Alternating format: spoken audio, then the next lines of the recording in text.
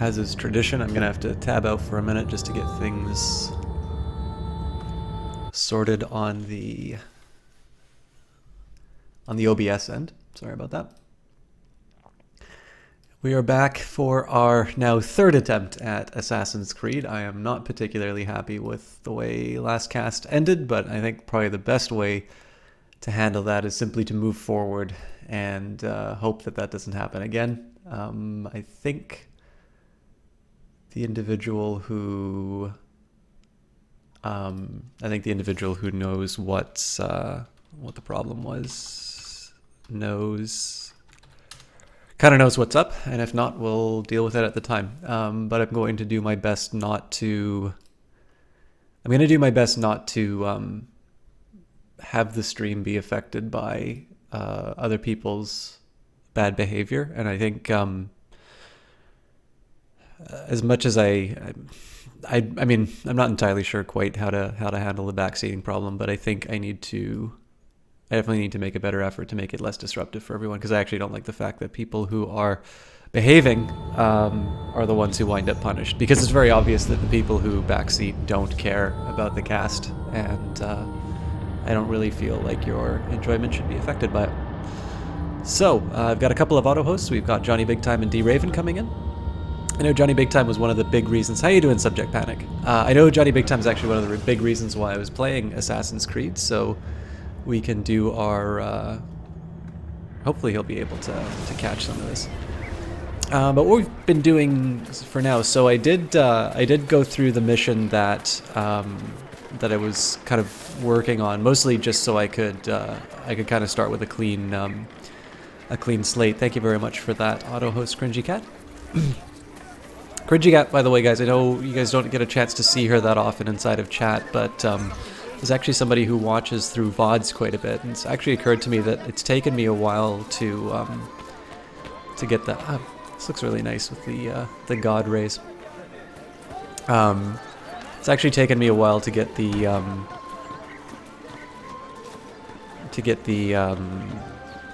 VODs up. So I know there's a few of you. I'll admit, I actually don't really like, out of any of the content that I do, I actually really don't like seeing my live stuff on VOD. I always think the interactivity is a big part of the broadcast, but I'm not about to, I'm not about to turn around and, say, okay, well, I'm going to decide for you how you watch. As long as you guys keep watching it, I'll very happily keep providing it. So as I mentioned, I kind of wanted to start sort of at a new sort of a new spot in the game if I could. Shane Fit and Lady Dow, thank you very much for those auto hosts. So we've got our we've got the thief mission. One of the I don't want to spend too much time talking about backseating. I think that's just going to come up again eventually, and we can talk about it then. One of the things that I actually find the most frustrating about it, though, and this is sort of relevant to where we find ourselves in the game, is the fact that there was actually one time that I opened the floor to backseating, and it was because there was something in a tooltip in Crusader Kings 2 that did not explain the mechanic. Docs Gaming, thank you very much for the auto host. So basically, it said, you need to have a certain legal level for to get primogeniture, and they basically removed that particular legal level from the game in a patch, and the wiki didn't update it. Basically there's just no information whatsoever about how this succession law works. So I opened the floor to backseating. I said, okay, could somebody please tell me how this thing works? It's open, you will not be condemned for doing this. And literally 6 people come in telling me, all right, the game just tabbed out for no reason. 6 people chimed in, none of them commenting on the succession law. They were just simply had been sitting on these things that they wanted me to do or thought I was doing wrong in the game. And decided to use the opportunity for that. So the lesson out of this, and this is something that I've known because Jess is a little bit more relaxed when it comes to backseating, is that in the end, the people who want to backseat you do not understand the game nearly as well as they say. They will give you advice on things that can be easily Wikipedia. They will give you advice on things that are obvious, but they will not. They will not actually provide real feedback in terms of the game. It's why I actually have the problem with backseating that I do, because to me, it is one of the most disrespectful things that you can do to a caster, because generally the things that people backseat about are very obvious to the caster. They are the sorts of things that they already know is going on, and either they will get to it or they've specifically decided not to do it. And my view is that people are coming to watch the caster. People are not coming in to watch chat play the game for them. So, anyways, the reason why I introduced that was the thief mission that I was on. I actually had a problem getting the thieves to trigger the to do the 100% sync thing. Played around with it a little bit. I don't even know. It had something to do with it would only happen if you targeted an individual, and for some reason I can't target people now. Ah, there we go. So, you know, if I'd known to hit the focus button, then I would have gotten past that mission a lot earlier, but I didn't. And looks like nobody who wants to backseat actually knows that's what you have to do. So, 100% help on things you don't want help on, and 0% help on the things you don't. And that is the last I'll say on the issue, but I at least find it kind of funny with that story in Crusader Kings. I was slightly annoyed, but I wasn't particularly, I wasn't enraged like I was yesterday. We've got some Animus entries. So because I completed that mission, we've got some Animus entries, but I'm going to wait until we have... Yeah, exactly, Subject Panic. Thank you for your tweets, by the way. I did read them. My view, there'll probably be some dialogue when I do the mission, so we'll just hold off. So call assassins during a fight, call assassins on a target.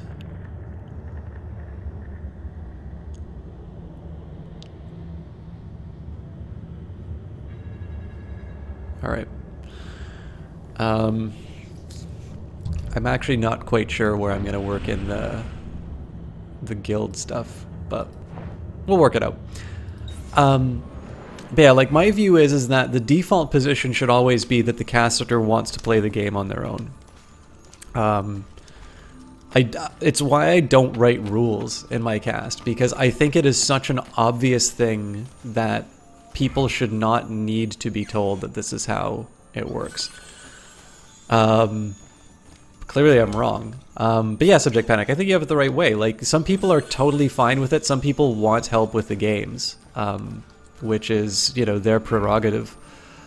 But I'm not one of them. And there's just a certain point where, like, I maybe don't get why it even needs to be said. But I did say that was it was supposed to be like I was supposed to be kind of the last I said about it. I am gonna send a quick message off to someone.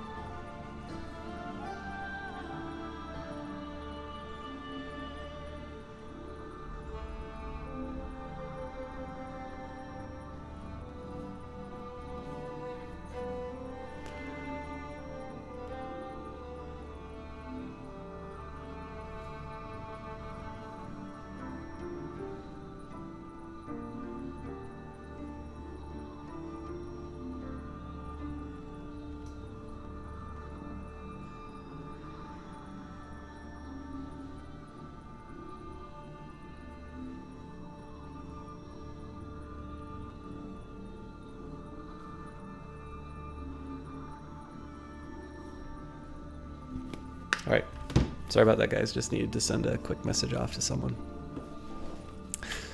Leah2, how you doing, my friend? It's great to see you again. I know trying to do some of these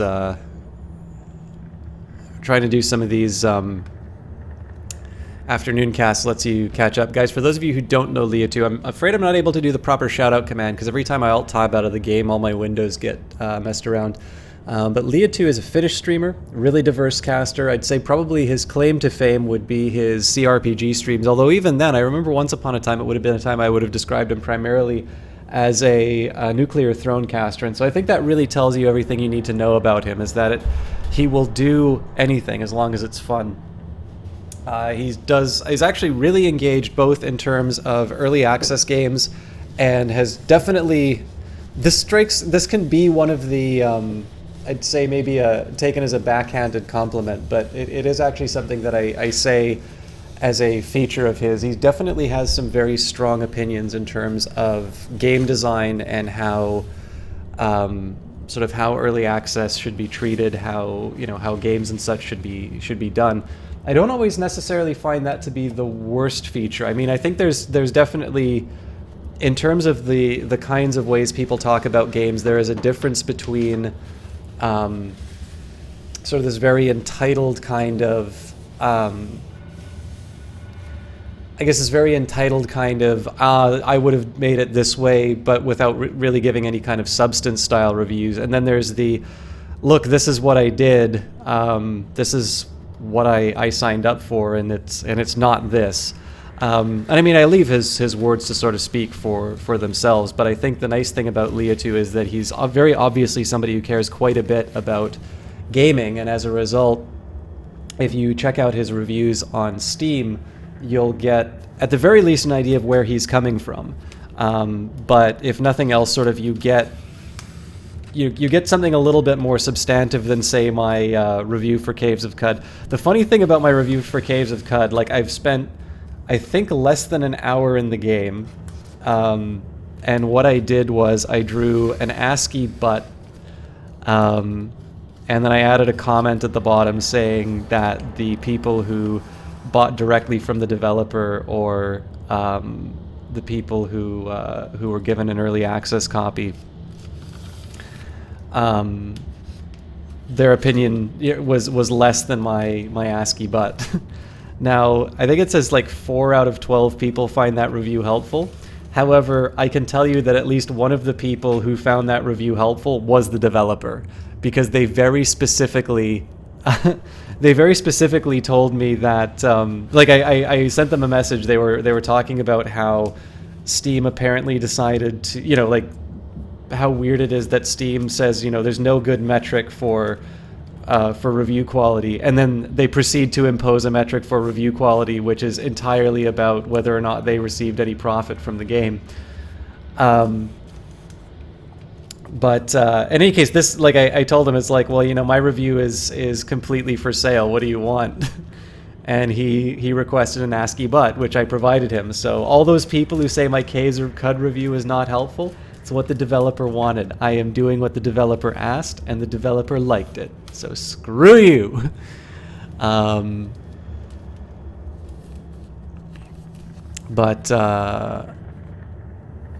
Anyways, I'm actually really happy to hear work is working out for you, Leah, too, because I can't remember exactly what it was, but I know for a while either you were looking for work or you were unhappy with the current work that you'd had, and I apologize for not knowing. That's obviously a really big difference between the two. I think, I can't remember if I'd seen you on your cast or if we'd just been talking at some point, but I'm actually, busy at work to me is good. I know it means that sometimes we don't get to see each other on cast. And by the way, if you guys wonder what this noise is, just my keyboard's kind of grody, so I'm just trying to sweep out some of the stuff that I can while I'm setting up. Hey, Inferno Fowler. I'm glad it works out for you. It's actually good for Leah2 as well. Leah2 is one of my Finnish streaming friends. But anyways, guys, so I kind of turned this into a conversation with Leah2 more than anything. But he's a really nice caster, and again, for some of you who do find my hours to be inconvenient, I don't, believe me, I find my hours inconvenient too. Leah2 is actually a guy who's good to follow, and I know I introduced him as a diverse streamer. I know I introduced him as somebody who played a lot of Nuclear Throne, but I would definitely say I think he's probably his great love would be in story-based games, and for a while it was adventure titles, and I think there's been a little bit of a dearth of adventure titles, it feels like, for a while. And that love of story is translated into a lot of into a lot of CRPGs, and I know people really liked when I did stuff like Shadowrun and Tyranny. I'll be going back to Tyranny, incidentally, but he's definitely somebody I think you guys should check out. So, you co-founded a startup 2.5 years ago. Things have been a bit hard lately, so you had to cut back on the hours you put and started a consulting business. It was quite hectic and stressful for a few weeks until you started getting some solid leads, and now things are looking excellent. That is great to hear, Leah, too. All right, one of your assassins can gain enough experience to lead one of your assassin deads. Dead leaders can progress to the rank of master assassin after performing unique missions for you. Once assigned as a den leader, that assassin will be linked permanently to that den, so choose wisely.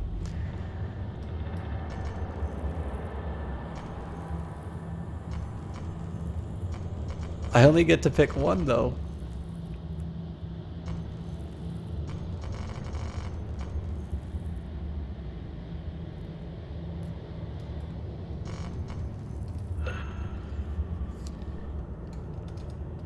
Yeah, why not?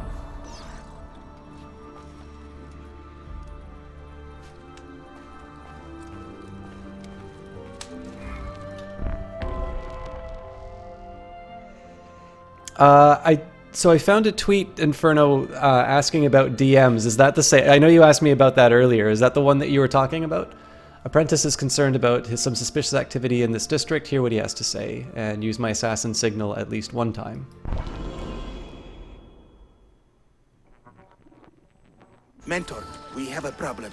A great many assassins have disappeared in recent months, and I believe I know why. Disappeared? Do you mean they have been killed? I fear so, but there is no time to explain. Hide in the park west of here, and wait for me to arrive. You shall see for yourself. Get to the outskirts of the city and park and keep an eye on what happens.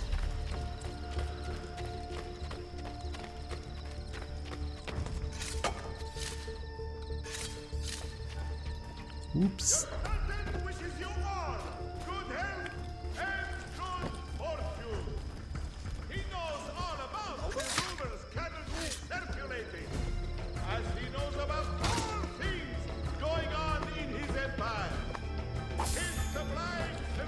I probably should have used the assassin. Assassins, actually. Oh, well.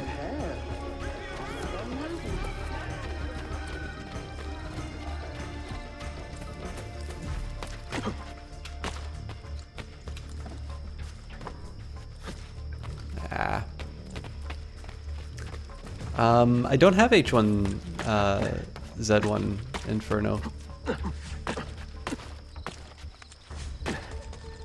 Oops. Johnny Big Time, how you doing, my friend? I was hoping you'd get a chance to catch this.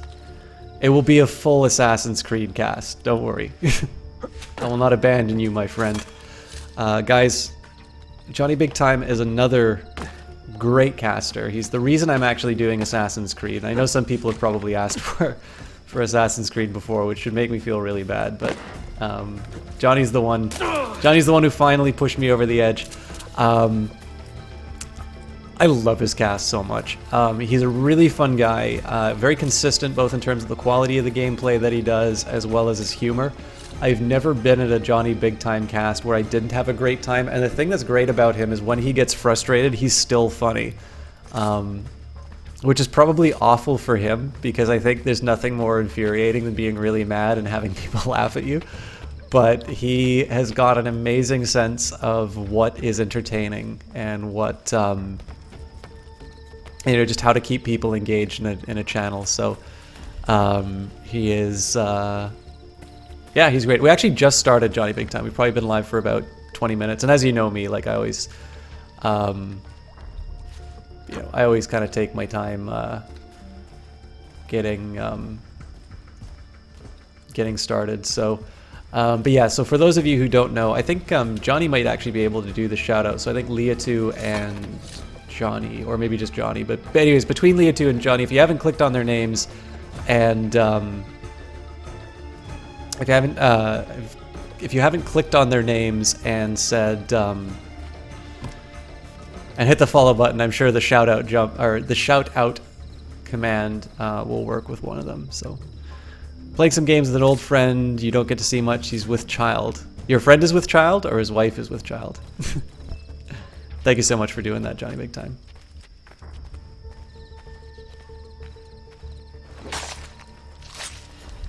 I knew I made him the Den Mother for a reason. Clear the area of Templars before rejoining my apprentice.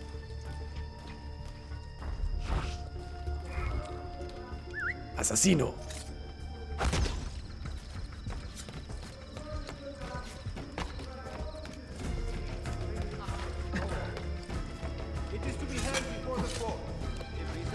It's actually a little hard to see at night in this game when it's bright outside. The child is out of the wife and out is crying about 85% of the time.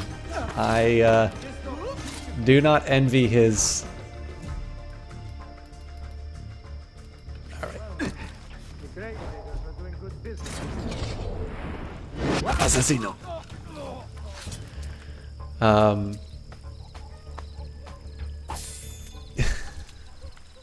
Just a second, Inferno Fowler.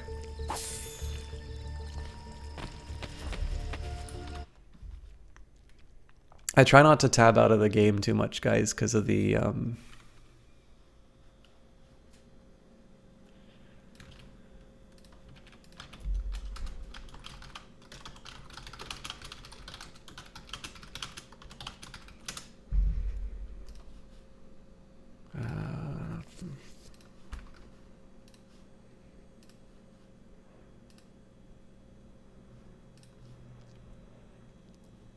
this is why I don't tab out, guys, because it kind of just kills the...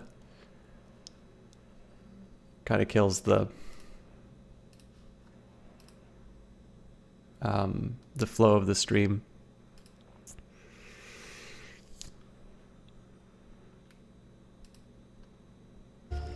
No, it's all good, Inferno. I don't know if you knew, but that was basically the... That's why, like, I haven't done the shoutouts and stuff like that. So, I did add you though, so, but if I... Ew.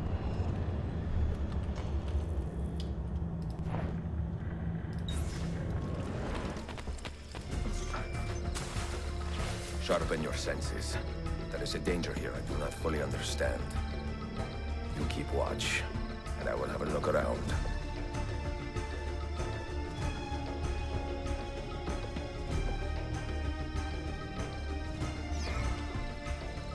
Investigate the city for signs of suspicious activity using Eagle Sense.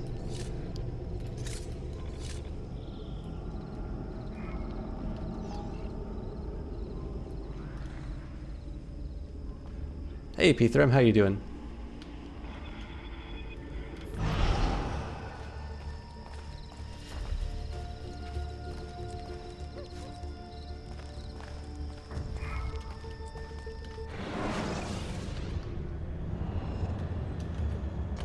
Jesus, sorry guys, this is a little...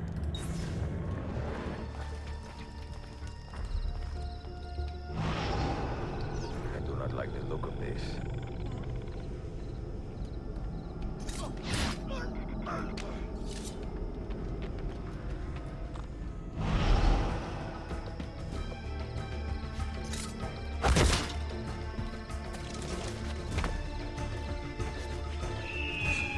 Follow that man! Only a guilty man runs with such speed! And only a fool stops to fight! Okay, Inferno, if you can just give me a second here, I'm in the mission, so if you can give me a minute.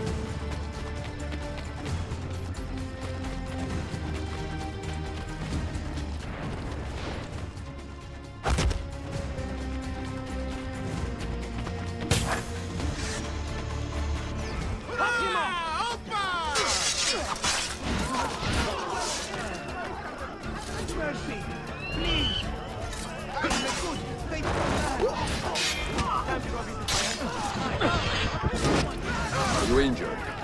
My pride is wounded, and now my heart is heavy. That man, his name is Vari. He was an assassin once. He has obvious skill, and a score to settle. Evet, until that man is caught or killed, I fear none of us will be safe in this city. And until you are properly trained, I will not let you go head-to-head with a killer as deadly as this man. Let us focus on further honing your skills first.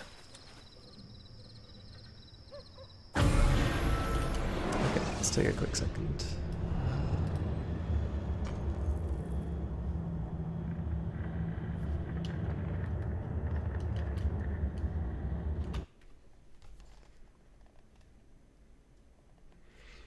Oh, H1Z1. Thank you very much, Inferno. I'll give this a try. Again, I do have a fairly clear idea about what I'm doing on my cast, so if you need this returned, because I don't play it in time, let me know. But I will. I'll do my best to try and do a special cast for this. Okay.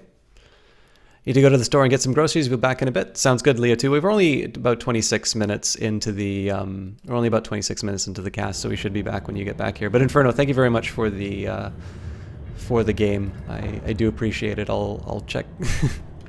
I will be sure. I'll probably play it a little bit on my own before I. I'll probably play it a little bit before I cast it.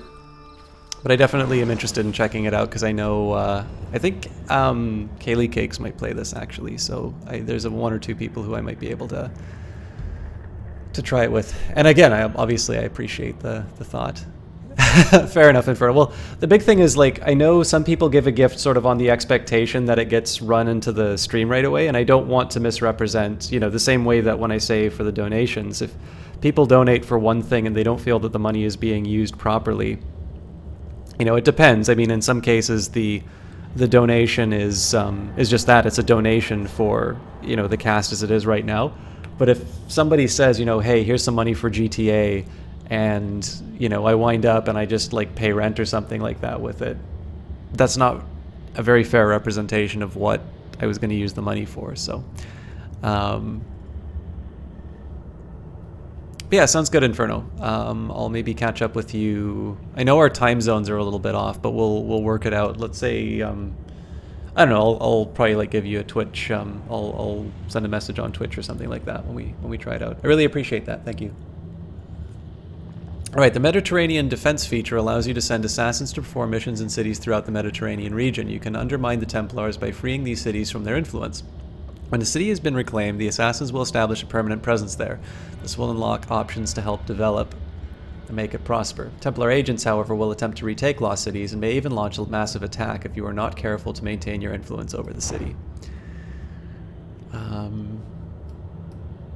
Interesting. Well, let's give this a shot. So I think Burs says that's actually my only option. So, or the Little Prince. Difficulty 3, and apparently I don't have any assassins I can send on it, so I need to recruit more. Okay, sounds good, Inferno, thanks. Wait, so I have to do Mediterranean defense, but if I don't have an assassin to send, then... Oh, there we go, okay. So... I like those odds. This is a really neat idea, actually. You're about to send these recruits on a contract mission. They will be unavailable for an unknown period of time.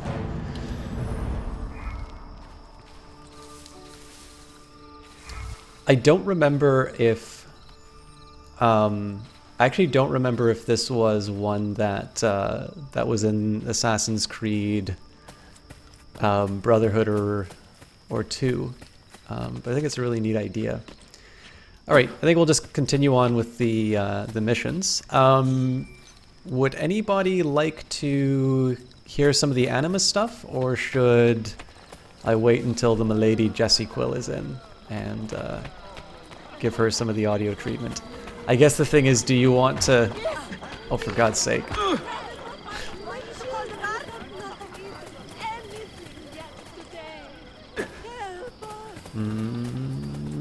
Sorry guys, I'm gonna just get a cardboard box, and there's some light coming through my window which makes the game a little hard to see, so I'm just gonna slightly adjust that, so.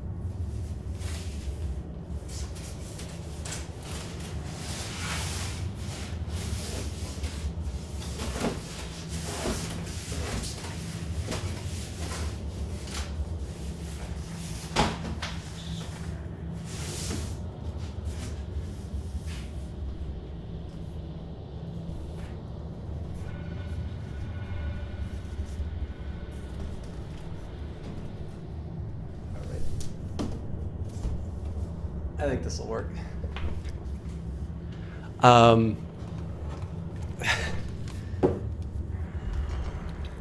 It's nice to have sun, but actually makes it kind of hard to play the game, so... Oh, now we've got a few people. Got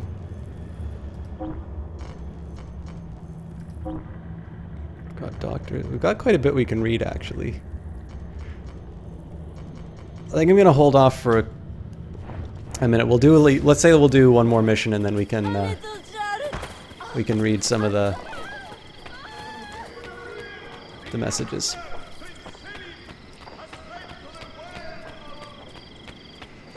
Anyway, so I'll talk a little bit. Talk a little bit about the game, because I think one of the challenges here. Oops. Let me out! Let me out! Let me out!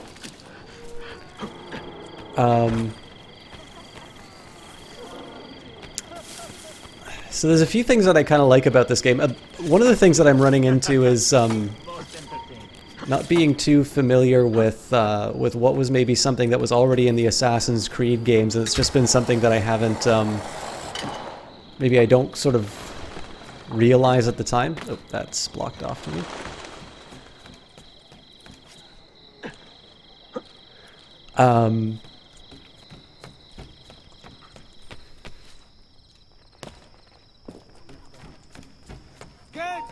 Not so fast, Ishik! Ah.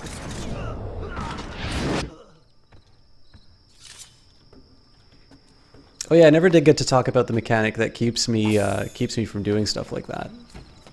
So the game kind of punishes you for behaving like the super soldier that you are. I'm also not going anywhere near where I'm supposed to go. Yeah, I'm literally right back to where I started. It's the walls, man. Alright. Let's just try and go on ground for a bit. I'm also kind of okay wasting a little bit of time just because I know as time goes by you get more income. You can use that for...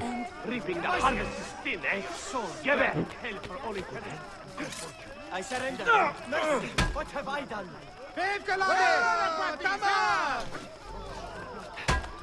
Ooh.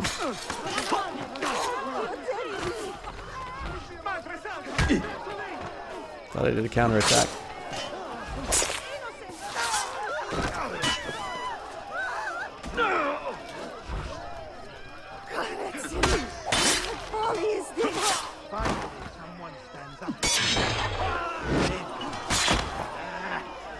Please, God, let me live. Please, God, let me live. It's probably exciting to watch in the market. So, actually, I kind of hate it when I take damage, though. Just the sight of blood makes me all. So one of the things that I like about the...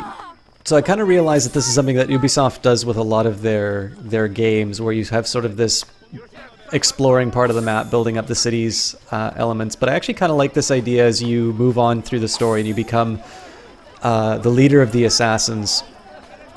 I like this idea that Ezio is kind of responsible for carrying out missions throughout the Mediterranean to sort of ensure the fight with the Templars continues to go well. Yes, much better. And I'll admit it sometimes distracts from the mission that I care about, which is the story stuff. But I think it's a neat touch. It's something that seems like it's definitely part of the AAA. This game needs to appeal to the biggest audience possible element, which is there's a little bit of something for everyone. But it's actually, I think one of the things that sets Assassin's Creed apart is that it comes about it.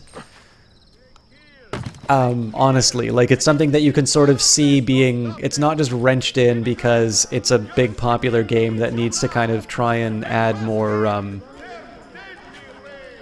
elements or something like that. It's something that actually seems somewhat supported by the story that's being told.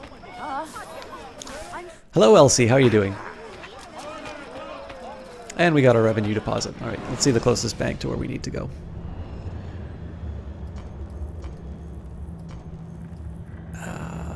The other side of the city. Which is good, because we actually, we have basically everything here except for an unlocked faction. Unlocked faction den. What was I gonna... There's something I was gonna say about the, black market dealer. Neat.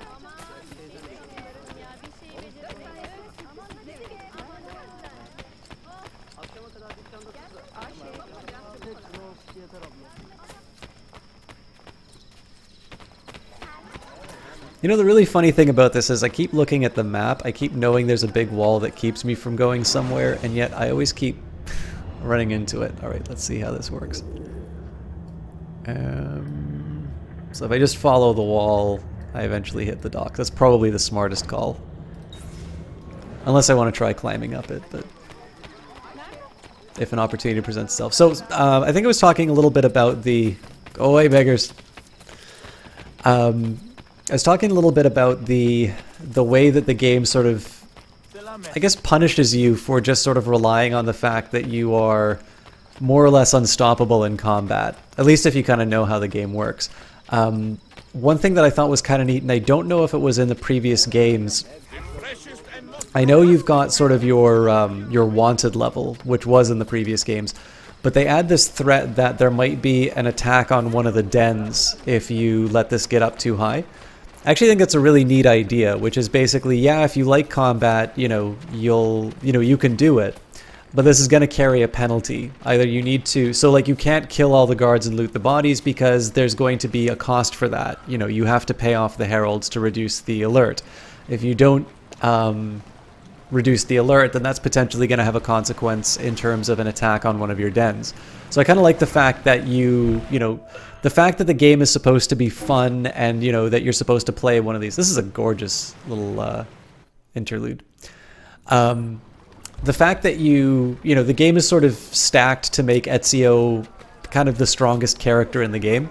I like the fact that there are a few balances on it in, again, something that, so it's not like, a dishonest way of coming about that would be, weakening Ezio in some way. You know, if you attack too many times, you get tired or something like that. Doesn't make you feel very heroic. That's not very fun. But I'm just gonna pick up my ill-gotten gains, and again, the way I'm handling this is I'm putting as much money as I can into income producing. Jesse Quill, thank you very much for that, host. I'm going to try and put as much money as I can into things that generate income, because it turns out the landmarks are really expensive, just like in Brotherhood. Ooh.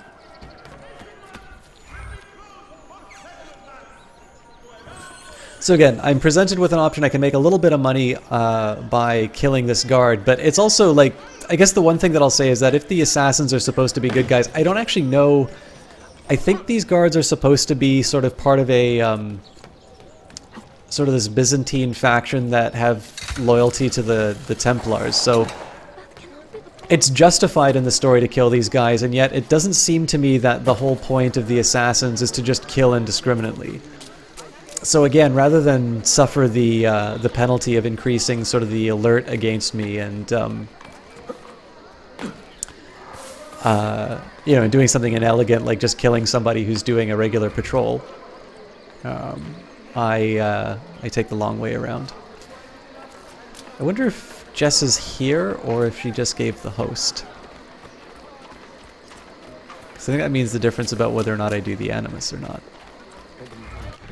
Alright. So we'll do a quick run, just spend our money, and then we will go on to the next mission.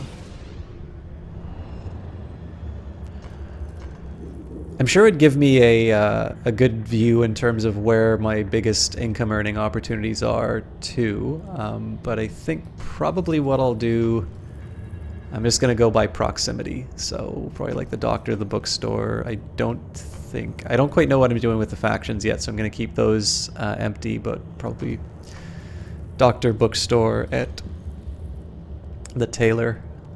On our continued business together. There's sort of an argument to... I don't think it's a very good argument. There's sort of an argument to saying it's like you don't need to run back to a bank every 20 minutes. That's a waste of time. One of the things for me is whenever I have an opportunity to buy something that generates income, I try to buy it as early as I can, even if that means that my weapons and armor are not as strong. The idea is that the longer you own something, then over the period of the playthrough, the more money it's going to make for you.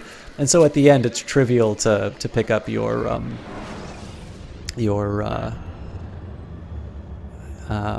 it's trivial to sort of pick up those weapons you gave up. Is Revelations the latest I see? It's not actually. It's a very old Assassin's Creed. It was so there was Assassin's Creed, there was Assassin's Creed 2, and there were sort of 3 games with this character, Ezio Auditore. So this is the 3rd of the Assassin's Creed 2 series. Then there was Assassin's Creed 3, Black Flag, I believe it was then Unity and Rogue, which were released in the same year.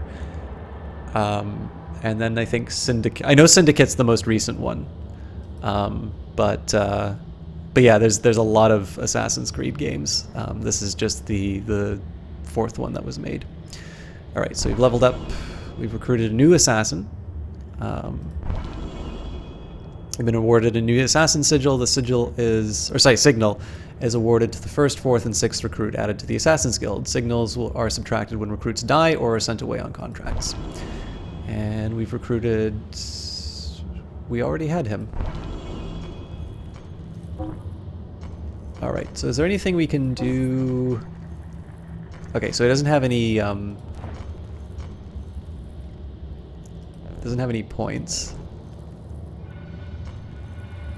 Okay, so he's away on the contract. And I apparently can upgrade him? I don't think that's true.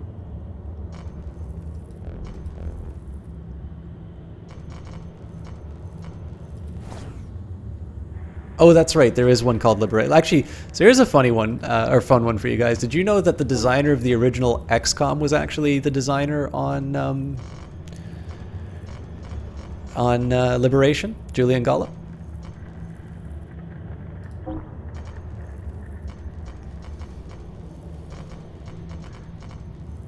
Okay, let's do attend a banquet with... I basically want 100% success opportunities. So a level 5 assassin will give me 100%. Okay, difficulty 2.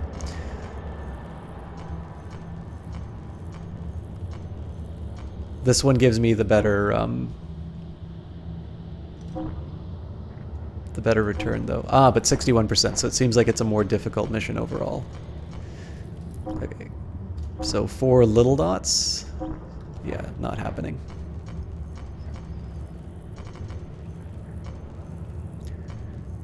Alright, so I might as well do speak in public, so that'll give me 1159 income and 39 XP.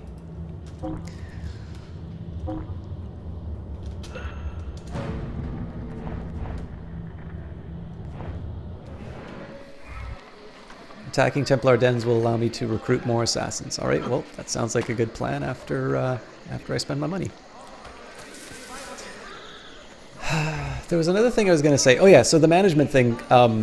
Again, I like the idea. You sort of start off. So the first game, in addition to the fact that it's earlier and they're still sort of finding out the things that they can do with the Assassin's Creed games, Ezio is, not really that responsible, right? He,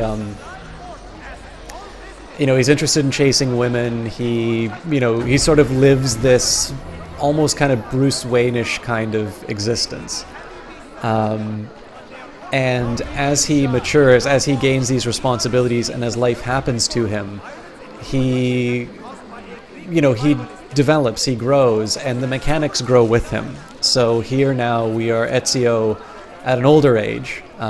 We're still a very capable assassin, but now there's so much more responsibility that we have in this game. Not only are we responsible for managing Constantinople, our city. This is the 4th game, Inferno Fowler. The third, so it's best to say that Assassin's Creed 2 is 3 games, and that this is the third game in Assassin's Creed 2, making it the fourth game in the series. Is probably the most accurate way I could put it. Caused by a Greek revivalist. So here we're just paying off the Herald because I'd rather not have to deal with the difficulties created by having a high alert. We've still got some money left, so we'll buy some more income-producing resources. But again, so in addition to what I think Brotherhood introduced, if I'm not mistaken, you have, you're not just rebuilding the city. In the case of, sorry guys, I've lost my chat. I got to tab out. Again, I hate doing this.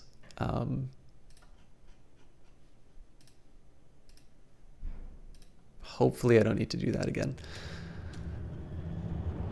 So the way that you sort of retake the city from the board, this is actually I think a really smart way to motivate this sort of city building mechanic. You take back control from the Borgias, who are neglecting the people, by investing in them, by giving them public works and such. And I mean, this is something that you do see happen in the real world. Hamas is not seen as, this radical military organization in some parts of the world. Or if they are, that is one aspect that is presented, and that the common experience are that they are people who are coming out, handing out money or rebuilding after some kind of a terrorist attack, or not even necessarily a terrorist attack, something from a government which led to destruction of property or people losing their lives. And of course, this is something that matters, right? When, let's say that they were operating in a place where it were illegal for them to be, and the police come by and they say, hey, we want to know, we hear these guys have been operating in this area. We want to know where they are. Do you think the people are going to be that, that inclined to help out an officer when they know them simply as the people who are conducting these raids and are conducting these,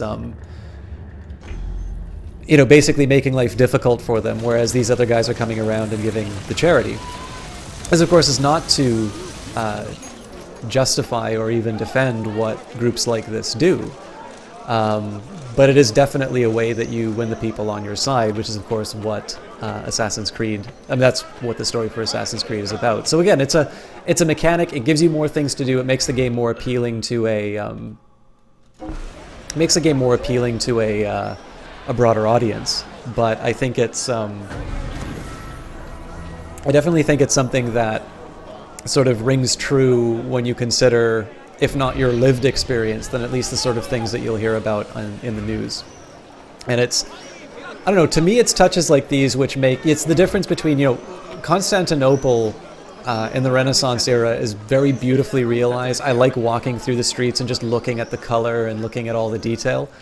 And I know, Assassin's Creed Unity is not a very well-regarded game, but I want to see it anyway, just because I want to see the massive crowds during, hey, the distinguished gentleman, how are you doing? It's good to see you again.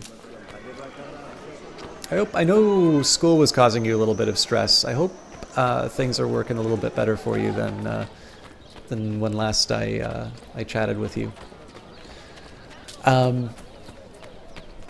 But yeah, so this is a very beautifully rendered game. It's very nice to look at.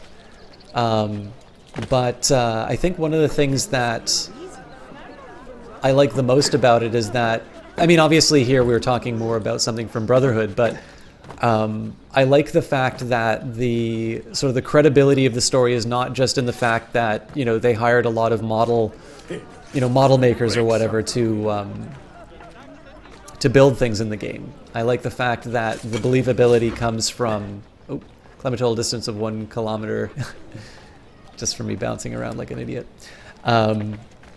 I like the fact that the credibility of the world also comes from the fact that Any damage? Not that I can see. Byzantine Templars may be bad hosts, but are decent tenants. Once they capture a location, they like to keep it intact. Because they intend to stay. Que sin lincle. Well, as promised, if you want to learn how to craft your own bombs, I can show you. Don't touch that. One wrong move and bang! The building comes down. Are you serious? The look on your face! Here, I'll show you.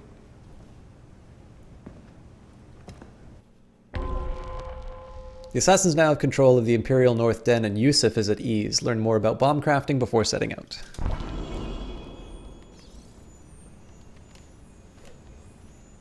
Interact with the bomb crafting table. Give me the loot.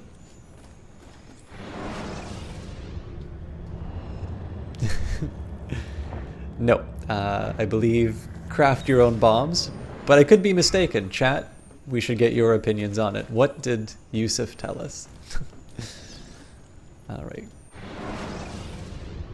We craft our bombs from a combination of 3 parts. The shell, the gunpowder, and the primary ingredient. Sometimes we add a few extras too, for fun. But we'll come to that later. For now, focus on these elements. Oh, this is a neat idea, actually. So you kind of get to pick the characteristics of your bomb. So sticky pouch, armed with a 5-second fuse. This leather pouch is coated in a resin that allows it to stick to almost any surface. Tripwire. The tripwire is laced with thin filaments around its perimeter. The slave's touch will trigger an explosion. Fuse shell. This metal shell rebounds off surfaces and detonates after 3 seconds. And an impact shell. This terracotta shell is a brittle casing that allows the bomb to explode on impact. I kind of prefer that. It's a little simpler. So now we have Indian gunpowder. Gunpowder creates a small explosion radius, minimizing the number of casualties around the target area. Arabic gunpowder. This gunpowder offers medium-sized explosion, affecting multiple targets at once. And British gunpowder. This gunpowder explodes in a wide radius, affecting a very large area, which is why we have the British Empire. We'll go for Arabic gunpowder on this one. I gotta be careful about it, but... so shrapnel creates a lethal device designed to kill by dispersing metal shards upon exploding. Or Datura powder. Datura powder creates a lethal explosive designed to slowly poison anyone who breathes its fumes. So yeah, we'll do shrapnel here. So this will be a lethal bomb that we're creating, but that's also because it's the lethal bomb slot. So in this case, the idea behind this one is to sort of create something that will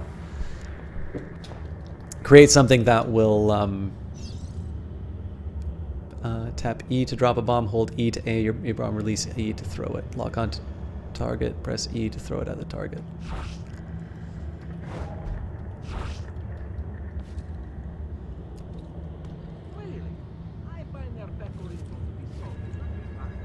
Oop. Let's see if we can get the patrolling guys.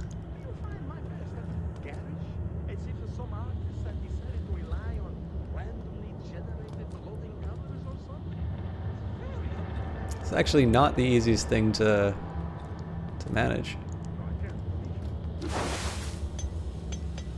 That is not how that was supposed to work. I thought that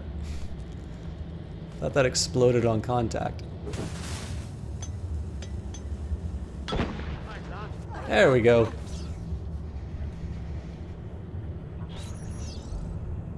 All right. So yes, I would rather not have a... Okay, well it looks like it's forcing me to do this. No, damn it. Please dismantle. All right. You'll find many ingredients for bomb recipes scattered throughout the city. So keep your eyes open and your nose to the ground as you move about. That should keep me busy. Grazie, Yusuf. Have you ever seen this book? No. It's a journal? Si. The Secret Crusade by Niccolo Polo. Marco's father? I found this on a Templar in Masyaf. It mentions the 5 keys to Altair's library. Niccolo brought them here and hid them. Ah, and the Templars know this, so it's a race against time. They found one already, beneath Topkapi. I want to recover it and find the other 4. So, where will you begin? The old Polo trading post, I think. They ran a business in this area, no? I believe so. Speak with a man named Piri Reis in the bazaar. He can point you in the right direction. And teach you a few more bomb recipes, if you are so inclined. Bomb stash.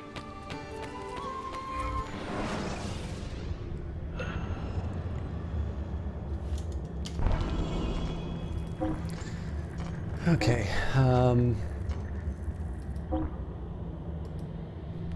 I think probably here just keeping my guys busy. I don't really call these guys. I don't really call on these guys a whole lot, so makes more sense to just try and keep as, again, the same way that I want to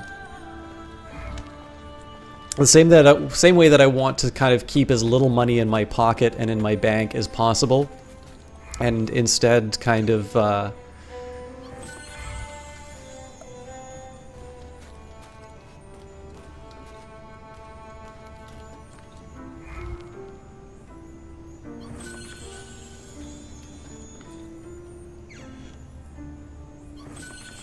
so, the same way that I don't want my money to sort of be this idle resource that just sort of sits in my oh, these are just challenges.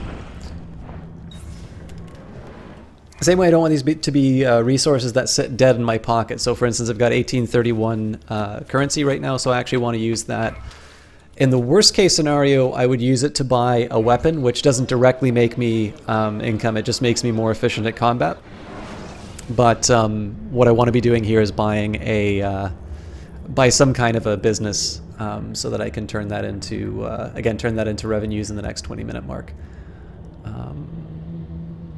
Let's do another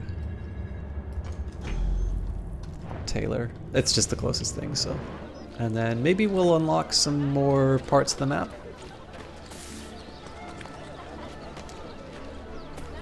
I mean, I don't feel too bad just doing the exploration right now, the more that we unlock. I mean, so we can unlock parts of the map, but I still have some things that I can develop here, so it's not the most critical thing unless I'm not able to do a mission with it. And then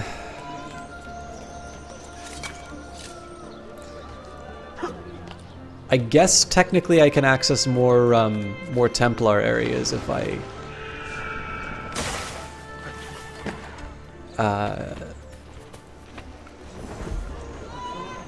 unlock those parts of the maps. But hey, Albedon, how are you doing? Yes, I am back.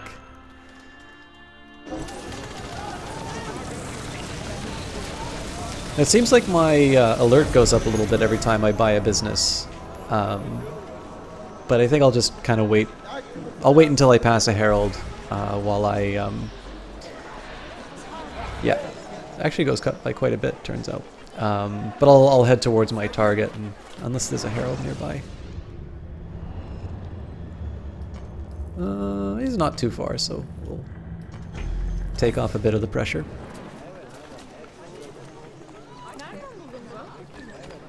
It's a relatively small amount, so it's not, I don't think it's the end of the world. There's a doctor's there, which I was originally going to take a look at, but it occurred to me at 600 currency, I'm not going to be able to afford it, so.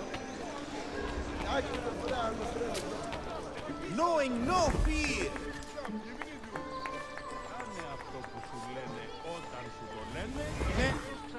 Got it.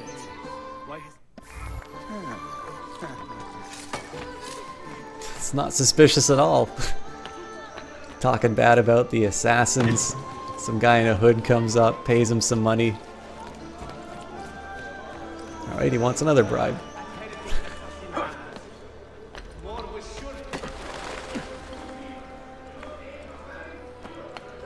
Unearthing the menace. Let it. I'd better go see Mother.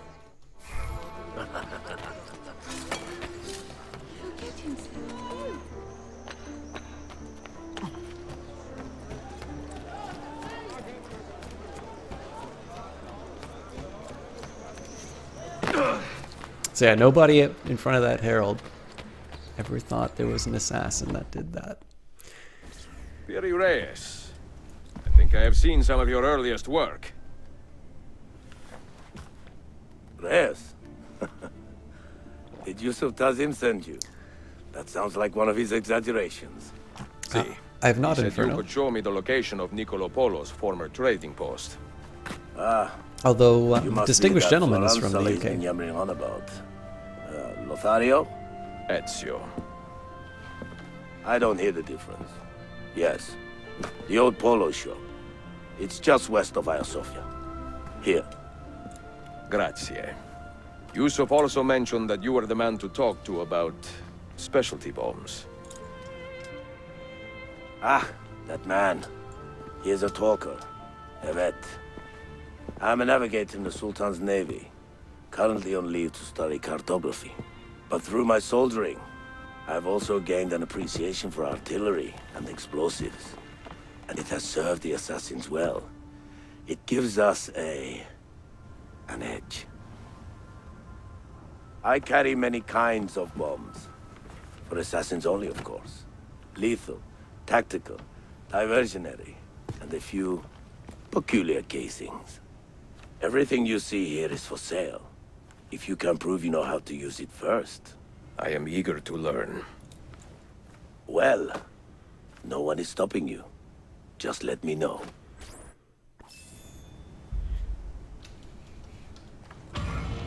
So I'm assuming that I need to meet some kind of like bomb mission requirement before it. Accepting this memory will dismantle and replace my current tactical bomb.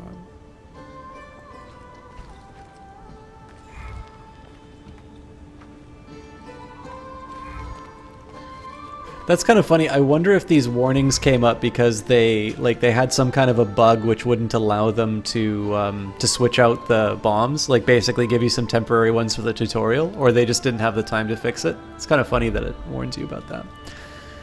I don't know. I don't feel a real need to do bomb stuff right now.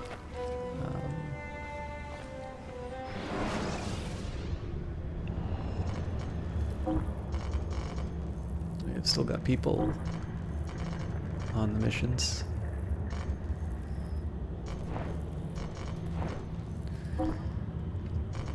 I should just probably fill out the ranks before I do too much more.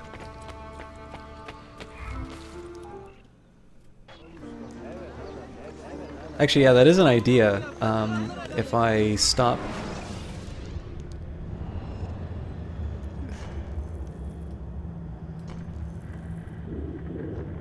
So it's tempting to do the memories, but I actually think it might make some sense for me to just go through it as much of the city as I can and claim what I can. So let's actually kill the Templar dens. It's gonna take a while, but one will be able to get some money for this, which is nice. And then so basically, as we go through the game, we'll be able to get it. But we also get access to assassins right away, which means I can train them up, and they'll be a little more effective at the end of the game. So this might be a little workmanlike. I'll try to talk about the game where I can, guys. But this actually seems like not a bad way to give me a strong start, to just kind of kick out the... Oh, looks like I gotta find something new for my recruit to do. He's just too fast. Absolutely beyond my comprehension. Oh.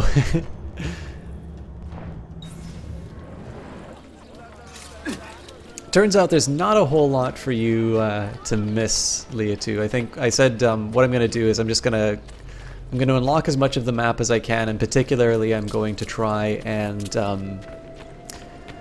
recruit as many assassins as I can through doing that, so I can just sort of have them on a bunch of missions and just have them on missions and sort of make the most of the resource, the same way that I'm trying to spend my money as quickly as I get it into income-producing resources. I will be reading these database entries before too long. I think probably Jess has other things that she's up to. Although obviously got the host. You're not here for the gameplay? I don't know if my commentary is really on point today, though. Obviously, we'll be able to talk about some of the history when I start doing some of the database stuff, but we'll claim a den. Here's what we'll do. We'll claim the first den, and then we'll read the database entries related to characters, and then we'll claim another den, and we'll do the ones based on locations. Float Fantasy, thank you very much for that, host. I think Elkanu's streaming right now, so I really appreciate that one. Use your eagle sense to identify the Templar Den captain. Well, I'll be. Come on, man. He hurt himself.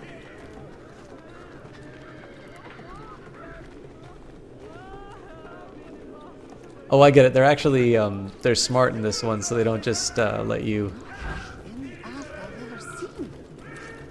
pull. They just don't, sorry, they don't let you pull them over the edge.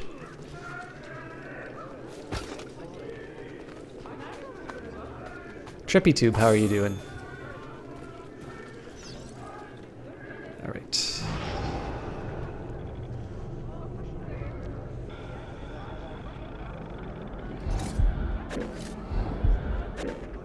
I think this is the... Alright.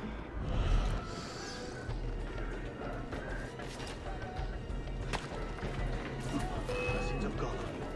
Remain steadfast. Victory shall be yours. I don't know who saw me.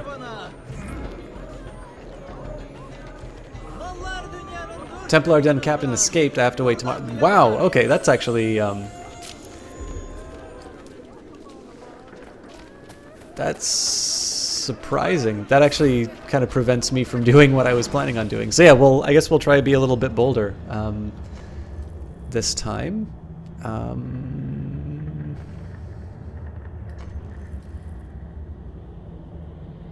I guess we have to go for this one. I don't want to just like take an arbitrary point and have a Templar Den like halfway through, but if we can run by a bank, so much the better.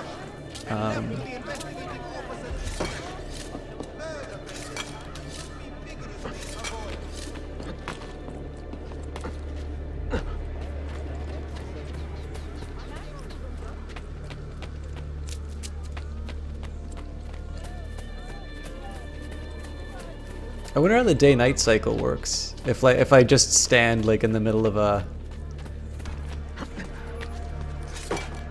If I just stand in the middle of like a marketplace or something like that, if I'm gonna see the time of day change.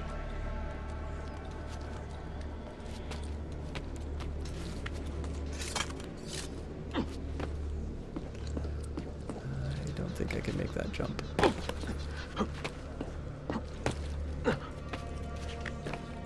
Not quite what I had in mind.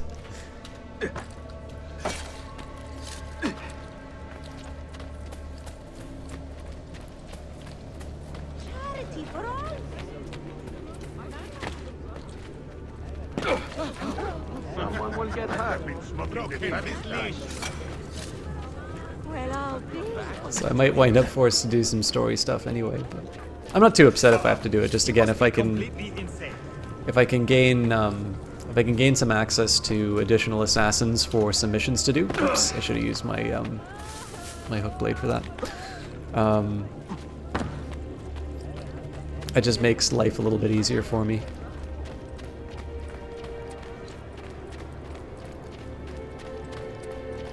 And even then, the way that it makes life easier for me is not necessarily through the it's not really in the early game, just so much as I have these resources that are generating income and experience and play a little bit earlier. So like, imagine like you're at the end of the game where you're just really good at everything, and then you start recruiting your assassins. Obviously, you're not going to have quite the same experience as if your assassins are leveling roughly at the same pace that you are.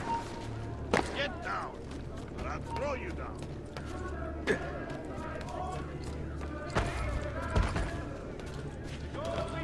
True craft. True craft. That's one way to call it, I guess.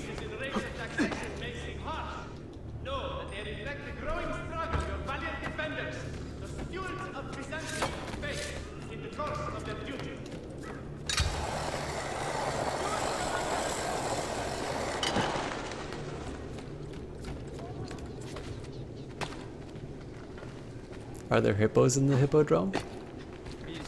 Oh, I gotta get off on this thing. All right.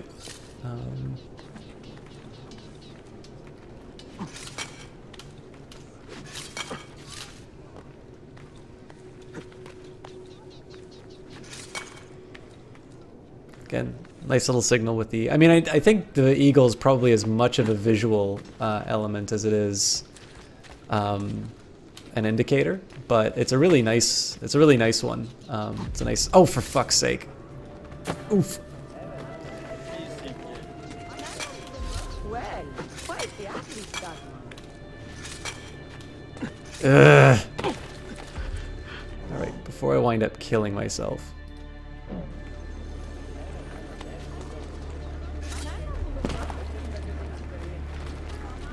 Like I mentioned, Assassin's Creed controls allow you to do some really cool stuff really easily, and then they allow you to do some really boneheaded stuff really easily. Or maybe that's just me. Anyways.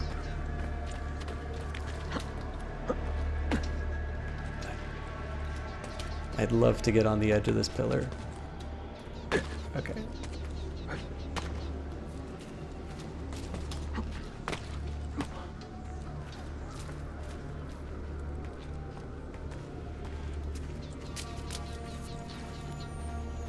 It's because it's true, Inferno Fowler.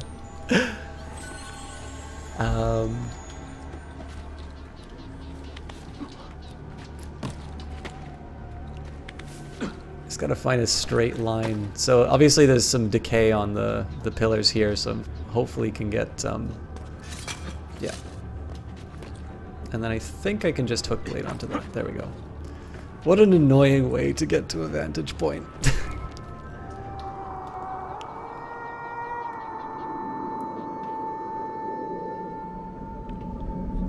I actually have a suspicion that there's probably a very high correlation between me saying "God damn it" and then complaining about the ability of to do things using Assassin's Creed controls. I think it's an incredible achievement, though. It's to make a game which is sort of so dynamic and so full of just of interesting moves and little interesting combat sequences. It's definitely. To me, I think they did a fantastic job of sort of finding a very natural way to have all of these controls sort of move and have your characters sort of respond in a sensible way to what your instructions are. Just obviously every once in a while I find a couple moments where it's, you know, it's kind of clear what my intentions are, but I mean, this is just like programming, right? Like in the end, especially when you just start learning programming, one of the ways that you, like, the easiest points of frustration,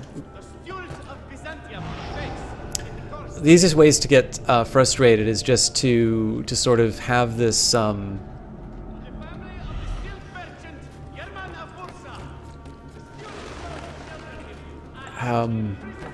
know, have this expectation that the computer will do exactly what you ask it. Well, so the computer will do exactly what you ask it to, and there is the linguistic way of sort of thinking of that, which is, you know, if I give it the instruction, make a great video game, it will make a great video game. That's definitely not how computers work. If it instead asks me, you know, what's a way I can sort of, an analogy I can come up, like it's like perform this series of actions, and there's a bug in the program. I'm the one who introduced that bug, and it was a lack of sort of a very clear understanding of what I wanted to accomplish.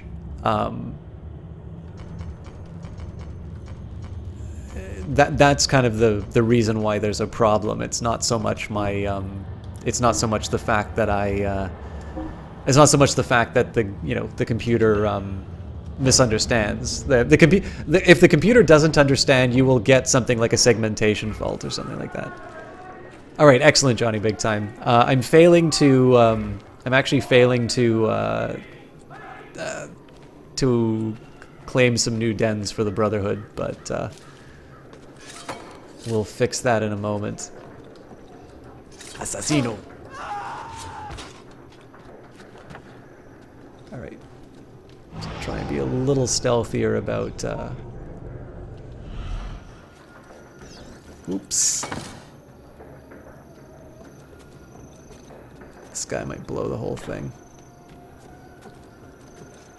Assassino.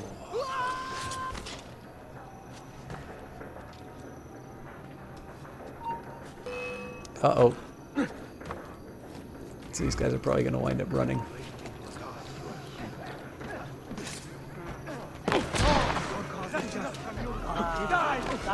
Where did they cut rope like that? Picking a fight with the Knights Templar was not... Oh, I am screwed. He's a fairy Another 300 axes yesterday. What a racket. They have any idea how much money... Don't kill me, please! I don't want to end like this. Do the words innocent bystander have any weapons? Cool.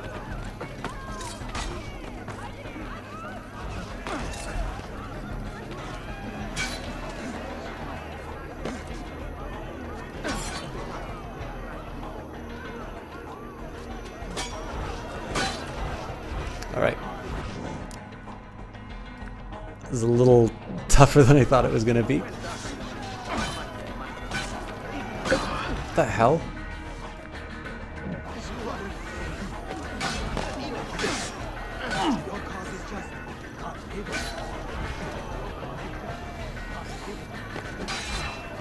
I don't seem to be counterattacking to anything.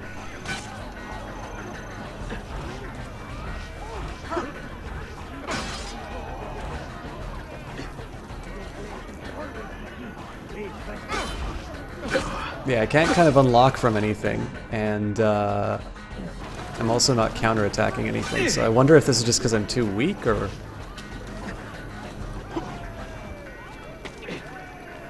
Right.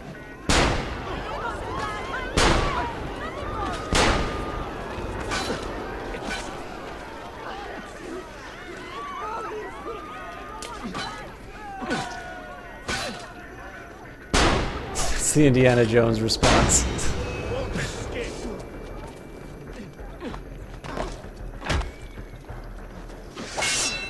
That's more like it. I'm only visiting. I don't know what's going on.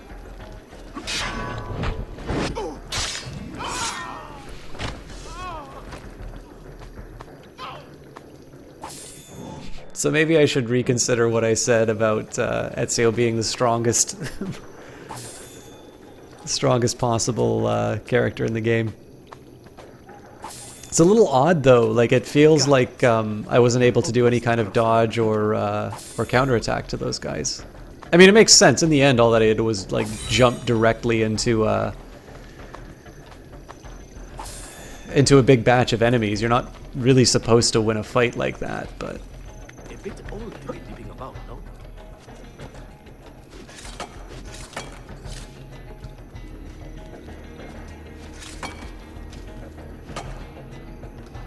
Bring a bloody legion. Let's get down.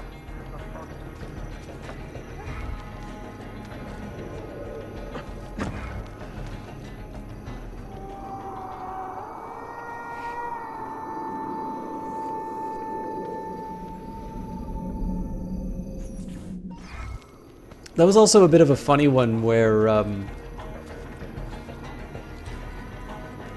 can set the signal fire, right? There we go.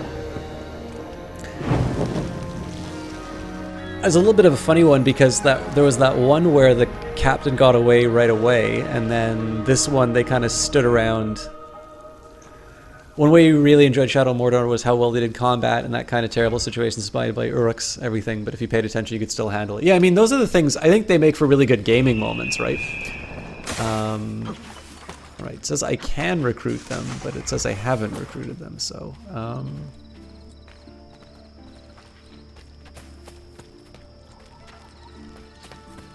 I wonder if they're... So I know there was a recruitment mission the last time. Yeah, okay. So we'll go by the Herald first, and then we'll recruit the assassin. But I promised you guys some animus, so let's learn about the world. If I can remember how this all works.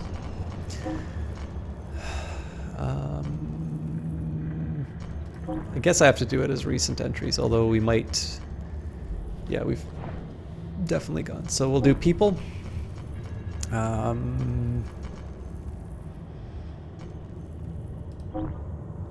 Piri Rice, born somewhere in the Ottoman Empire sometime around 1467, give or take a few years, Hassi Ahmed Muddin Piri was not quite so mysterious as his vague origins may imply. He was an accomplished seafarer and officer in the Ottoman Navy. Seabound in his early teens, he got his first experience as a privateer, sailing on expeditions of dubious legality with his uncle Kamal in and around the Mediterranean. By the time he was in his 20s, he and his uncle had both joined the Ottoman Navy, trading their rough freedom for respectability. In 1503, at the close of the Ottoman-Venetian conflict, Piri's taste for military adventures waned for a time. He shifted his interest to intellectual pursuits, beginning a serious study of cartography. In 1506, after some initial and unfortunate disagreements with the assassins, Piri joined their ranks, not as a warrior, however, but as a scholar and a technician. For all he had seen in his years as a sailor, he had grown bored of all the artificial boundaries that separate nations from one another and felt the assassins offered the truest intellectual freedoms. In late 1511, after the sudden death of his uncle, Piri took to the seas once again to study navigation and hone his drafting skills. By 1513, he had produced what would eventually be considered the most famous map, a small work best known for containing one of the earliest accurate depictions of the eastern shore of South America. Throughout the next few decades, Piri continued to make maps and perfect his skill as a craftsman of rare artistic and technical talent. It wasn't until Piri was in his early 80s that he officially earned the rank of Rais, or Admiral, by which point he was a legend in the Ottoman Navy. Hey, Jesse Quill, I'm glad you got a chance to catch the Animus entries. Still find it hard to believe how much you enjoyed Shadow of Mordor, considering it's pretty much a mix of Assassin's Creed and Batman in Mordor. You hate both Assassin's Creed and Batman controls. Yeah, I haven't played any of those games, incidentally. Alright, I think we should do contacts next. Oh, nope, they are the exact same. So society.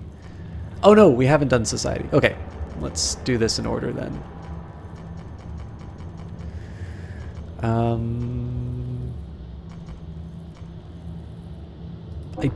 Did we do Ottomans? The Battle of Baphius, fought just 50 kilometers to the east of Constantinople in 1301, marks the first record. Yes, we did actually do these, so. Is there a way I can use my... Yes. It's a little bit better than the mouse. Jesse Quill, thank you very much for that host again. Blacksmiths. Every Renaissance community needed a blacksmith, swords, lock. Yeah, we did that as well.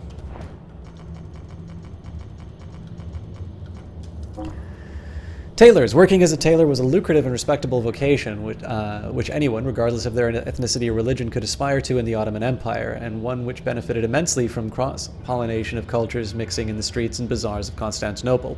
Because of the empire's broad expanse, Ottoman fabrics were famous for their vibrant colors, busy patterns, and incredible level of detail, drawn from cultures as far east as Persia and as far west as Greece, a true melting pot of sartorial splendor.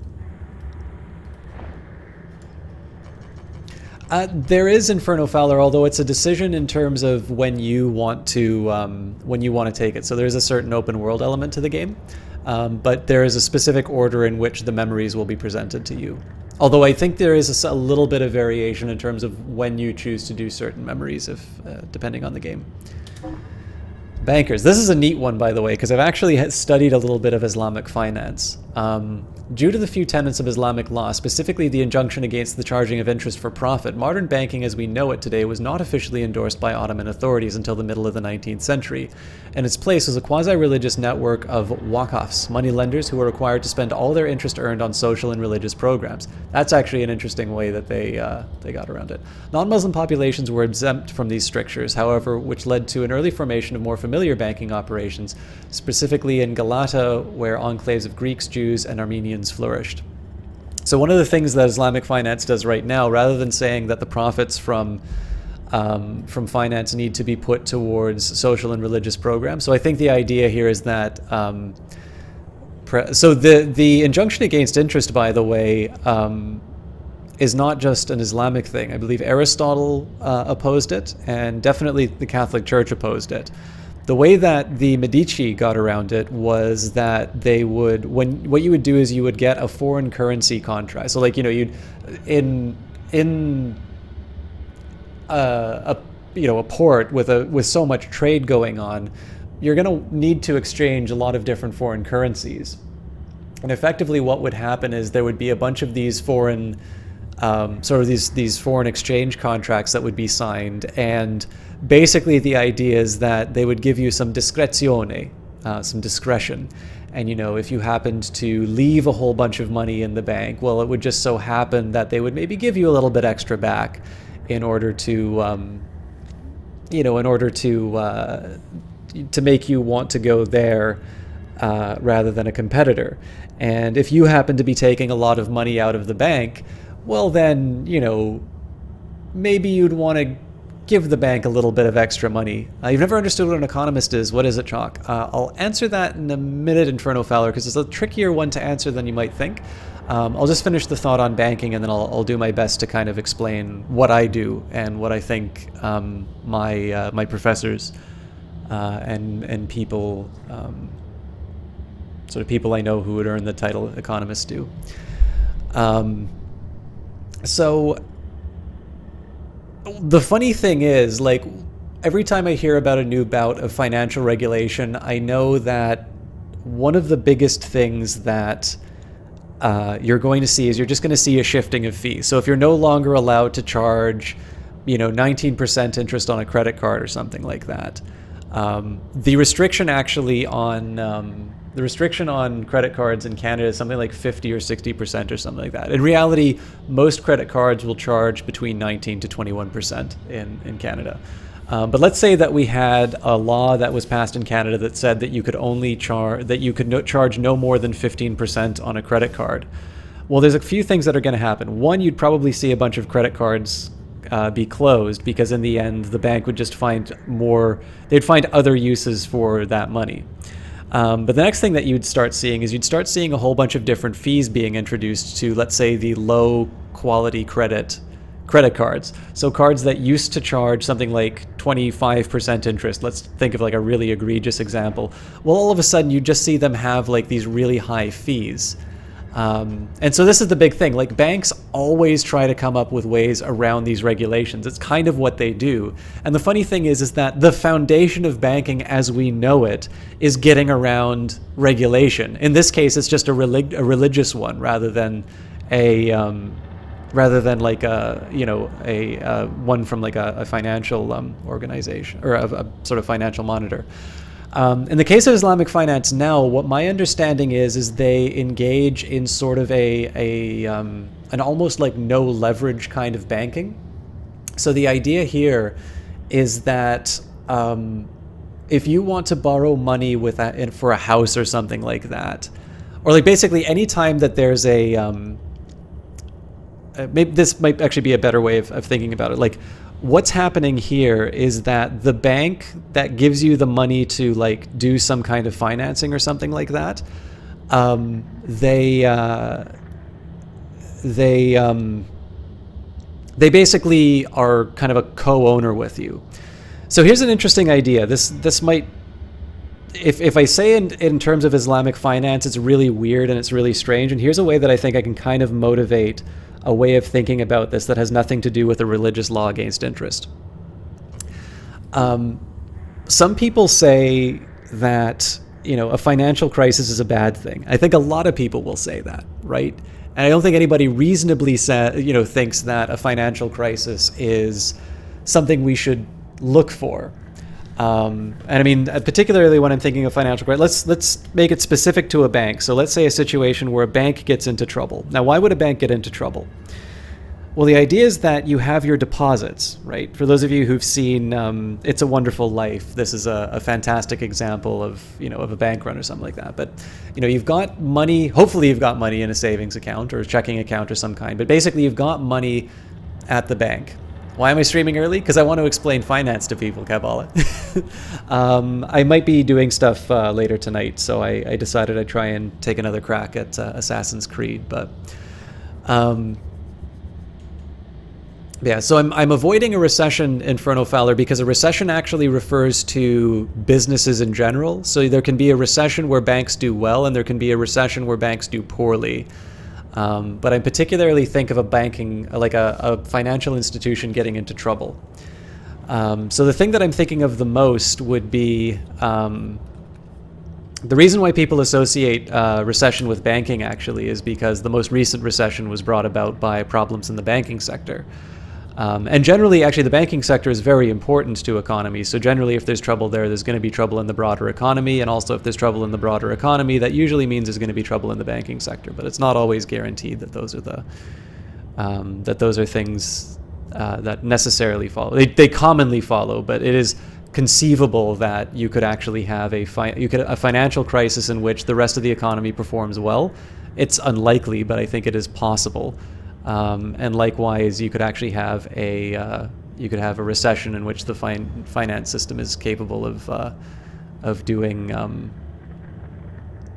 is capable of managing pretty well. But basically, a bank can get into trouble. You've got a whole bunch of money inside of your account. So this is the money that you save, the money that you're keeping in the bank is actually a liability for the bank, because that's money that that's money they owe you. That's money that they need to pay back. Whereas if a bank lends you money, that's actually an asset to them, because that's money that's going to be coming back to them. And of course, it's going to be coming back to them with some interest. Of course, you'll be getting some interest for your money too, just not nearly as much as the bank makes. So where a bank can get into trouble is that they lend out a bunch of money, and for whatever reason, they no longer expect that they're going to get paid back. So that is a solvency crisis. That is a situation where the bank owes more than it currently has. Another way that a bank can get into trouble is a liquidity crisis. And what that would mean is one where it actually has enough in terms of assets to pay everybody out, but everybody wants their money right now, and the money that they'll be getting is like 20 years in the future or something like that. Yeah, that's absolutely true, Leah, too. We might be at the point where that starts changing because the Federal Reserve just increased their rate for the first time in something like 7 or 8 years. Anyways, so I suppose the question then is it possible to have banks which don't suffer these kinds of crises?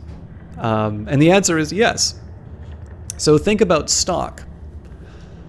If you own stock, let's say I own stock in Apple, and Apple has some kind of a problem that happens to it. All that stock gives me is a claim on Apple's future profits. So let's say they liquidated Apple, they sold all of the campuses, and they let everybody go, and they brought in all that money that they have overseas, and they said, we are completely wrapping up Apple. Apple will cease to exist as a company. Then basically after all the debts and that are paid off, then all the people who have shares on Apple gain a claim on that money.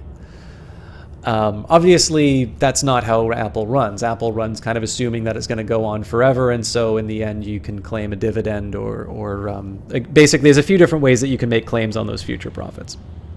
But if Apple doesn't have profits, if instead Apple goes bankrupt, then the people who, exactly, Inferno Fowler. Which again is still in its own way a claim on the future profits of the company. Like, I guess the big idea here is that people buy and sell stocks on the assumption that someday in the future, and it may even be after they're dead, because like GE is still, I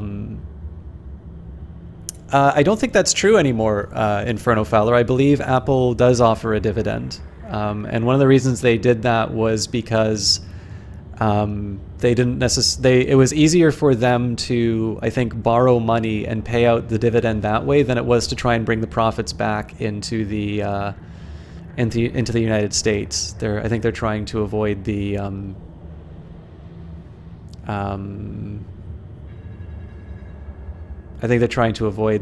taxes. Amazon, though, doesn't pay a dividend. Yeah, I believe they currently pay 57 cents per share. And I think that's a quarterly dividend. But anyway, so dividends is one way. Retained earnings, so you could also take those earnings and reinvest them in the business. And the idea is that sometime in the future, either they'll pay a dividend, or as Inferno says, they'll sell up the business and they'll pass it off. But basically, people who are buying and selling shares of a company are expecting that the company is going to be returning that money to them at some point in the future. Otherwise, nobody would buy it, right? Nobody would buy an asset that they think is going to produce $0 for them in the future.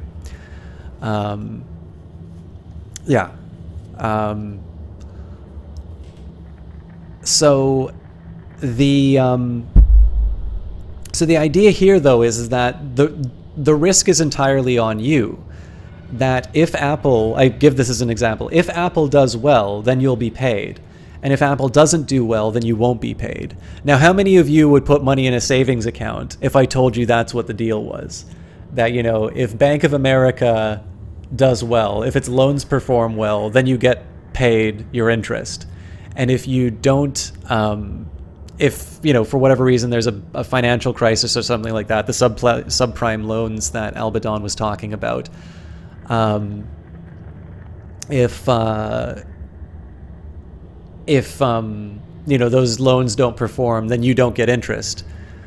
Well, that's, I'm going to guess probably maybe you guys would put some money in a savings account, but you probably wouldn't put as much as you have right now, right? You're putting it in there because there's a sort of a guarantee in terms of what you're going to be getting back, even if it's a small amount.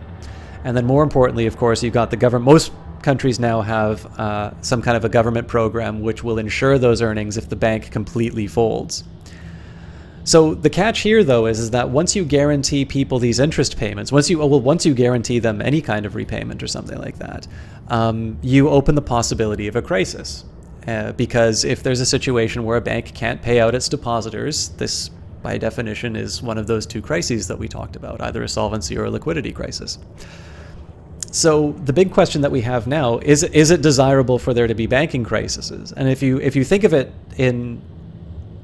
from the perspective of saying how important is finance and how important is it that sort of students and businesses and people like that are able to finance what they're doing, to be able to take money from the future, or basically the people who don't, who have money and don't have a use for it, to make that connection to the people who need money and don't currently have it. If you think that's an important task, then you want to maximize the amount that people are engaging in that. And the way that you do that is give them a guarantee. But by giving them that guarantee, you now allow for crisis in the financial sector. And so the funny thing is that there's actually a socially desirable level of financial crises, or at least the potential for financial crises. Because if you give this guaranteed, this stock only, this equity only vision of banking that I just presented to you, then probably you're going to invest less. You're probably not going to put as much in your savings account because you don't want to lose that money. But of course, because we know that as a society we benefit more from lending and borrowing, then we're going to be able to we're basically going to be able to accept that there will definitely be this volatility in terms of financial institutions, but this is better than sort of putting an impediment in terms of people being able to achieve it. And of course, you only need to look at the Renaissance to see how much wealth is generated from that and how well things go. In terms of Islamic finance, there's also a prohibition against insurance. Some people feel that insurance is not acceptable because it is gambling against the future, whereas some scholars will justify it by saying that for an individual case it is correct. However, if you aggregate up, you can sort of say, like, I don't necessarily know, so I don't know if one of you, I can't say, Albadon, you're going to get cancer, right? But let's say I had thousands of followers, I could say there's, with some certain degree of probability, X number of you are going to get cancer. That's basically what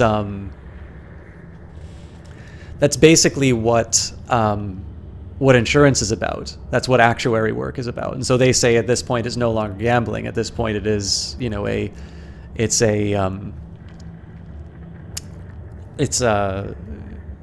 sort of a well-studied, almost a scientific kind of a proposition.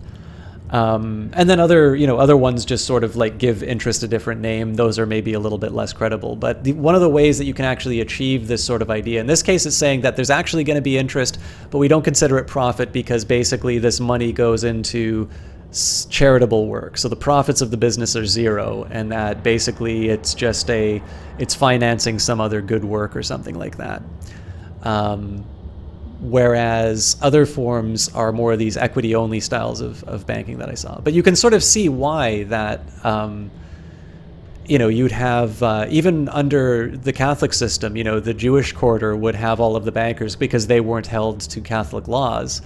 And in the end, people found it necessary. So it's actually very hard to find examples, even though people have these moral beliefs about interest and whether or not it's moral. There's usually always been some segment of society that's been able to borrow and lend. Although there's always more borrowers than lenders, the lenders tend to be hated, and so you tend to see that group persecuted quite a bit as well. How are you doing, Melee Mage? Anyways, I hope that was interesting for you guys. I know that was a bit of a longer rant, but I bet you never thought you could get so much out of a banking clip in Assassin's Creed. Heralds, proclamations, local laws, news, market days, and advertisements were all called out by heralds, since many people in the 16th century could not read. In Ottoman Constantinople, heralds were joined by their cousins, the muezzin, the criers who stand atop minarets and perform their daily crawls to prayer.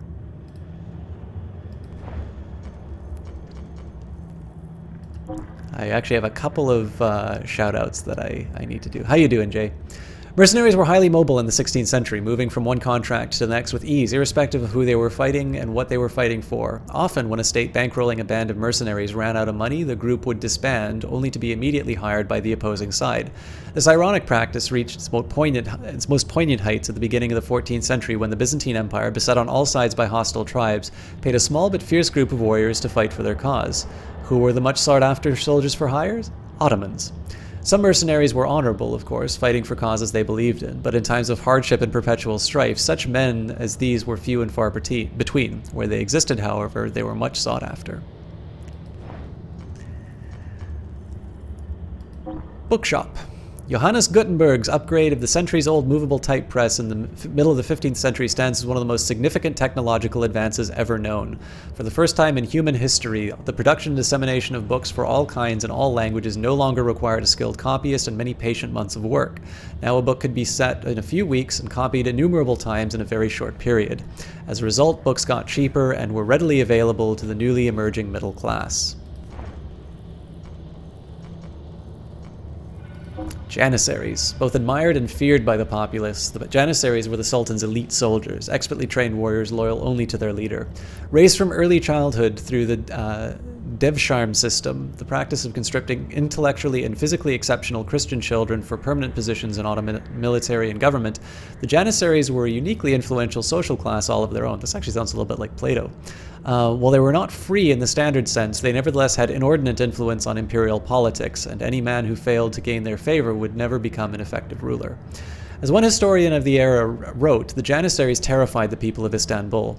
Above all, don't let any of your people get into quarrels with the Janissaries, the port functionaries advised foreign ambassadors, because we would be quite unable to do anything for you or for them. When bands of Janissaries entered a district, the shopkeepers immediately shut up shop. It was usually impossible to stop them ransacking a city after it had surrendered.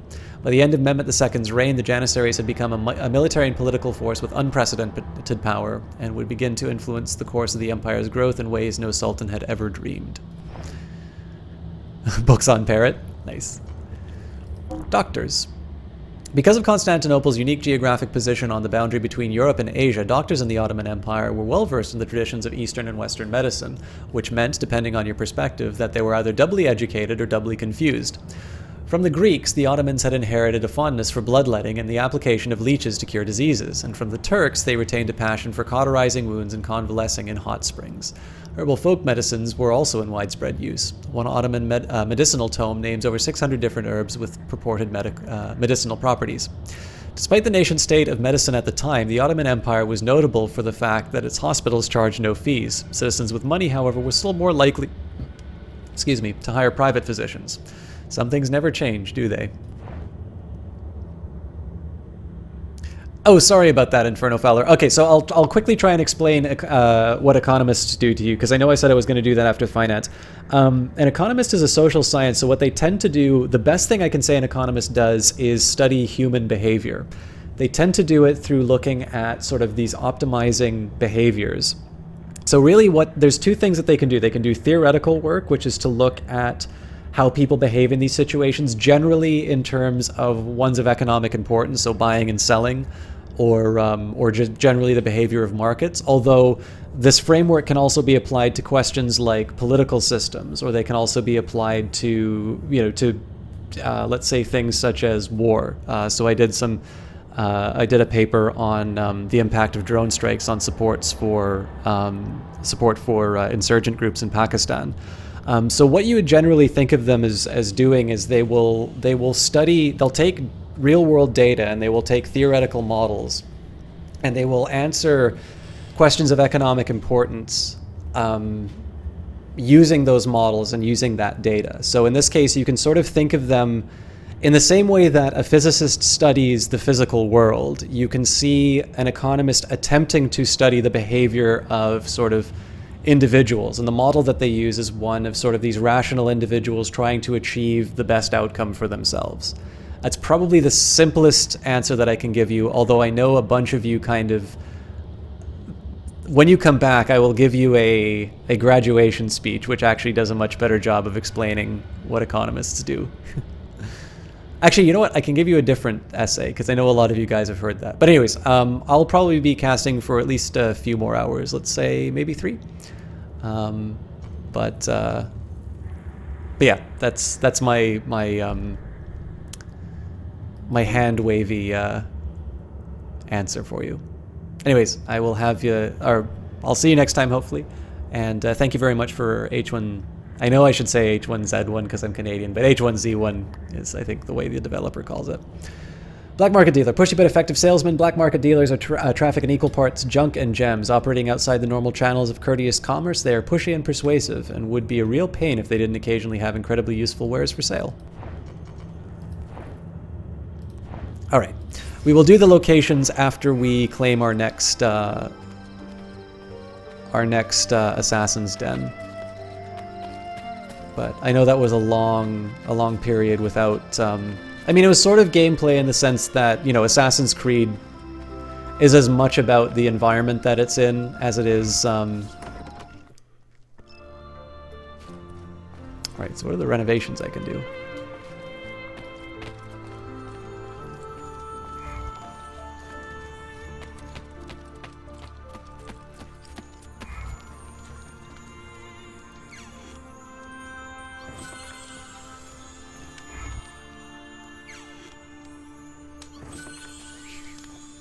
We did, Johnny.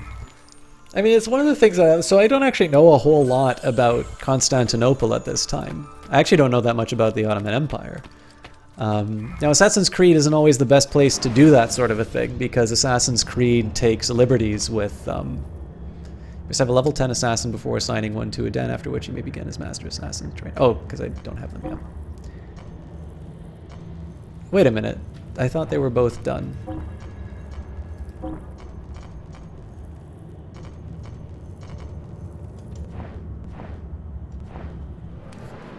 All right. Nothing for me to do, although I can recruit a new guy.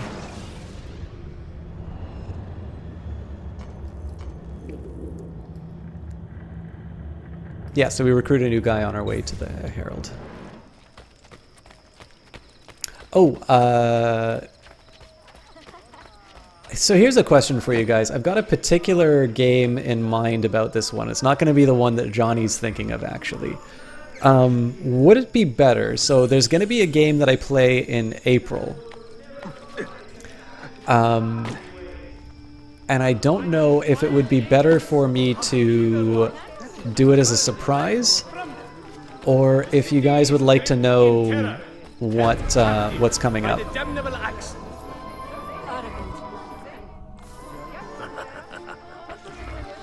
How you doing, Duke Hellblade? Sightings of Prince Selim in Kefes during February. You there, hello, can you help me? What is troubling you, amigo? There is a mad woman in this district putting curses on people with little silver coins. Curses? Well, not curses exactly, but old Byzantine coins. She is sneaking them into our pockets while our heads are turned. And I do not find it funny. Duke Hellblade, we're probably only on the second major memory. It's pretty early on into the game. Surprise is more fun? Okay, sounds good. Keep your leggings on. I will have a look.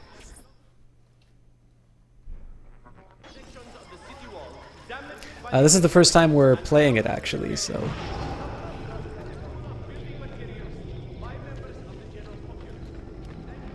One of the things is I tend to talk a little bit about sort of the... maybe not the history, but I tend to talk a bit about... Press shift while running to perform a hook sweep. Yeah. Quite a trick you have there. Sleeping worthless coins into men's pockets. Have you ever been caught? Not once. Although I have, on occasion, taken money as well. But only to feed myself. Why do you not put that trick to better use? Fight with the assassins. Work for a just cause. Well, it would be nice to be part of something larger than myself. Evet, I will fight with you. Well, that was easy. But yeah, Duke Hellblade, I thought, so I've played the first two of the Assassin's Creed 2 series, and then I've played the original game. I have a few others. I don't know if I'll be doing them all kind of in sequence, one after the other, or if I'll take a break in between games, but this seemed like a good one to start with anyway, because I know it kind of brings together all the threads from both the Ezio and the Altair storylines, so I think it makes it, that kind of commends it. Hey, Jeff the Hef, how you doing? You know, we should get some shoutouts out of the way too. So Melee Mage is a caster who I know from Vancouver, and then we also have Jesse Quill in chat. We've also got Johnny Big Time, who I gave a little bit of a shout out for, as well as Leatu. So Jessie Quill is probably actually the one you really should talk with if you guys like Assassin's Creed. She did a wonderful Assassin's Creed cast where she also cosplayed. She shared, I think, some of the clips from that, if memory serves, last cast. I think we'll do more... I always tend to like having sort of combat-oriented characters. Although he does have a heavy weapon. Oh well, too late. Spent the point.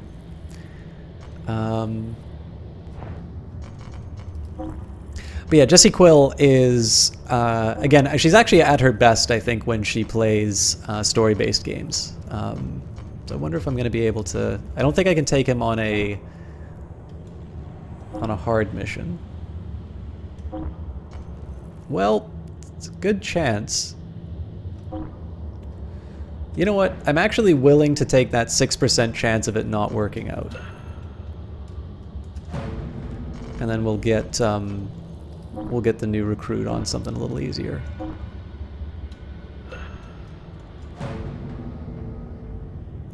You like casting AC a lot, mostly because your dad got banned doing it. But Jessie Quill, like I said, is really at her best, I think, when she does story-based games, because she's got a background in psychology, although she does work in IT, and certainly has got... her education was both was actually both related to IT and psychology. But I think it does give her a perspective, both in terms of communities and sort of the motivations behind the characters inside of games, which you tend not to get from a lot of casters. I think it's one of the things that really... I guess I could say it's one of the big highlights of her cast for me. I'm just trying to think, maybe I can go to the bank and pick up... Yeah, you know what? I'll pick up an assassin on my way to the bank, and then we'll buy up some more income-producing assets. But yeah, she's a really outstanding caster. She both has kind of a sense of people, much better sense of people than I do, which I think is really important because casting tends to be very focused on sort of that relationship between the caster and the viewer. But I think a little bit more importantly, she is able to provide some perspective on the motivations of the character. Ooh. Is this the citizen? Where?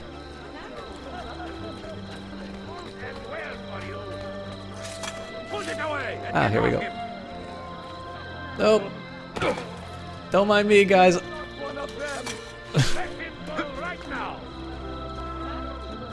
My patient. Oops.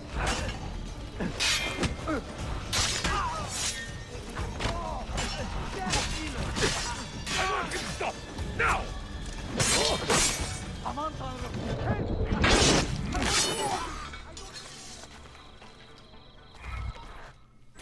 If you respect life and liberty, join our cause. Fight to restore peace to these troubled times. You are an inspiration, Effendi. I will add my voice to this chorus. All right, we still got what we needed. But yeah, so the other thing that's really great about Jess is she's done a good job. So I know a lot of people try and put, I don't even want to argue, almost are trying to put some pressure on her in terms to try and get partnership. But I mean, I always like to say she's one of the streamers who the partners watch. But I mean, she's done a really wonderful job of creating a both a welcoming community, but if I gotta need to be careful in terms of how much I give away on this, but a financially successful cast. It's not easy to do. And she's definitely somebody who I think, if she were particularly interested in doing so, could make a living doing this. I just think that her current IT job is both better paying and probably a better use of her time. Although hopefully we still get a chance to see her cast. But for those of you who definitely like, I don't know, for some of you guys who heard me talk a little bit about Islamic finance and stuff like that, if you want kind of the, let's say the human side of that, and especially somebody who's a little bit better at balancing the gameplay with some of these, let's say some of the, some games like this, Jesse Quill is a really outstanding caster for things like this. He's getting away. I just want to, like, drop on you, sir. Alright, you know what? Screw this. Die! Oh, apparently can't run away. That's fine.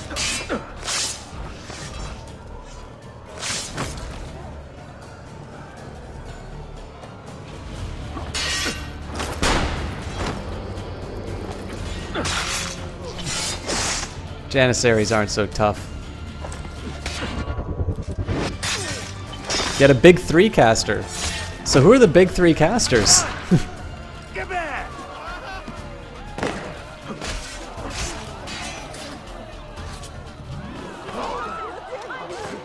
So much for my Herald work. Oh, congratulations, Duke Hellblade. I only did the social sciences, so I always feel a little,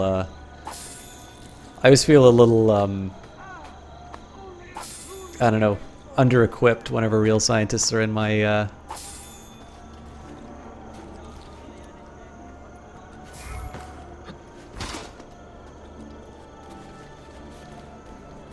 thought there was one other body to loot, but maybe I'm wrong.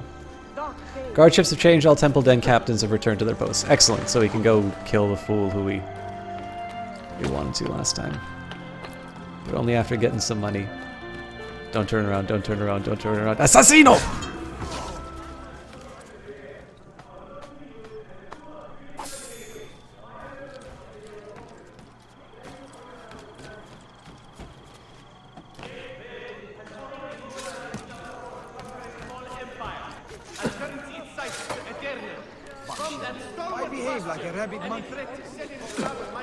Well, I mean, Duke Hellblade, one of the things that I think people tend to notice about their degrees is, like, so there's very few occupations. So if you think of the, even do something like go on LinkedIn and look at all of the look at all of the different jobs that are out there.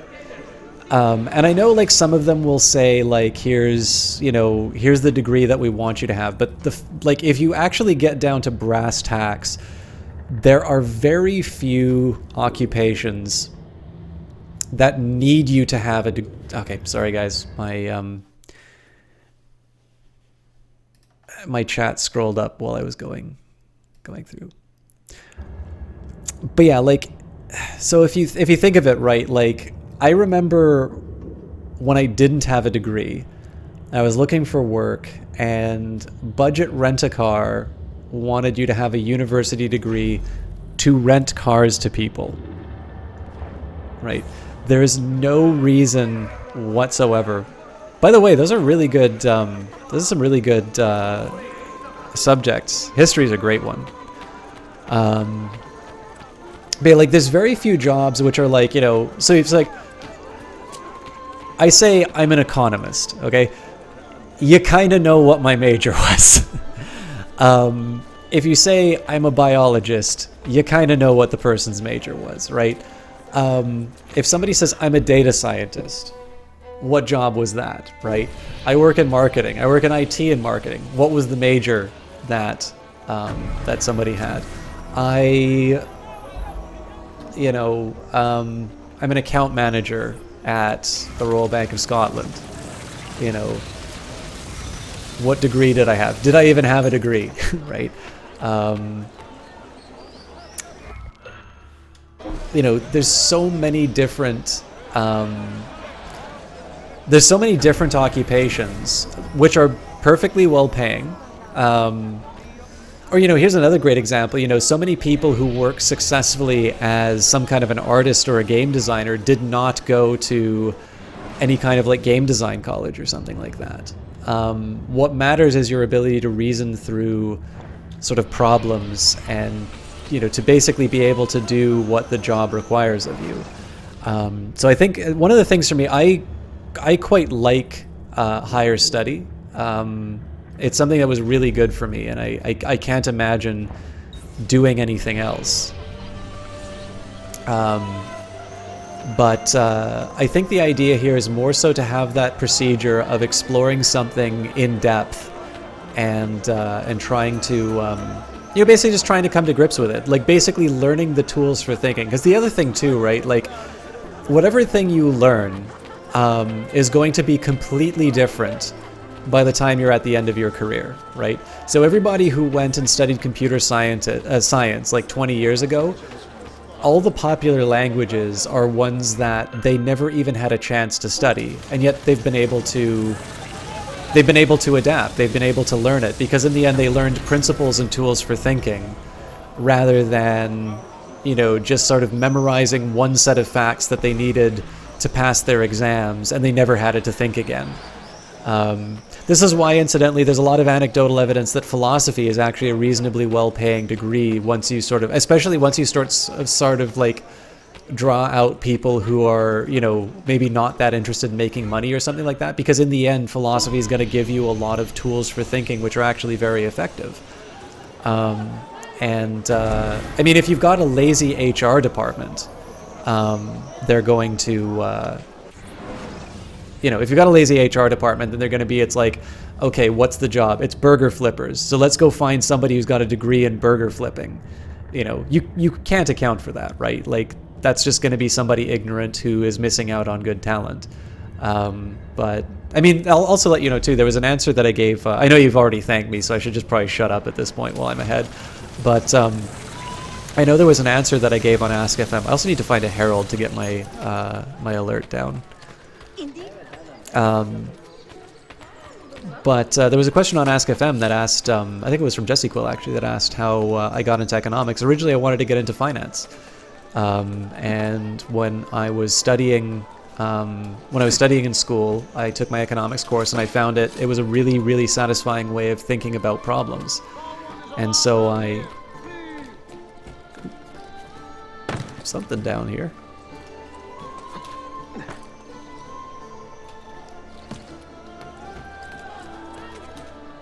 Oh,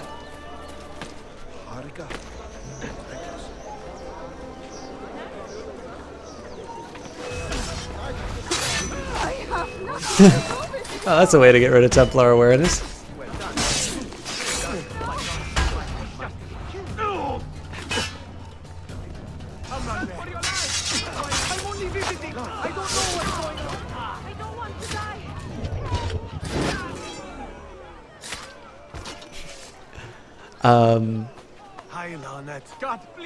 But yeah, philosophy is a relatively well-paying degree just simply because in the end, part of the prerequisites for philosophy are going to be things that require you to learn how to think.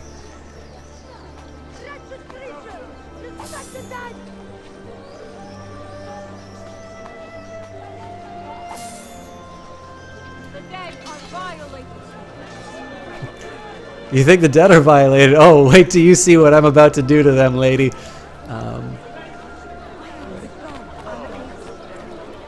I always feel bad when I take damage in this game, but I'm not going to heal it. I'm going to tough it out.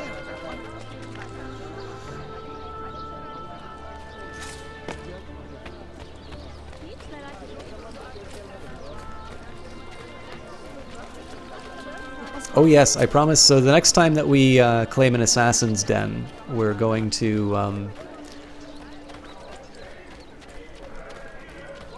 read all these location readouts. These assassins are crazed! Why has he gone?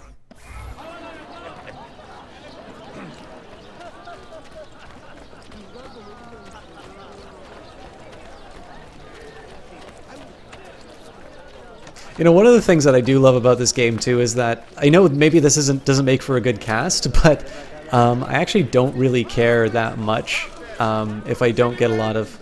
Oh, he's got no audience. How sad. It's actually kind of funny. It's because I think the world is just so well realized, and because it's so interesting to look at. I don't always particularly feel bad about not doing story missions. It's I think this game is just kind of fun to sort of walk through on its own. I think that's also partially by design. Duke Hellblade, thank you very much for that follow. I really appreciate it.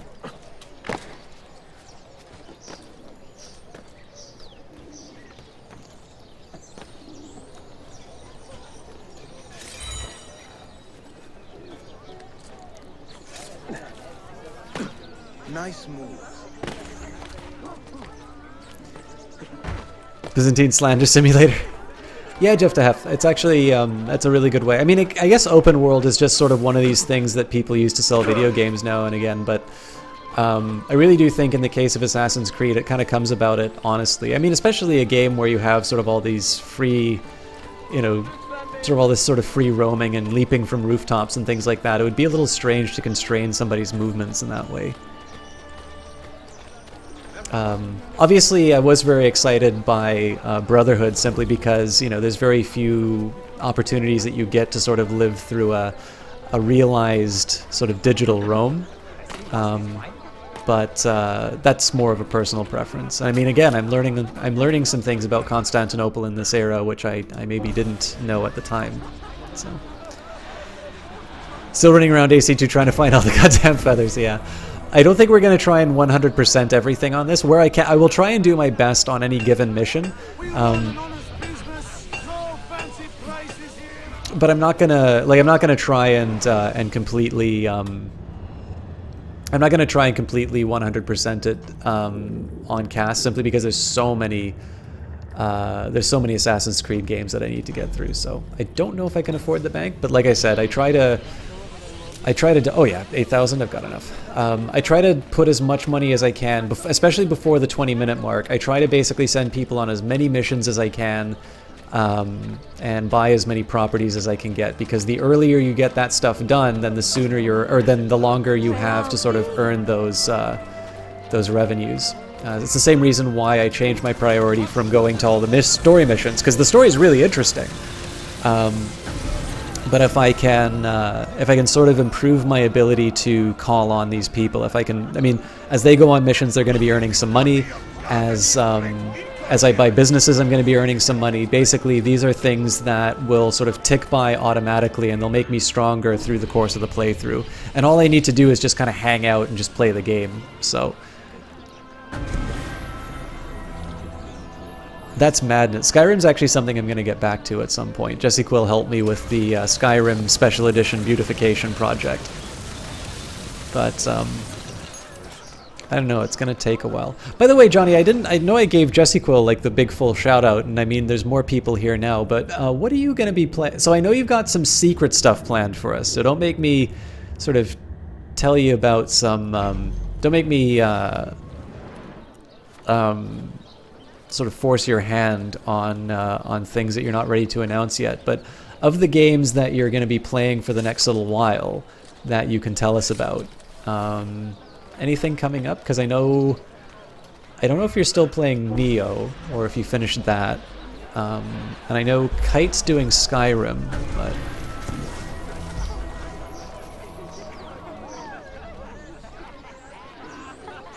I have swamp moss and garlic poultices for fighting halitosis.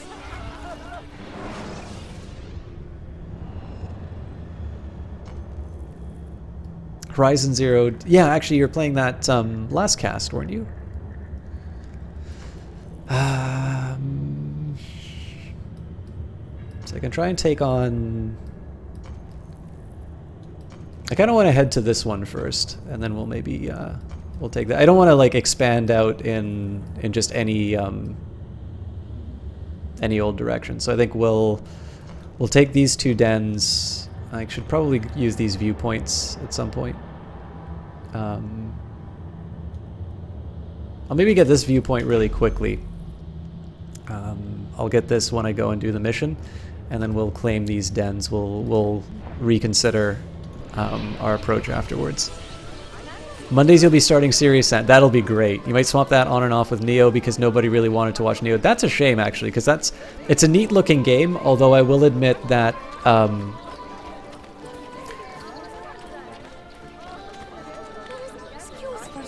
like, so it's fun to watch you play it, but I noticed like when I think about the time that I sat down and like I had to watch what you were doing, there were probably some fewer points where I felt like I had to drop whatever else I had planned.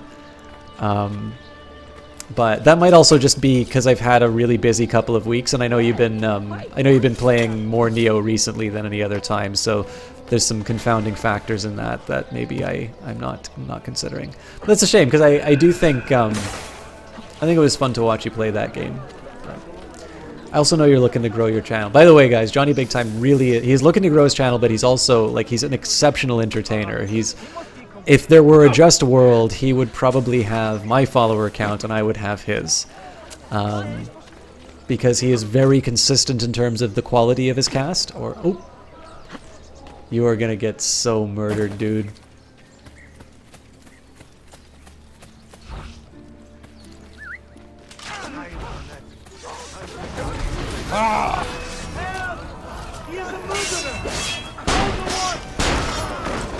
Oh my god, I'm a badass.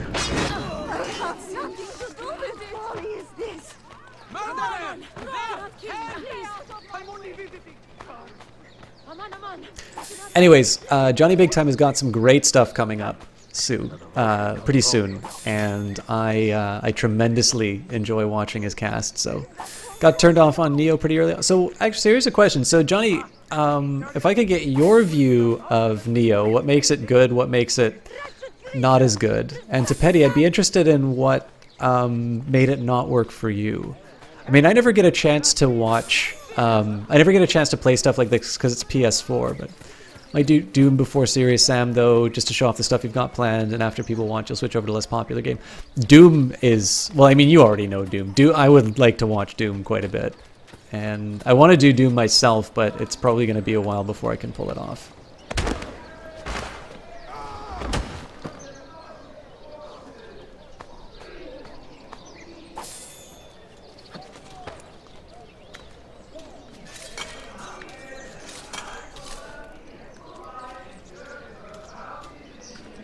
Yeah, Johnny, I mean, the thing that I love the most about sort of the recent kind of like we're plundering the 90s style remakes is that they have not felt beholden to, oh, I really want to murder this guy. Maybe on my way down. they don't feel like they're beholden to play the way the original was, because the original was still made at a time when people are still figuring out how video games work.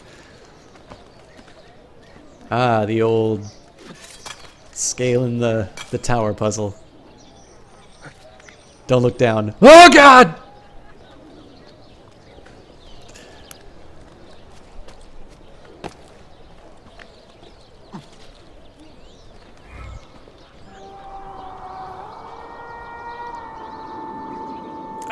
But yeah, so they're taking sort of the modern, they're sort of taking the modern developments of games that make them good, but not so much so that like it's completely unrecognizable. Like there's a reason why the thing is still called like Doom or Wolfenstein. So I feel like Dark Souls really similar, but it's a bit faster.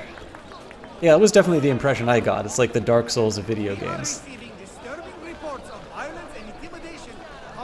Oh, Subject Panic, Dark Souls. You know how much I like Dark Souls. It's really good. And we're trying to convince Jesse Quill to play Dark Souls on stream.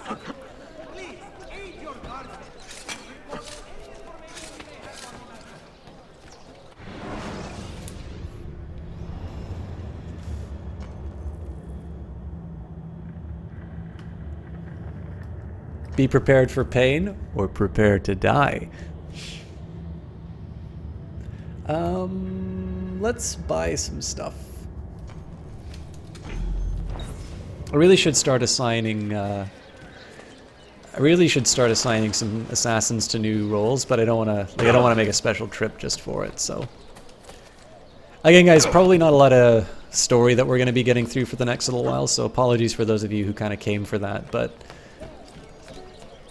I don't know, we had a rough start for the first 2 times we did Assassin's Creed, so it's not necessarily the end of the world to just to do a lighter run of it. And oops, no harm, no foul. But I don't know, if we get it out of the way now, then we don't have to do it at any other point. How you doing, Vanguard Master?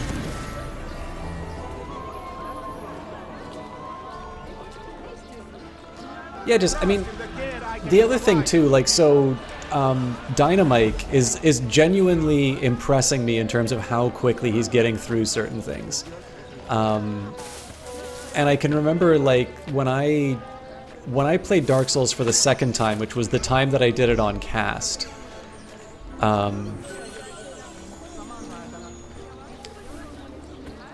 like, I remember there were some parts that were trivial for me the first time, or the second time that I did it. But then there were also some parts that were really difficult compared to the first time. So honestly, I just think that different challenges present different difficulties for certain play styles. So well, see, this is the funny thing though, Jess, because there's other points where like just this boneheaded stuff happens that winds up killing him. So even then, like, he's good at the game. I think one of the biggest things about, and this is not to take away from Mike, but I think one of the things that's funny about Mike is that the things that he has difficulty with are things that some people find trivial in the game. And some of the things that people find very difficult are actually ones that he figures out pretty early on.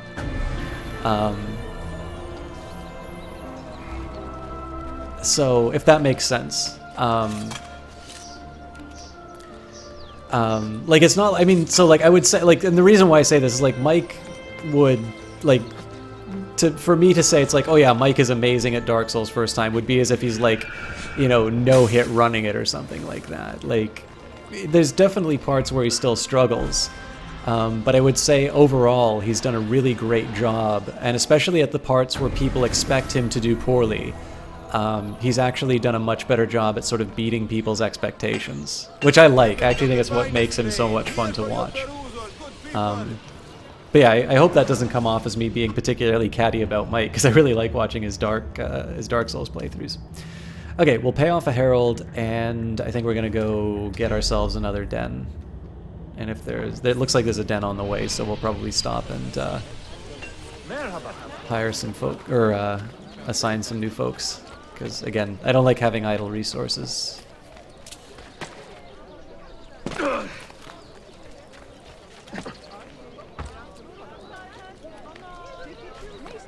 Hey, I can assign people here.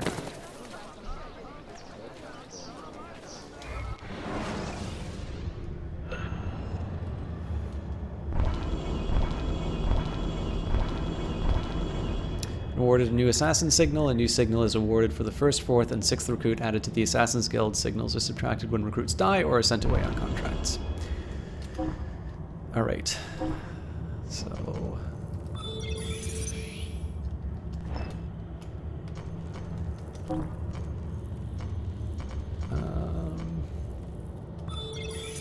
give him combat focus. Looks like he's still on the Little Prince, so...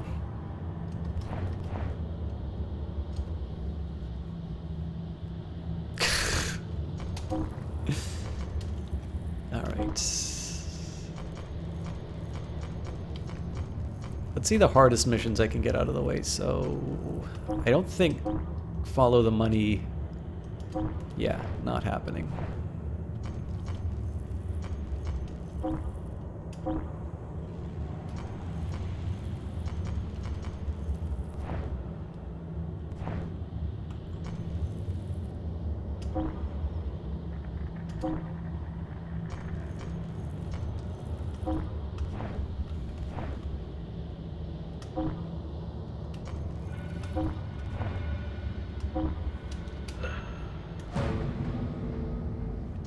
Attending a banquet sounds like your kind of mission. Again, if I can, just try and get individual units out on missions. So I don't like a 64% chance. We'll see if we can find something a little simpler. Well, those aren't going to work, so we'll move him to Athens, I think. We should be able to get a plan to list. Oh, you know what? It's because it's looking for a particular kind of assassin. I should have paid attention to that.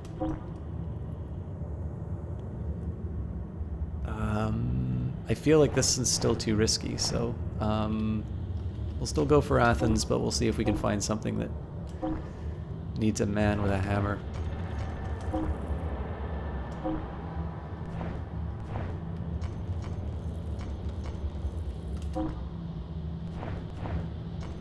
Damascus?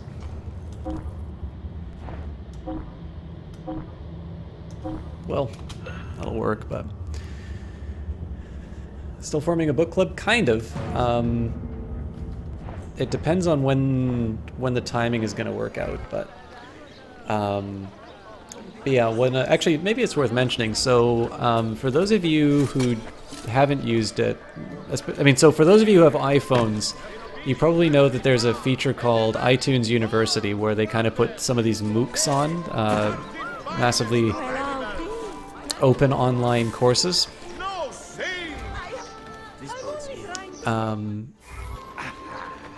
Still hoping SC will do a co-op stream around economics, business intelligence, and data science. I will actually be doing an economics stream again. I know I had said that I was not going to... Oh, somebody's going to try and kill me. Where are you? There he is. I am going to murder the crap out of this guy. Sure. Almost looks real. Where are you? Aha! Alright, not as impressive.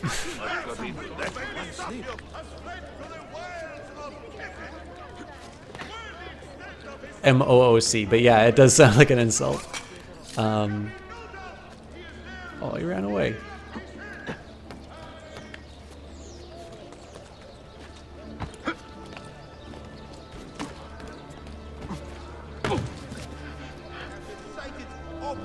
Well, that's what I get for using my health like that.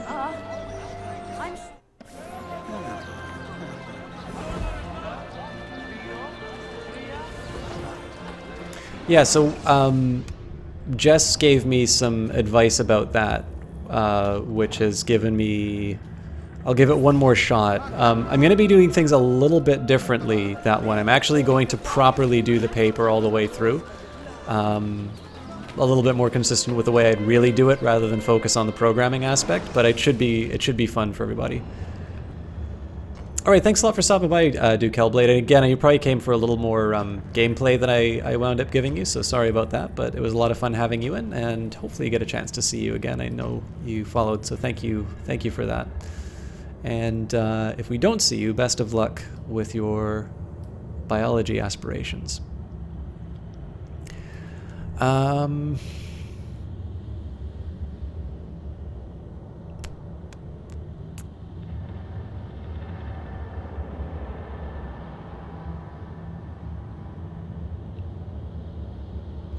think we're just gonna go for our, let's try and get our new den. Gives me more people to make money. Alright. I think that Herald's a dirty trap. Oh, actually I've got a bunch of money too, so before I go and buy more, get more dens, let's buy up more of Constantinople.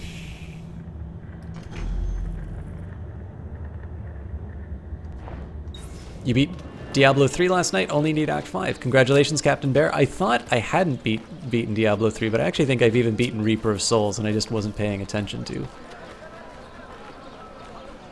Yeah, absolutely, Tapetti. I mean, I talked a couple of times about this. I still think it's incredibly impressive in terms of how they've simplified the controls down to something that's very intuitive and makes your actions look really cool. Again, because it's a computer, and in the end the computer is going to do exactly what you tell it to, it's a necessarily imperfect system. Oh, that's really cool, Johnny Big Time. We should see if we can get a group together, maybe. Because I know I'd still love to do Conan with you and Jess, and if we can get Mike into it, that would be great too. And MD might actually be interested in joining that as well. I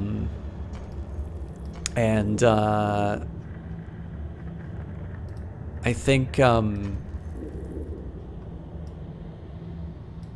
don't think I'm going to be able to afford the Forum of Constantine.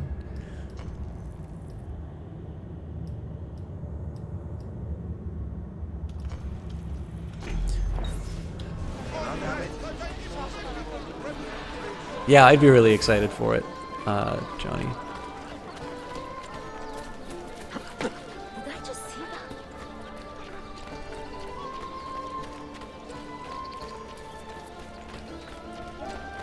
I don't know if you'd want me to play like Conan in character. Yeah, Tapetti, I mean, one of the big things for me, so I obviously got a key from Funcom, which, again, as always, I'm very appreciative of. One of the main things that attracted me to it was that there is a company that has a track record of delivering the goods. So, like, I've played, Broken his leash. I've actually played The Secret World, which I really enjoyed. And Funcom kind of like, they have a business, they have sort of some skin in the game so far as actually delivering on their promises. So, I mean, it may turn out that Conan sucks, but you know that it will leave early access at some point, which is something that I think even at the point for Ark, I think some people are starting to question. Because, like, Ark has gone to this point where they're making DLC with the money that's supposed to be going for developing the full game in early access. Had I known that, I mean, I got it as part of a Humble Bundle, but even then, I would have absolutely dumped the key if I'd known that that's what they were going to do, because I think it's an absolutely disgraceful policy that the Ark people took. So I might actually have money to buy a landmark now, but I don't have a lot of things I can buy until I unlock a new district.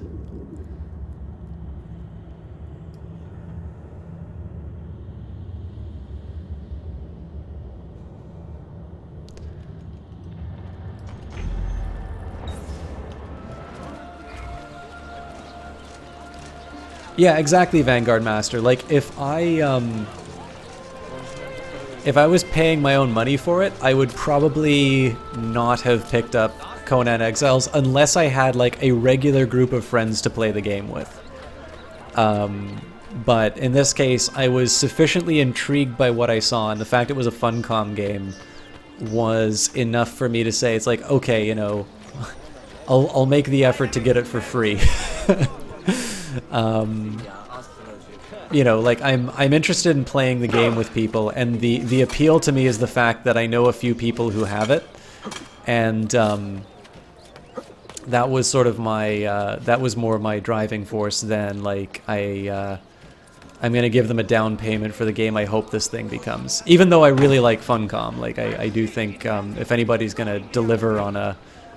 See, actually, I think they have an opportunity here, because if they can be the first one to actually come up with a credible kind of survival game that isn't called Minecraft, that actually sees its way through to the to final development, I actually think they sort of win.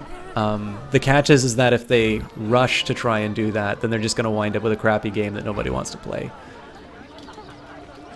To better react to any possible threat, the Sultan, may he live forever, will be leading his force healing services. Alright. I've got assassins who are finishing their missions, and I got nothing to put them on, so let's... If you try solo one of the games, it's not that impossible, it's just very challenging, frustrating. So yeah, I mean, the other thing too is that I think... so like, Terraria gives you something to do. It kind of gives you some progression, which is fun.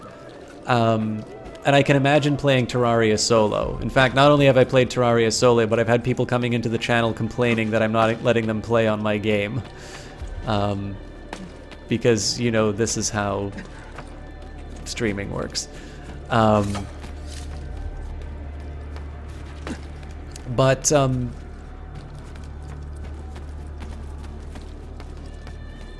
I don't know, like, there's just so much that in these games, and for me at least, that's like, you know, just an arbitrary,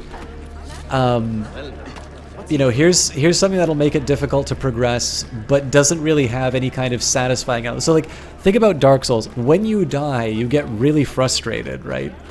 But not so much so that like you feel like the game is not worth the effort. Instead, it becomes something where it's like, okay, I really want to overcome this. And then an arc where it's like, okay, I just lost my body and like all of my items, and I have no idea where to recover it, or there's like a giant Tyrannosaurus Rex sitting beside it. I'm never gonna get that stuff back, and so, you know, the last 6 hours I spent making all this stuff is now erased. And I'm not even gonna get into the fact that players can do this to you, which was where I stopped playing Ark. And then didn't return because of what the developer did, obviously. But I don't know, like to see, you know, to see a set of game mechanics, which basically, like, it takes a persistent world and then applies roguelike mechanics to it, of like, you know, that one, you know, one life sort of principle, basically. That, I don't know, it doesn't work at all. It's not something I'm too excited by. Why am I even streaming a game if I'm not letting viewers get their 5 minutes of fame? They get their 5 minutes of fame by saying annoying stuff in chat, apparently. I just don't really have a better answer for it. Oh, god damn it. Hey, screw you, dude. Kill the coward, the Templar capped. Oh, you know what? He's gonna leave. This is gonna screw up. He won't escape. I quit. This morning's shakedown. Take him now. I love. I'm getting out of here. Don't kill me, please. Mary, forgive me. Yeah, you cowards. I'm out of here. Oh, and I've got broken armor.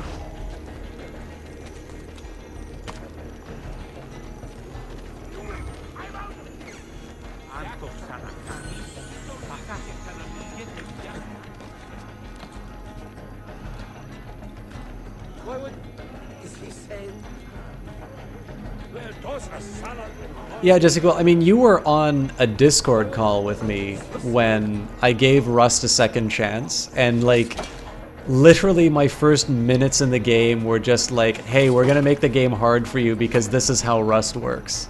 Like other players where it's like, you know, we're deliberately going to antagonize you because this is what Rust is. And it's like, all right, well, I'm sure you've got some other dumbass who's going to play the game. Actually, I don't even feel bad anymore about the fact that I got a free key. Rust sucks.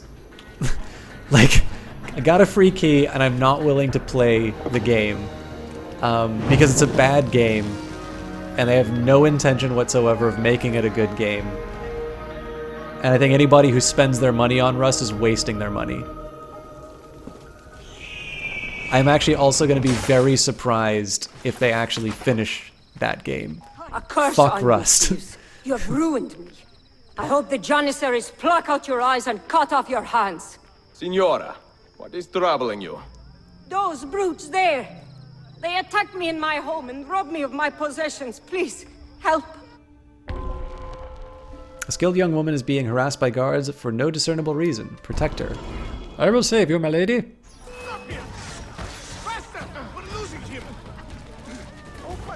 Okay, not exactly how I planned on this for this to go.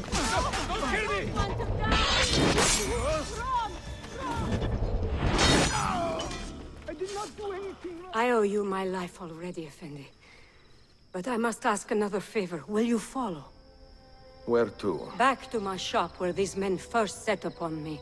I fear they have taken or destroyed everything I own. Lead on.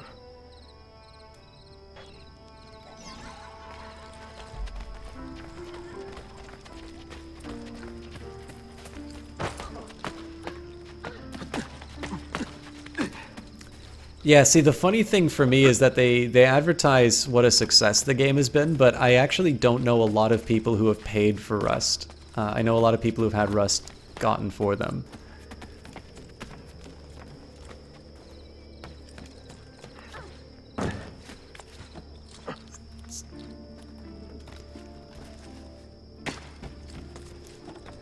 You know, the funny thing about parry to win is that most of the time I've done fencing, I've actually done better when it's an attack parry riposte combo. I tend not to get a lot of, you know, just kind of quick attacks that that just caught the guy so by surprise that I got the point. Usually it would be Here. Out, you damn thief! Get out of my shop!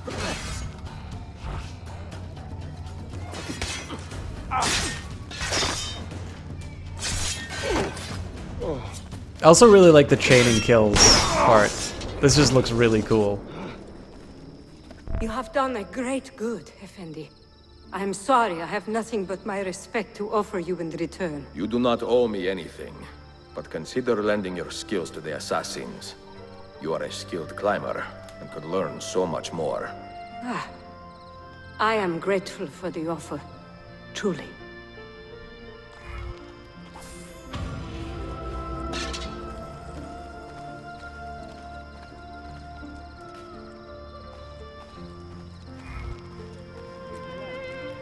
Alright. I think we need to start putting these people on some jobs.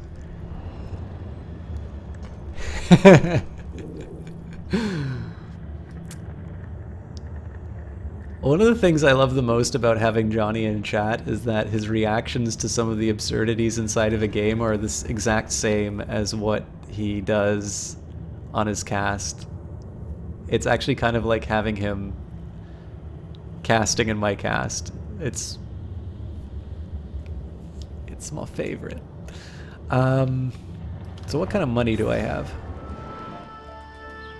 I might be able to buy a bank off of that, and I certainly will if I go to the den. So we'll go to the den, we'll get we'll go to the bank, we'll buy the bank, then go to the bank, and we'll also start putting my assassins to work.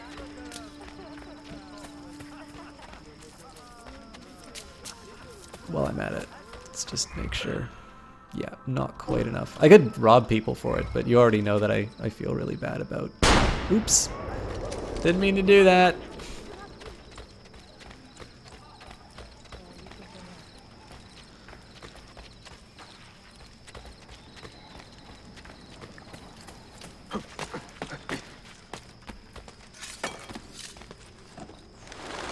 By the way, who was here for the Day of the Tentacle playthrough? There is no excuse for such recklessness.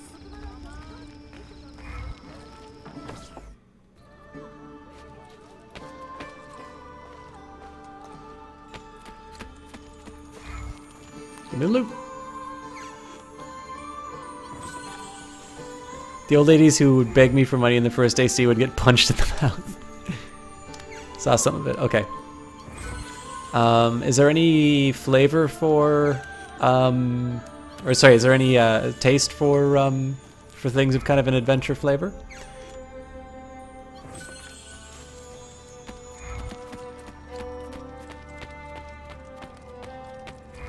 All right, let's find some things for my.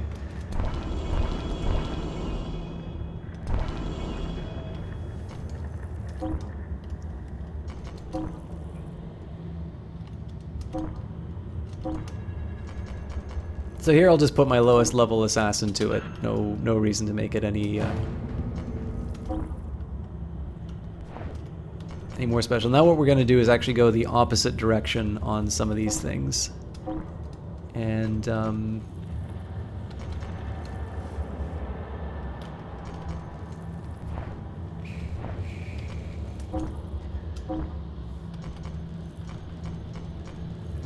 alright, so I got 2 level 5 people. I don't think for this level 4 mission. Alright, I think I'm willing to work with that. 93% is not a, you know, great, but that's a level of risk I'm willing to work with. And then these ones are a little too tough, so I'd probably have to do a little bit more on this, but right now I'm happy just right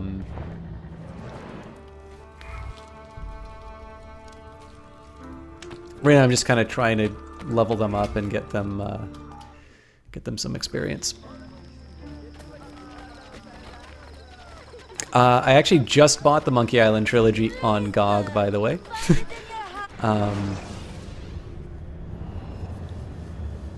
What is the game again? Well, I didn't say what game I'm going to be playing in future. I can show you guys the trailer, but that's why I was asking if you guys wanted a secret or if you wanted me to say what it was.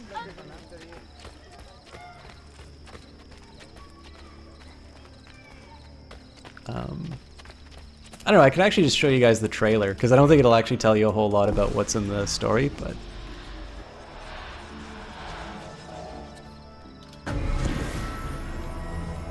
That's funny, EA, because I really like these games. It's why I actually didn't feel bad about doing any more, doing one of the older ones on cast before I did the one that, the most recent one that I own. All your business fare well, friend. Alright. We're loaded! I think I'll just buy what I can in this district, and... You know, I might as well recruit another assassin. We'll go to the bookshop and then we'll recruit an assassin. Priorities, man.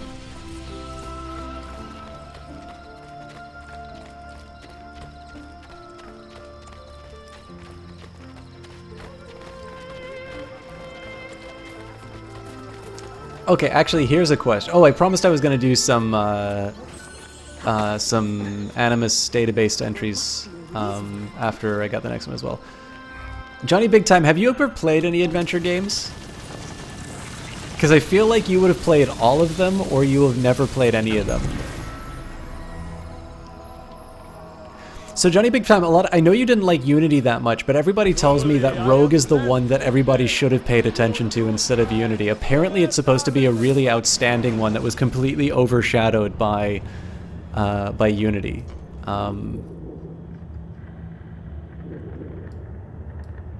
But again, this is hearsay, right? Like, it's entirely possible I'll play Unity and I'll say, this is actually a really good game. I don't know what people are complaining about. The same way that I say I think Dark Souls is actually a pretty good game. I'm sure that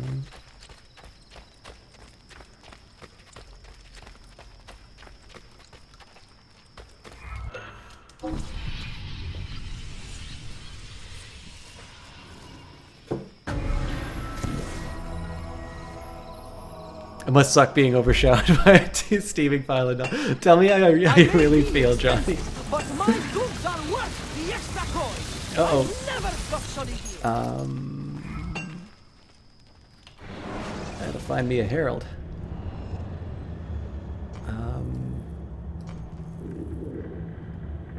I wasn't paying attention at all. Okay, well, you know what? I have to alt tab out anyway.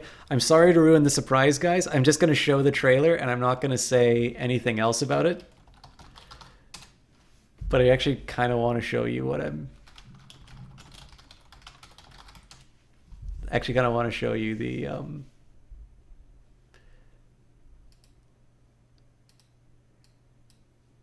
Show you the thing I'm going to be doing. I'm not going to tell you when I'm going to play this.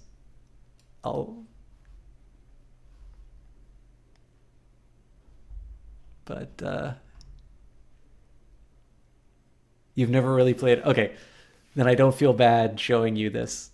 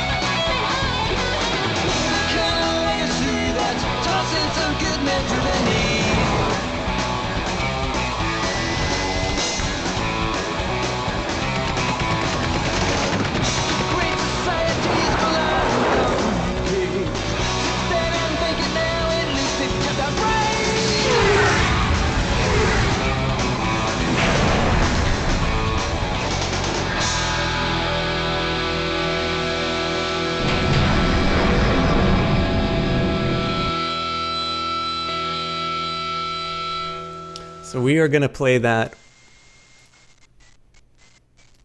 when it gets released.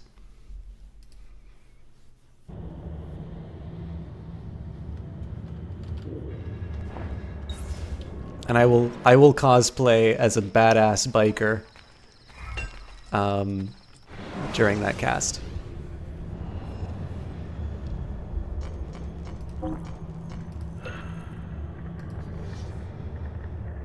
I think so, Johnny Big Time. I think they're a modern. I think they're a modern take on. I think they're a modern take on the old adventure game. I just think that they give you a little. I think the Telltale games tend to give less puzzle solving and a little bit more sort of focus on telling a story. And I don't necessarily think that's to their. I don't necessarily think that's to their disadvantage, although it's maybe a little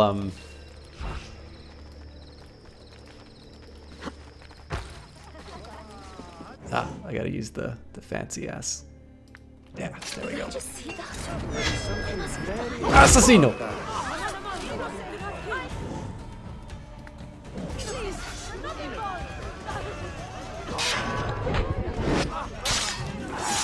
Wolf Among Us is outstanding.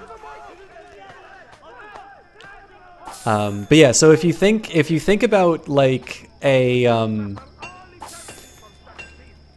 very simple kind of that didn't make my alert go down at all. If you think about a somewhat simplified like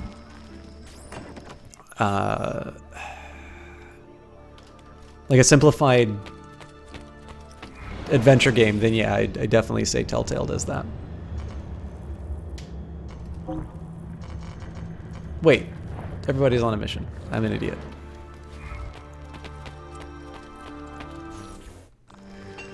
Let's see if I can... You know what, I'll just buy more businesses and hopefully we'll find a herald while we're doing it. Nervous about that one because people love to tell you what to do in those types of games. Yep.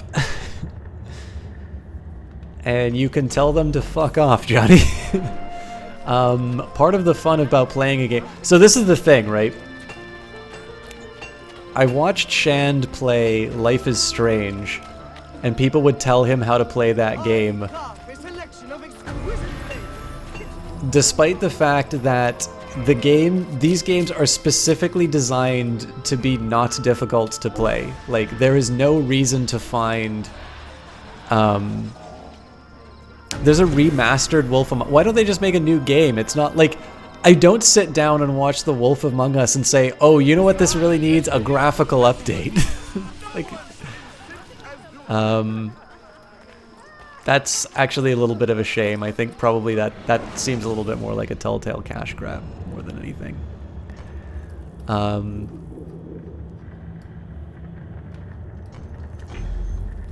But yeah, like there's like the whole point of those games are to experience the story the way that you want to experience it. Like, so Johnny, here's a great example actually. So imagine I told you how to play Soma, right? That every time there was a moral dilemma.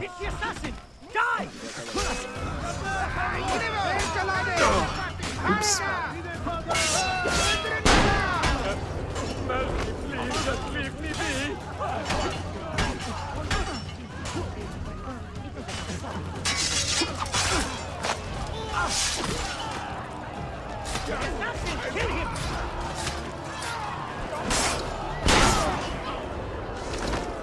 I especially love it when he's stabbing a guy and he uses the gun to kill the other one. I think that's a really cool one. But yeah, like, imagine you'd played Soma and at every point there was a moral dilemma. I told you how you were supposed to play that game. Like, it doesn't make any sense. Like, the decisions that you would make and sort of the way that you react to the very end of that story would be completely meaningless because you had not made your own decisions. And, you know, if that happened on my cast, first of all, I probably would have just, like, quit halfway through. But, like, we wouldn't have had the opportunity to have the conversations of, like, I have no idea why you, you know, why you made that particular decision. But... Come, good people. It is never too late to take care of one's health. Yeah, exactly, Johnny Big Time. So, like, again, like, to me, even if somebody tells you... So there's definitely some decisions that will give you, like, decide whether or not there's a character that's present for the final cutscene. And the way I played it, I did not save every character's life. But that's, you know... I hate to say it, but that's the way the world works. Sometimes you don't solve all the problems.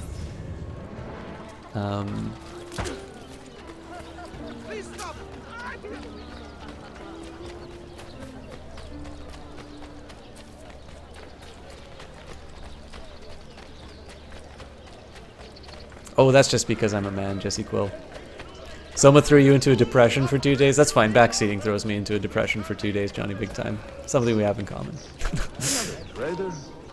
Doesn't look like one. Alright, well, apparently, oh, hang on. Because I don't have the right weapon. Assassino!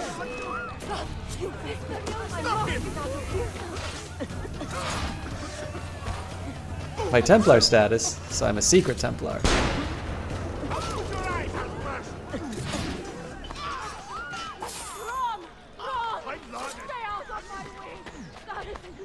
Oh, Subject Panic. Soma is the latest game by Frictional, the guys who made Amnesia.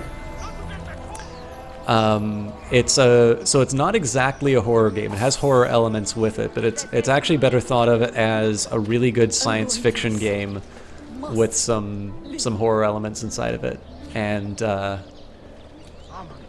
it's really good.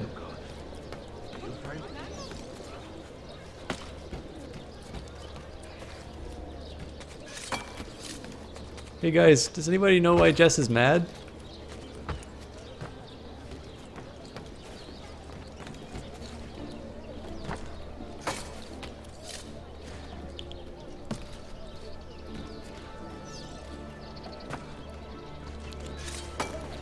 See, I think one of the funny things too, Johnny Big Time, is there's definitely a couple of different ways of reflecting on it, right? Because you can definitely be like really depressed about it, but you can also take something of a life-affirming message from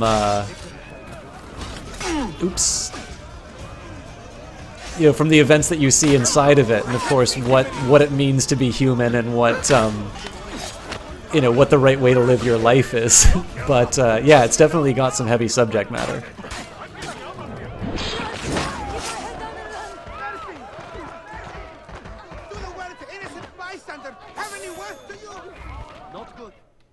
Fight for an honorable cause, Arkadashim. Not just your life. Yeah, those are just other people who are If angry. I can help others as you have helped me, I most certainly will.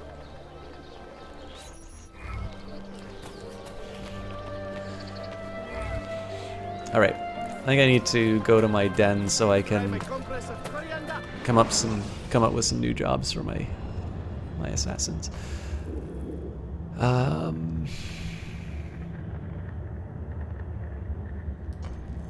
Grab a herald here.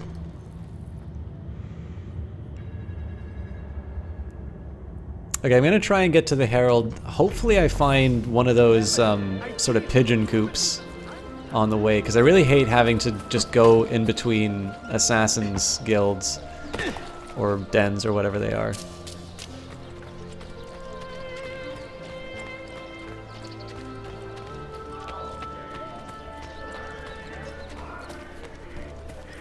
What did someone do? Johnny Big Time, I might have said something not politically correct. You need to understand that Jessie Quill is one of those social justice warriors who's very easily triggered whenever you say things that she disagrees with. And I really enjoy, having her as a mod, and I've sort of learned to try and be a little more accommodating to other people's wrong beliefs. So sometimes I forget that, and she'll remind me.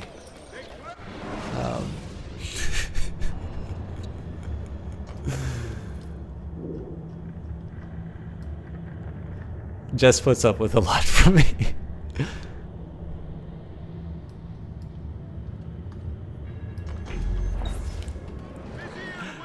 Jess and I spend a lot of time talking off cast about... Do I get beaten up off screen? I can say with absolute certainty that Jess could kick my ass if she wanted to. It is only by virtue of the fact that she is a very nice person that she has not done so already. At least SC is not like that EU Parliament guy. I do not know what EU Parliament guy you're speaking of, Albadon. Would you care to share? Because I don't actually know what that's in reference to.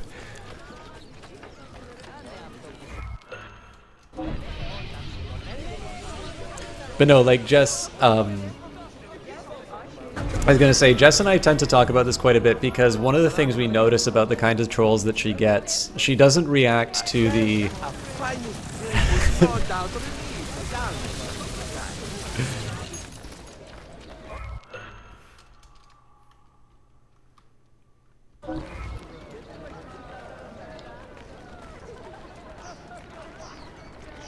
Hey, Pyron Jade! You will try to lure EA into lurkdom so he plays Grim Dawn with me. Guys, I get a very rare opportunity to... There's a guy in the EU Parliament that announced in Parliament that women are the weaker, smaller, less intelligent. Yeah, so this guy clearly was not trying to get noticed. I despise that kind of cheap publicity. I despise the fact that people actually give those guys attention when they say stuff like that, because it is so transparent what they're trying to do. Anyways, guys, I get to shout somebody out who I never get to see that often. A small dust cloud smelling of legal texts.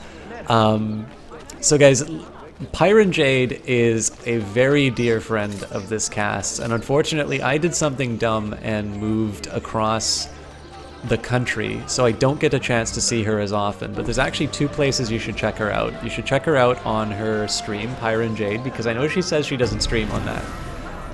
channel very much, but every time that she has, I've really enjoyed it. But the one place that you definitely will see her is on the GOG channel. And actually between her and Outstar Walker, they're probably two of the most charming people that I've seen on GOG. I love it when they get a chance to cast together. I believe they did, the last one I saw, they actually sang Lollipop together, which was a lot of fun. I know Pyron Jade is in school right now, and you get to hear a little bit about the wee ones as well. And but I think most importantly, Pyron Jade was actually somebody who kind of came in while I was doing some more of my classic stuff. She's somebody who's been really good whenever I'm playing a classic game which is on GOG, which obviously this is Ubisoft, so I don't believe is part of the GOG family. Certainly I've had this game for a long time, so it's one of the ones that even if they did have Assassin's Creed, I very likely wouldn't have on GOG. But I would say if you've got somebody who's most directly responsible for this partnership, which I'm really happy with, partnership affiliate, whatever the proper title is, but this relationship with GOG that I've had, right down to shouting out its members, to you know, a lot of these people who have come in as a result of sort of you know, getting to meet these people. I'm thinking of like Outstar Walker and Kilgore Trout and Pyron herself and people from her chat. Really, Pyron is the biggest reason why. So when I did Capitalism 2 and I got hosted by the GOG channel, she was responsible for stuff like that. And the drawback is, of course, because I moved across the country, I don't get a chance to see her as often. So there's some great reasons to watch her channel. I think probably one of my biggest highlights is to watch her play Legend of Grimrock. In fact, when I do a full playthrough of that game, it's actually it'll be because of Pyron that I do that. But I think one of the most important things is to, you know, again, casting is very much about the personality, and Pyron's is one of the best. I can think of nobody who is more caring and more fun to be around, especially at the hours that she casts. She's really a sweetheart in casting, and it's a lot of fun to be able to watch her play the sort of stuff that. You know, it always for some reason kind of winds up on a, oh, I gotta try this at some point kind of list. She always finds time to play stuff like that, and it's always a really great time to watch her do that. So you do have Assassin's Creed on GOG, my bad. And I'd host you if you would let us, but no. Well, for what it's worth, Pyron Jade, I've actually been playing Deus Ex quite a bit, which is my GOG copy. So I've been improving the GOG coverage, but I've also been casting at some times that people are streaming on the proper GOG channel too. So I usually, I've been planning on sort of messaging you when I know that people aren't already occupying that time, but Legend of Grimrock 2 playthrough will continue. It's really just a question of finding a stable slot again. I know that feeling completely, Pyron. Anyways, guys, I hope that gives you guys some insight in terms of why I'm excited to see Pyron Jade in the channel. I don't get a chance to see her very often, and every time I do, it's a lot of fun having her in, and it's definitely a lot of fun to be able to catch her streams whenever I see them. Oh, that would be wonderful, Pyron. If ever there's a time that we're able to get some work in. I should also probably find a proper game to play. That way I can't escape, yeah. Does this amuse you? Leave at once!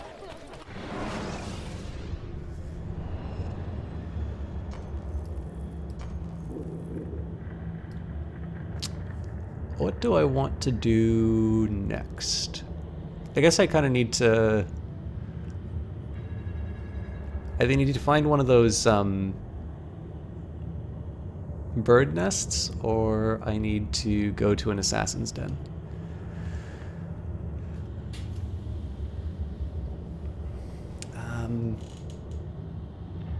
Okay, you know what? I'm actually going to carry on with the mission, and... Oh no, hang on. I said I was going to get more assassins.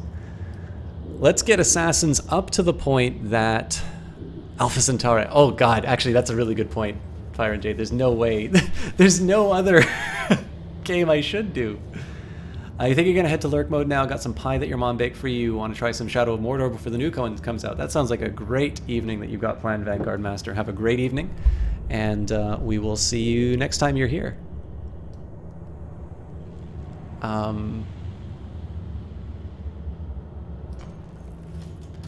Yeah, so, you know what, here's what we'll do. We'll get as many dens as we can that are... we'll get as many dens as we can that are sort of immediately beside my area. So for instance, taking this den, we'll take it. Taking this den, we can go... Oh god, that actually commits me to taking a lot of... Okay, screw it, we'll just get all the dens. I think we're already... Are you guys okay with this? We'll maybe do some of we'll read some of the database entries. Or would you guys like to see a little bit more story while I'm unlocking these dens? Because it's maybe taking a little bit longer than I anticipated, but... I'm also kind of enjoying just floundering around like an idiot.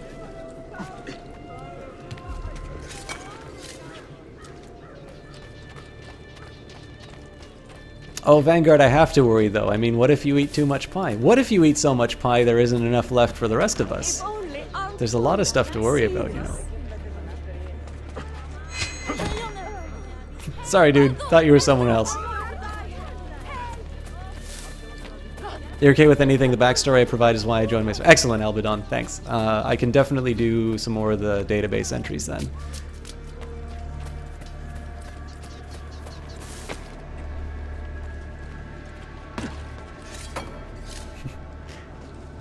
Jeff is way too kind.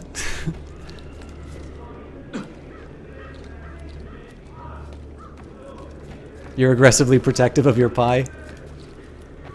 Alright, chat. We're gonna talk about communism. If I bake a pie, isn't it mine to enjoy? No, says the parasite.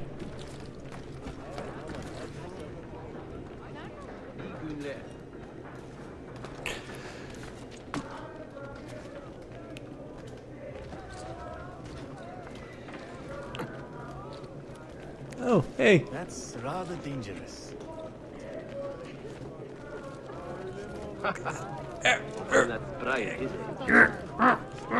Alright. Assassino! So actually, Jess can tell you I can put a Twitter war over Pi Day?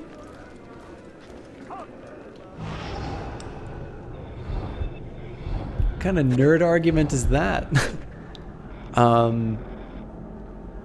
No, I actually did something on Facebook for Pi Day that I thought was like very accessible to people, but oh god, the Tau thing.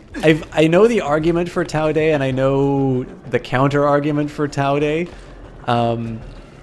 I think Pi is just kind of what we've got. I don't necessarily think there's anything too bad with just staying with what we with what we have. I think in the end, what the difference is that there's the argument for Tau Day focuses on sort of the arguments against Pi. And then what's Tau? So Johnny Big Time, there is, if you think about Pi from certain, I don't even think mathematical properties, but kind of what it's used for, there are a lot of times where it's actually better to multiply it by 2. And this actually happens a lot at times when you want to use Pi. And so what some people have recommended is a different number called Tau, which is basically Pi times 2. So instead of like 3.14, it'd be 6.28. And basically kind of, I think it's a really fun essay, and I agree with a lot of the points that it makes on it, but I think kind of the idea is that people get in an argument over Pi and Tau, one sort of to signal that they know they've read the right stuff, and then there's actually somebody, I think there's like a mathematician who wrote no, Pi is the correct constant, and then they sort of give it, so what it sort of, I might be overstating this a little bit, but I think what it kind of comes down to is just choosing one set of maybe negative properties.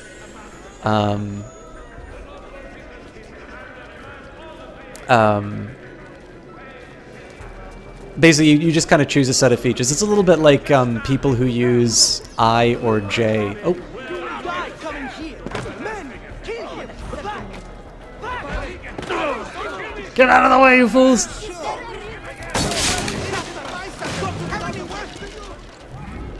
Ah, you motherfucker. God, if you spare me, I will sacrifice too. I kind of screwed that up. Actually, here's a... Who would like to see a neat trick about estimating pi, which is sort of programming? Or should I just stick with Assassin's Creed and failing the missions?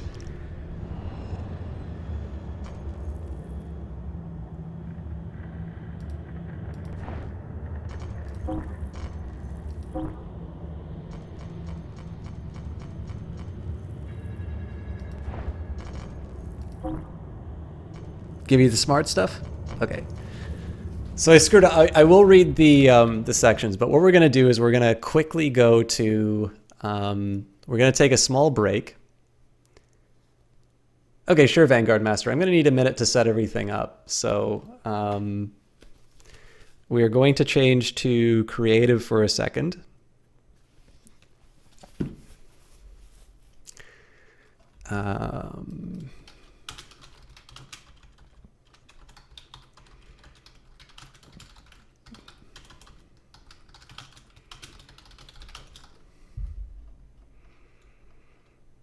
I don't actually think I have Python installed on this partition, but I'll still be able to get this done.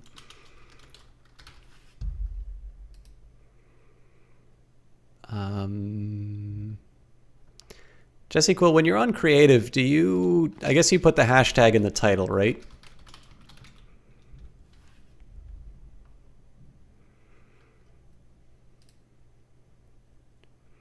All right.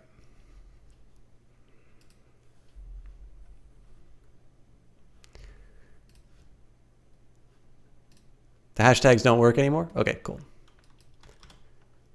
They changed it to the communities. Gotcha.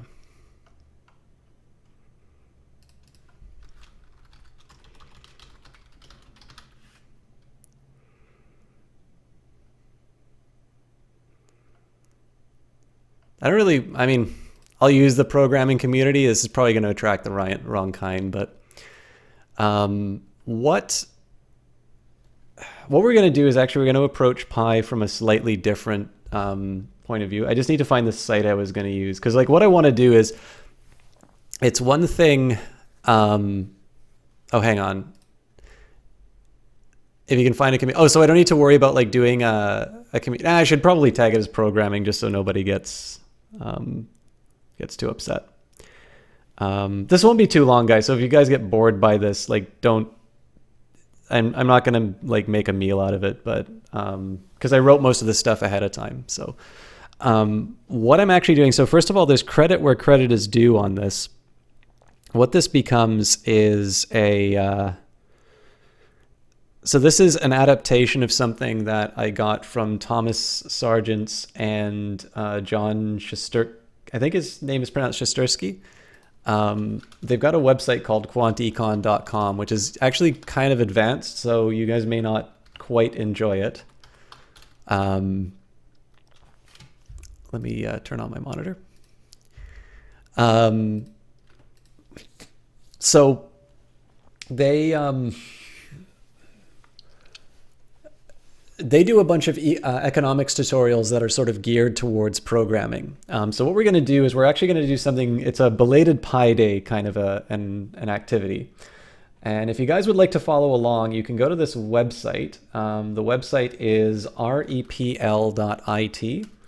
And then you either pick Python 3 or you can go directly to it by going to Languages. Python 3. Now, if you guys already know what Python... Okay, well, that didn't work. LAN... Languages. Oh, for God's sake. LANGUAGES Third time's a charm. All right. This is where we're going to do all our hardcore hacking stuff. All right. So, why am I doing this? What is our job? The idea here is to think about pi. So what is pi? Well, it's a mathematical constant. I think most people know, can at least know the first sort of three, I guess the first digit and then the two decimals. So 3.14 is sort of what everybody remembers from pi. And we use it for a few different things. So if you're calculating something like the area of a circle or whatever, you you use pi. And it's probably the first introduction that people get to something that's known as an irrational number. And actually, I wonder if there's some free, royalty-free music we can use for this. You know what? Oh, I know who we can use.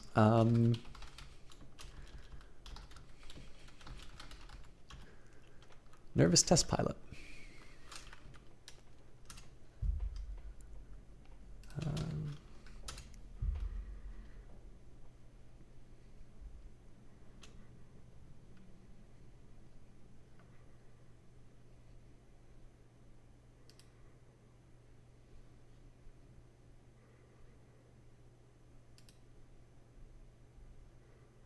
Let's do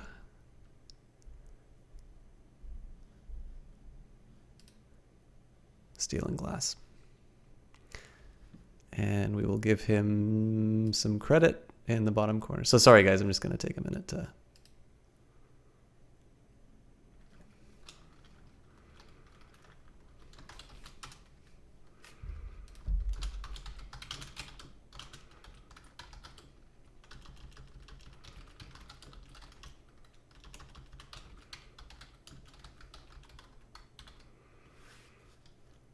I have this on my Mac, but not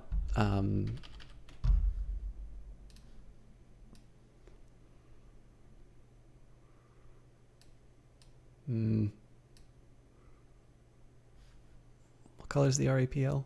Yeah, I thought that was going to be a problem. There we go.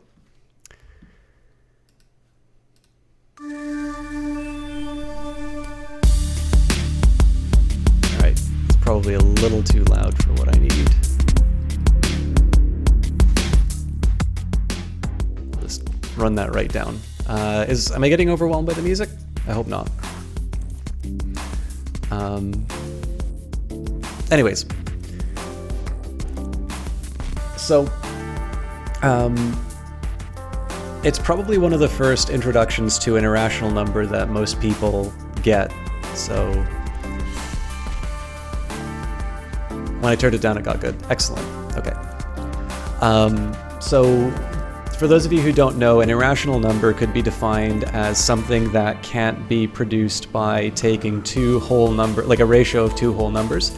Another sort of convention of saying what an irrational number is, it's a number that is an infinite non-repeating decimal.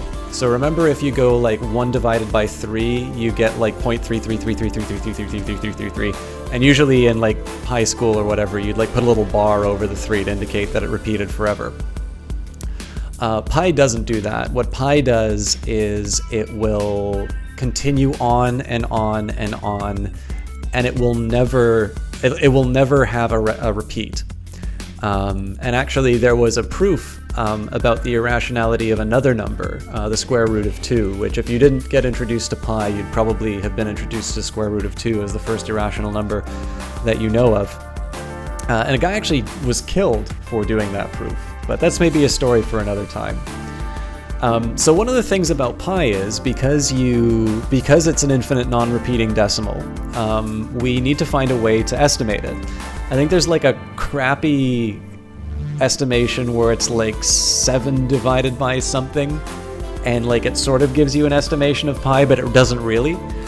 So we're going to try and find a more precise one. Now, in reality, what you can normally do is you can like go into a computer program and type pi, and it'll give you some constant. But what we're going to try and do is we're going to see if we can find we're going to see if we can find a way that we could calculate pi for ourselves. And what we're going to do is we're going to take a little bit of geometry, which you've probably forgotten from school, and we're going to take a little bit of programming, and I'm gonna tell you everything that you need to know, but what I'm also going to do is I'm going to equip you so that any step through this sort of demonstration that I do, you would actually be able to go and check a resource and challenge me on an assumption. So let's, where should I begin? Let's think a little bit about geometry to begin with. We're going to consider a unit square. So what a unit square is, just imagine a square that's 1 unit by 1 unit long. So, or sorry, one unit sort of tall and 1 unit wide. So it could be 1 centimeter, it could be 1 meter. It doesn't really matter the units of measurement. It's just that it's 1 in each direction. And what we're going to do is we're going to draw a circle within that unit square. Okay. So I don't have like a way of drawing immediate. I mean, I could bring up like paint or something like that. Maybe that's not a bad idea. I'll bring it up for reference. Hopefully there's no hardcore pornography that I've forgotten about.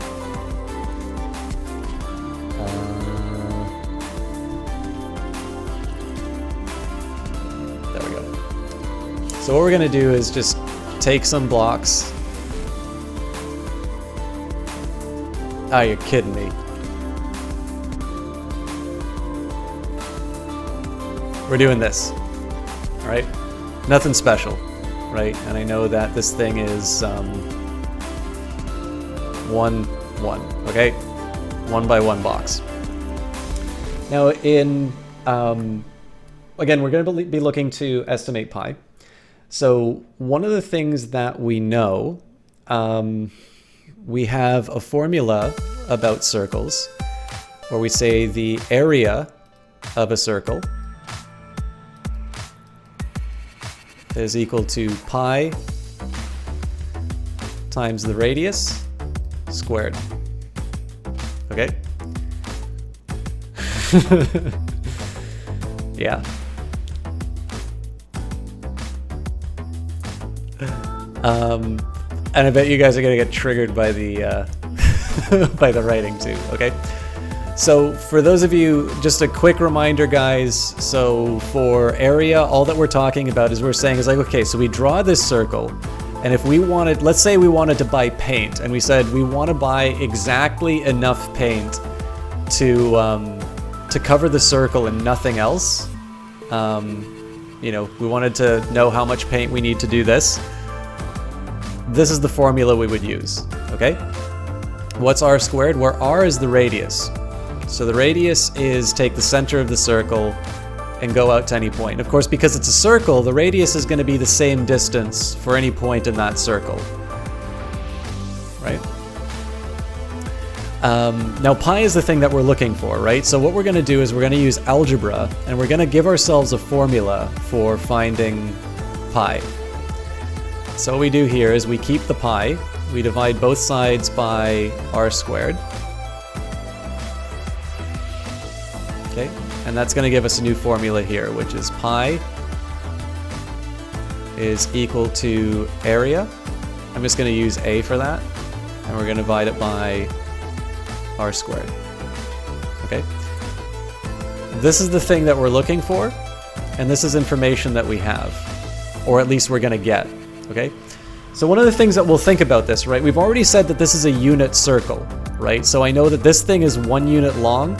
Well, how long is the radius? 0.5, right? If I drew a radius that looks like this, you might have a little bit of difficulty thinking about it, but the radius is going to be the same wherever you draw it. So we already know that r is actually 0.5.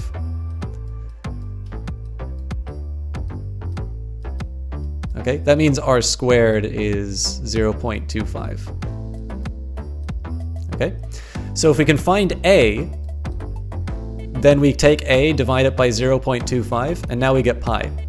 So how are we going to do that? I guess the trick that we need to do here, we're actually going to rely on a computer for this, and this is not necessary. All that we're really doing here is we are we're restating a problem. Normally, like when we do a problem like this, we either don't know the radius or we don't know the area, but we know pi. So what we're doing is we're taking one of these problems and we're rewriting it. So I'm going to introduce something that's a little bit of a complicated idea, and I think the way that we want to sort of work with this is take what I say first, and then I'm going to show you how this idea gets used. Okay? So again, remember we've got a 1x1 unit square here. I'm just going to, I'm only going to keep some of these.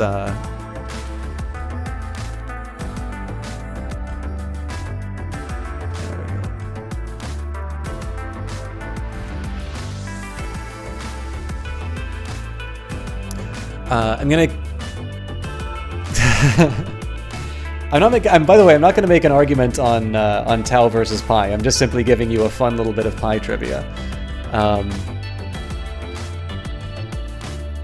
But what I'm going to do here is we're going to rely on something that a computer's really good at. So again, remember, we're only going to be getting an estimate of pi, but it's going to be a really good estimate of pi.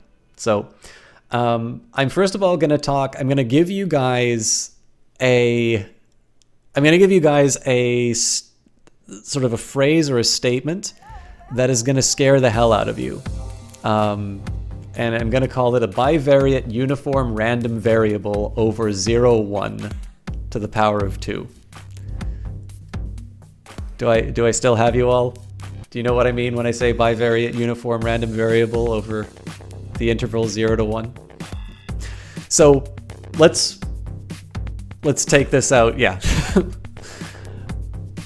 Let's unpack this phrase. So bivariate just means that there's two components, and I'm going to say right now we're going to call these components x and y. Okay? So there's going to be a random number that we pick here from 0 to 1, and there's going to be a random number that we pick here from 0 to 1. Okay? So x, y. All right? So bivariate just means there's two parts. Okay? Uniform means that there's the same chance of me picking a 0 and same chance of me picking a 1 and any point along this line. Okay? There's an equal probability of any of these being picked, right? So it's think of it one way that you can actually talk about sort of like a uniform variable. If you said that you had two integers, 1 and 2,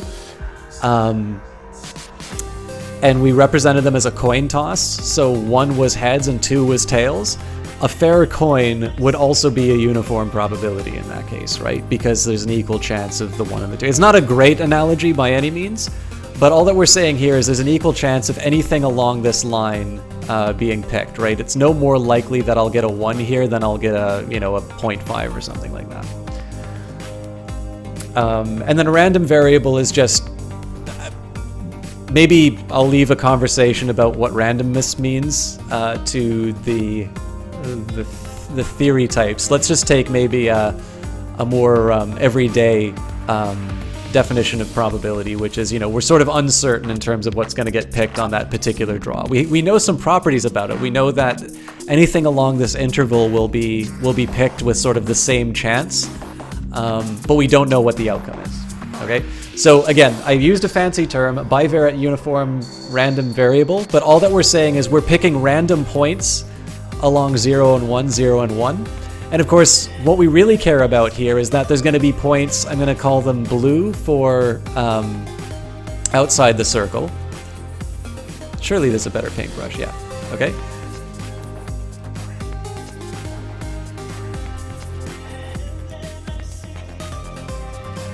And then there's going to be ones that fall inside the circle, right? So every time that we draw from this probability distribution, we're going to get an x and a y, right? So this is one draw from that probability distribution. This is a draw from that probability distribution. All that we're doing here is that we're randomly drawing these different combinations within this square. All right? Now, this is, again, I'm taking a little bit of time to explain this mostly so you guys don't think I'm doing some kind of magic or pulling the wool over your eyes, but this is the thing the computer's going to do for us, which is really nice. So a property of this probability is that if a variable falls within a subset of the unit square, I'm going to explain what this means in a second, then it is equal to its area. Okay? So basically,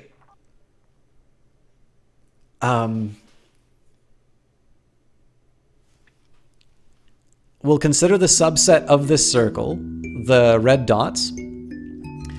Basically, the likelihood, the probability that that this random draw falls inside here is equal to the area of it. And that kind of makes sense, right? Like, if there's an equal chance of something falling outside the circle or inside the circle, then it sort of makes sense that the area is going to be equal to the probability, right? So if I drew a square and I said, what is the likelihood that one of these dots falls within the square that's 1 by 1? Well, it's a 100% probability. And if I said, you know, what is the likelihood of it falling in half the square, right? Well, you'd say, well, it's probably going to be 0.5, right? If you can think of a few different simple examples. And what we've got here is we've got a circle. And what we've said here is we're going to just try and say, okay, what's the likelihood that one of these random things drops within the circle? Well, it's equal to the area of the circle. This gives us something pretty important here, right? So what we're going to do is if we get a whole lot of... So we're going to use a property of random numbers, basically.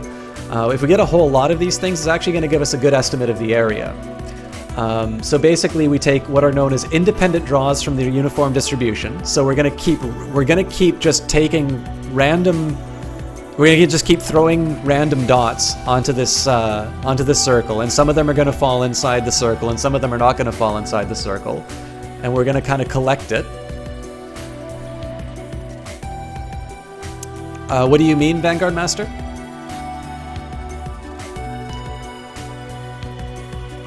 I don't know. You'll see how this works in a second when I bring up the code. So, but basically, the more that we take sort of the draws from the sort of this probability distribution, we're going to get some fraction that sort of fall within, and we're going to get some fraction that falls out of it. And I think I've kind of lost where I am in the argument. I just got to think about the things that I've said about this this circle anyway. But basically, I think what the idea is, we're going to, as long as we track the ones that fall inside the circle and the ones that are just sort of in the square overall, which is obviously going to be all of them, we basically take that fraction, we take the subset, we take sort of the number of draws that we did. And in the end, that's ultimately going to be how we calculate the area. And I think probably it's better that I go to code at this point.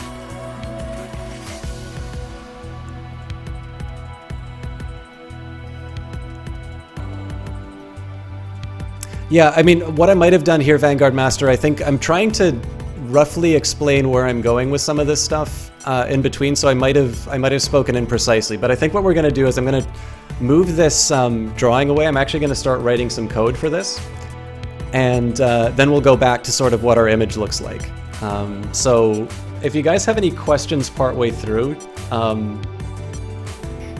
let me know, because I know that explanation this is actually the one part that I have difficulty. The intention here is to try and take somebody who only took geometry in elementary school and sort of build it up from that. I guess there's a little bit of algebra that you need to know as well. But like basically to take somebody who only did like high school level stuff and try to be able to take it up.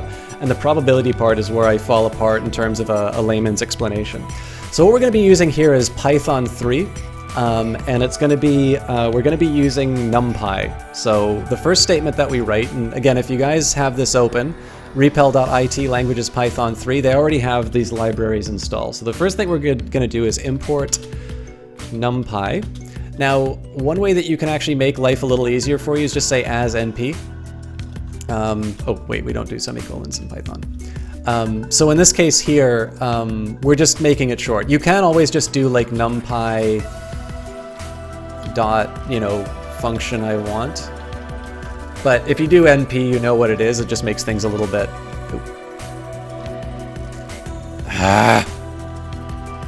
It just makes things a little bit easier for you. Now what we're going to do, remember that when we had this when we had this area we were talking about, we wanted to know which ones fell inside the circle and which ones fell outside. So what we need to do here is count. Okay, and I'm just setting it to 0 because we don't actually have anything that's sort of fallen inside of the... we don't have anything that's fallen inside of the... we don't have anything that's fallen inside of the circle yet, so...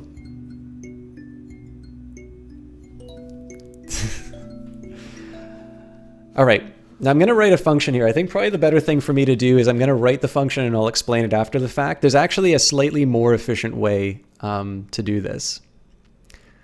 But...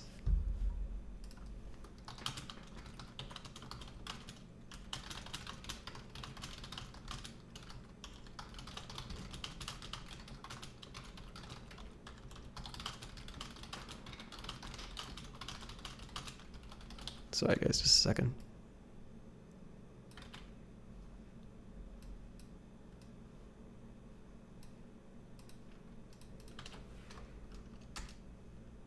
I was hoping I wouldn't exhaust the steel and glass CP, so we'll go back. Let's do Frozen Cortex. Or actually, you know what? He did write music for code. I haven't heard this one yet, so... Alright. Yeah, so I think I'll just write this function. It's a little bit easier for me to do. And then I actually wrote some exposition on this on my Facebook page, so I'll just read what I wrote after the fact. Now, this is maybe not the best coding practice. So normally what you do is you'd assign a variable here, but what I'm trying to do is make it really explicit what I'm doing along the... I'm going to make this like really explicit what I'm doing along the way. So remember that X and Y we were talking about? This is where we're going to be generating these.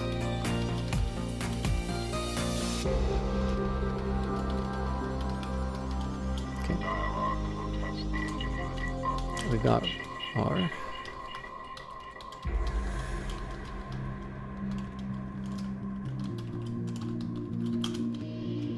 Plus Y minus 0.5. Oops. I feel like I haven't done my parentheses. No, I've done my parentheses right. This is going to seem like a little bit of magic here. I'm going to cover you on that in just a second. Using computers to create weird, random patterns.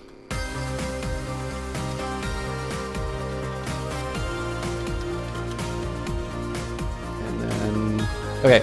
So there's a couple things, if you guys want to follow along, that you need to know. After you do a colon, you have to make sure that you do a tab.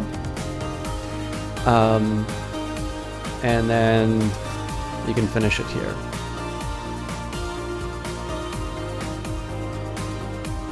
Okay, so what I'm saying here, first of all, for I in range 1 million, so I'm saying I'm going to take 1 million draws. Well, all that this is saying is do this thing 1 million times. This means it's going to run pretty slow, but I like using a nice big number for this example.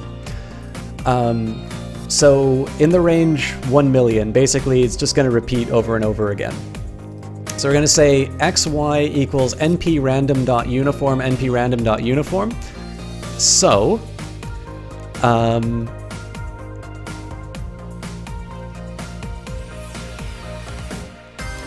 all that we're doing here, remember how I said that we needed to kind of repeat this over and over again for us to get an estimate of the area, and if we could get an estimate of the area, that would give us the last unknown that we need to calculate pi. Well, again, if I only do this once, this isn't going to give me a good estimate, right? The fraction of times that it falls inside or outside is either going to be 1 or 0. And so basically just dumping a whole bunch of these things on is going to give me a more precise estimate. So if you're thinking of what X and Y is supposed to be, it's basically within, it's these sort of little dots that I'm dropping on the unit square. And of course the X and Y sort of corresponds here. Although I made a little, I guess, so here the R. What this basically is an algebraic way of saying, okay, did I actually fall inside this, circle? If you remember your high school well, or if you recently got out of high school, you'll probably remember that this is the formula for, well, a rewriting of the formula for a circle. Because it's in code, it might be a little bit, yeah, so Albedon is already has already caught that there's a Pythagorean theorem going on here. So basically you've got our random point here, our y here, and then these two exponents. What you can do is if you go to the Wikipedia page for a circle, you'll actually see that there's sort of a formula for calculating this. And all that this has done is sort of it's rewritten this formula. This is actually probably the only sort of like magical hand wave that I'm doing, because if I have to write any more algebra on that paint, I'm probably gonna yell.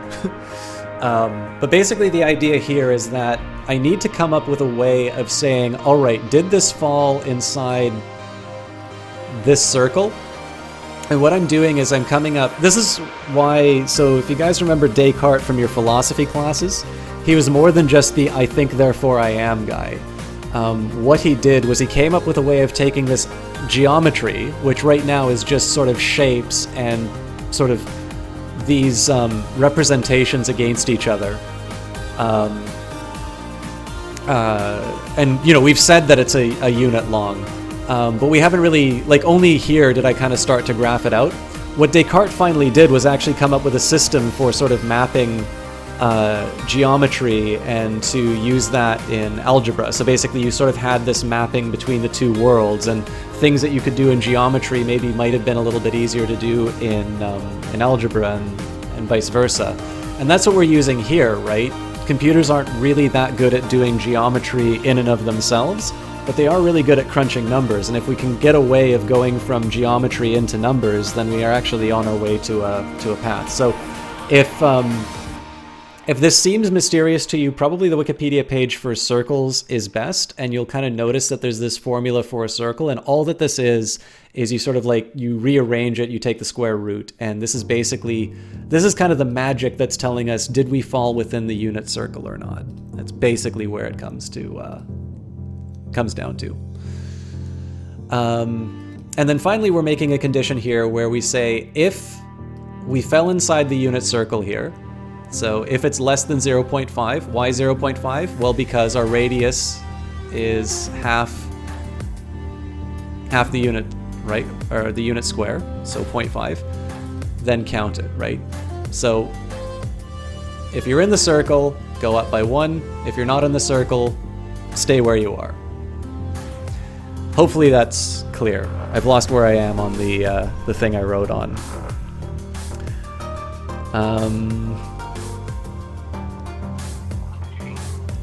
Oh, did I call it? I think I called one of them D and the other one R. Whatever, it'll still work. Finally, what we're going to do now is we're actually going to do all this other stuff that I talked about. I think this is where, this is probably where I might have misspoke for, I think it was Albadon or Vanguard Master.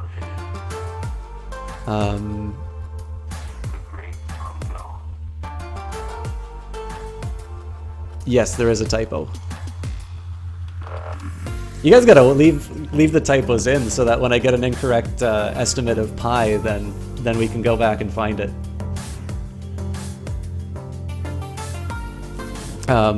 Yeah, so for those of you who, the sharp-eyed amongst you will notice that this was not actually the formula for the circle that I had. Anyways. So what we're gonna do now, remember how I said that we were looking for the area of the circle? Here we're going to do area is equal to count divided by 1 million. So again, if you were to actually code this, probably what you'd want to do is you'd want to have an n and have that be equal to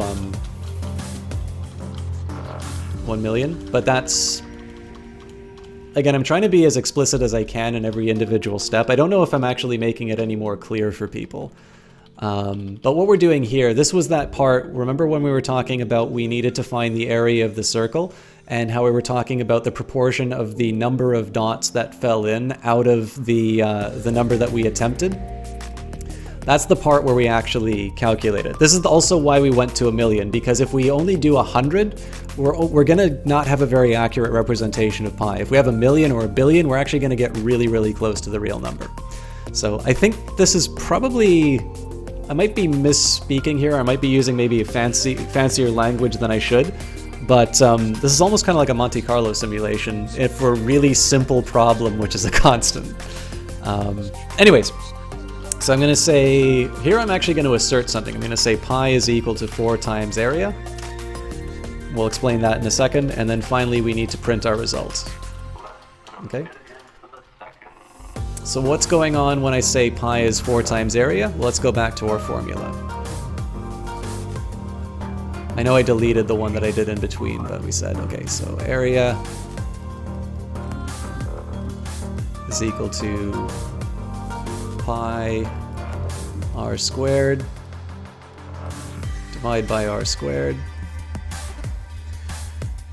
I'm going to say area equals magic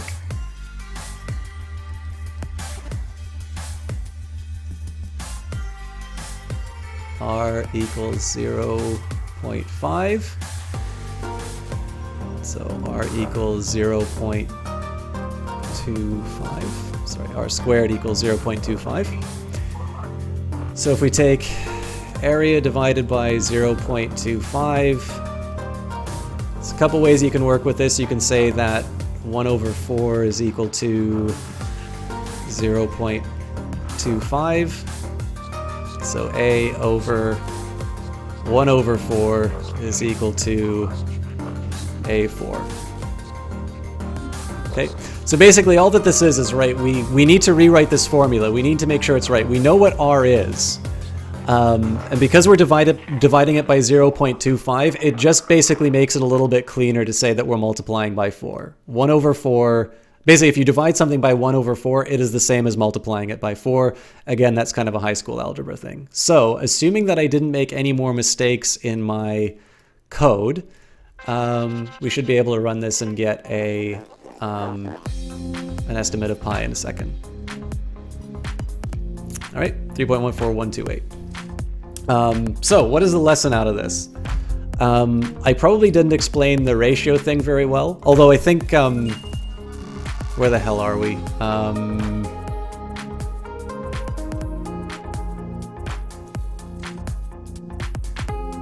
Vanguard Master, I think probably once we hit to this area, we probably converged on the same understanding, but I feel like I must have misspoken while I was talking earlier.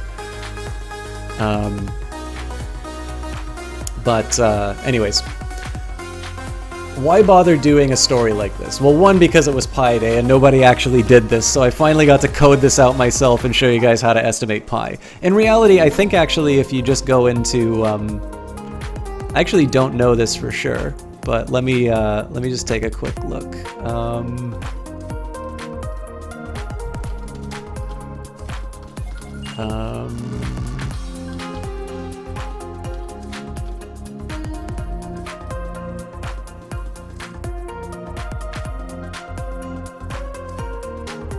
Oh, weird.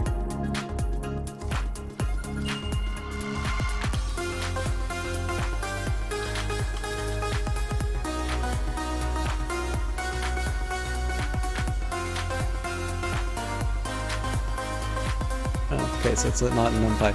All right, cool. Never mind then.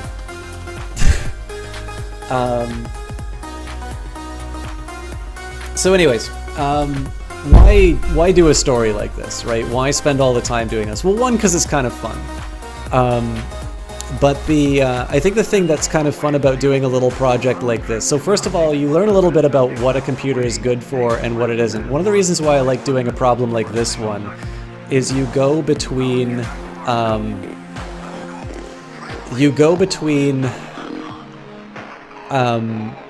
the human side of thinking. So in this case, you've got, geometry is kind of what you as a person should think about. It's going to be a bunch of logical propositions. It's going to be a bunch of, it's going to be sort of your understanding of how things relate to each other. So when people are kind of talking about here's where, automation is going to come and take all of our jobs, the thing I like about a little problem like this one is actually how you can see of machines as being a complement to sort of human work rather than a replacement. Because in the end, it's up to you. So again, we already have a lot of different ways. Somebody's already calculated pi for us. You can always do a Google search, what is pi, and you're going to get the most accurate estimation that you can get. But the thing that I like about this problem is it actually teaches you sort of how to think about what information do I have and what information do I need to get. So basically, we say, okay, well, we've got a relationship that we can rely on, which is the area which is equal to pi r squared, right? You've learned that at some point in your life, probably in, elementary school or middle school, maybe not exactly in this formulation, but at some point you learned how to calculate the area of a circle, okay? And you said, well, we reduced this down to a unit circle. And the only reason we did a unit circle was just because that was easier to work with. You could actually do this with, any kind of circle. And as long as you define what the shape is, as long as you keep track of it, you'll be able to do it. But I think you guys can sort of see how using a unit square and unit circle made things a little bit, I guess this technically isn't a unit circle, but the unit square and the circle within it made life a little bit easier for us, okay? So this is information that we have, the r squared. We're looking for pi, so we know we don't have that for sure. But the nice thing is, because we've now reduced this down to the geometry of this, we say, okay, if I can find the area, then I've found pi. And the last part about the area, it's like the thing about the area is it's hard to find, right? If you don't have pi, it's actually really difficult to find the area of a circle. And so for that, we finally said, well, here you need to know a thing or two about probability, or you need to have a friend that knows a thing or two about probability. But we relied on sort of a way that this relationship works, where we say that if we could just put random dots on this page and we could count the ones that fall inside the circle and the ones that fall outside the circle, the more dots we put on the page, the closer the ratio between these two things will reflect the area. Once we did that, we said, okay, now we have at least some kind of an estimate for the area. And the rest of it was just simply doing the algebra, right? Saying that a over 0.25 is equal to a times 4. And that's how we were able to get a pretty good estimate of pi. So, I mean, again, is this going to change your life? No. I mean, I hope it does motivate you to sort of think that you can take on some slightly more interesting problems in the future, or if you were maybe not so good at math in school. I think you guys, from looking at how I did this, or my explanations, that probably I didn't do so well in math when I was in high school. But one of the reasons why I like a problem like this is that there's the human thinking that you need to do, which is important. And then there's the computer thinking that you need to do, which allows you to finally get to that end. But in the end, it deals with things that we sort of think we already know, but it moves us away from saying that I need to rely on somebody else to solve this problem for us, and instead takes us to a point where we can say, I know how these relationships work, and I'm going to use it to find something that I sort of already knew. So that's correct, Albadon. So all that you're getting is an estimate of pi. Like I said, it's kind of like, I think this would still be fairly said in a Monte Carlo simulation that finds pi. But obviously the estimate of pi will get better the more dots that you add, but that's not necessarily going to be, like, I wouldn't rely on that to, I guess in the end, like, it's no more precise than when somebody writes down up to a certain decimal point. Clearly that's not pi. But the nice thing about that is, of course, as you increase the number of dots, then you increase the amount of precision. So hopefully you guys found that interesting. All right, let me get out of creative because we are going to go back to Assassin's Creed. But I hope some of you guys found that interesting. And if you guys didn't find that interesting, I won't do it again.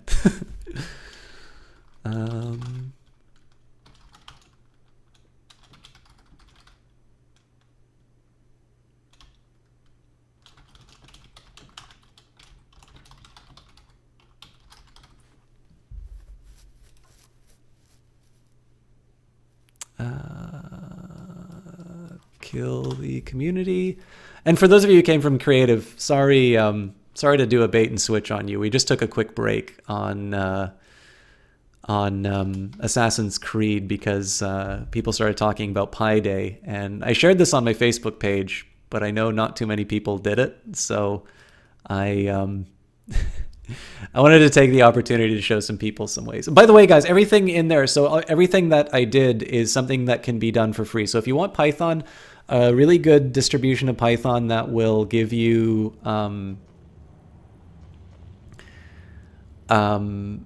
if you guys are looking to install Python and get like all that NumPy stuff without too much hassle, if you get the Anaconda distribution, that will actually solve things.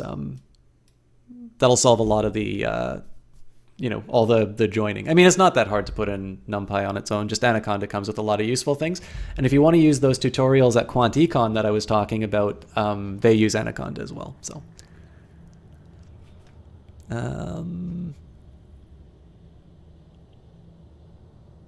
oh, sure, Albidon. I mean, this one is nice because it, at least for the stuff that I do in terms of, like if I do a macro problem, a lot of these, or actually another good example would be using bootstraps in econometrics. A lot of those will tend to rely on sort of generating a lot of random numbers and running simulations. So the nice thing about it is not to try and say, here's the best way of calculating pi. It really isn't.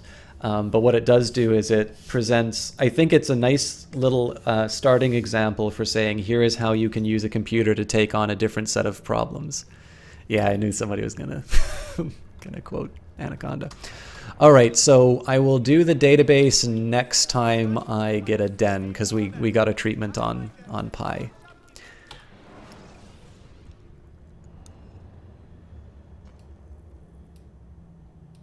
Incidentally, if you guys are interested, I think the next time I'm going to do something like this, it maybe won't be sort of formal mathematics, but I will do... I am going to do an economics example next one. And that one's going to be a little bit more applied economics, so I'm going to do a little bit less about the theory behind how it works, although I will sort of explain a little bit about OLS and why it works and why it doesn't work for the particular problem. But if... Whoa! I didn't mean it!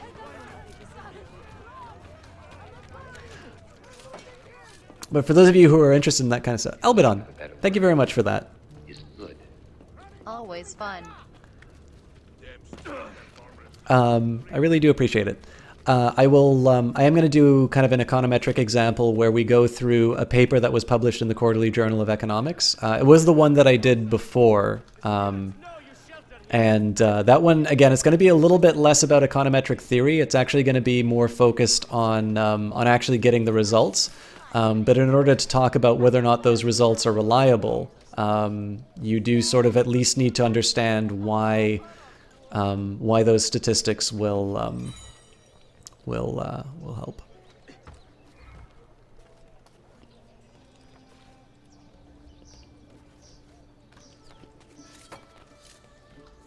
Oh, you know what? This game's probably really quiet now, so let me just bump that up.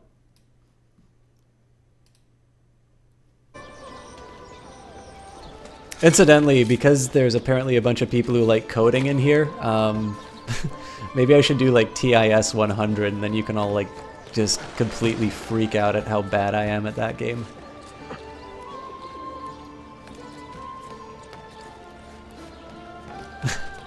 Well, I definitely appreciate that, Albidon. I know I've said that a couple of times. It's not even interesting or original for me to say, but it's I don't know. It's nice. Obviously, like the stuff that I do, I don't think I'm actually good at doing, like, let's say, groundbreaking. Whoa! Is everybody okay? I'm so sorry. Okay, nobody's dead. I'm cool. I don't think anybody, like, I'm not really gonna present anything groundbreaking, especially on the Twitch channel, right? But I think if I can try and come up with at least sort of like a layman's way of introducing a particular idea, or at the very least if I can sort of motivate, it's like, okay, so, even if you didn't like math in school, like, here's a way that you can sort of approach a problem like this. I think I don't know. I think it's a worthwhile effort. And I mean, I did TA comp sci, but even that, like, that doesn't imply a very deep knowledge of it. It's more so that I think it's probably better said that I know how to teach rather than I know how to do this kind of stuff. All right, let's see if I can get away with. Yeah, so I'm gonna need.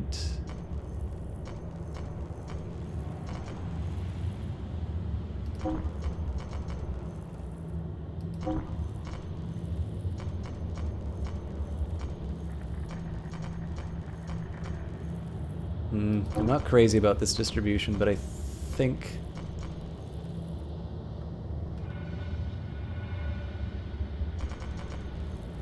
Yeah, you know what? We'll go for it. Not quite ready to claim the city. I at least want this guy back from Little Prince. Let's see what I can do to put my worst guy on a mission. Alright, perfect. And prevent a coup. Can my level 6? Yes. Okay, good. So I've got a kind of a job for everyone.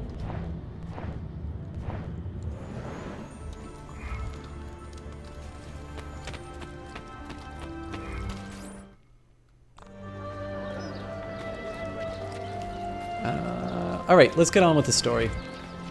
I know I kind of wanted to unlock some dens, but I think we'll wait till night and then we'll... Oh, but I do need to spend the rest of my money on some businesses, so...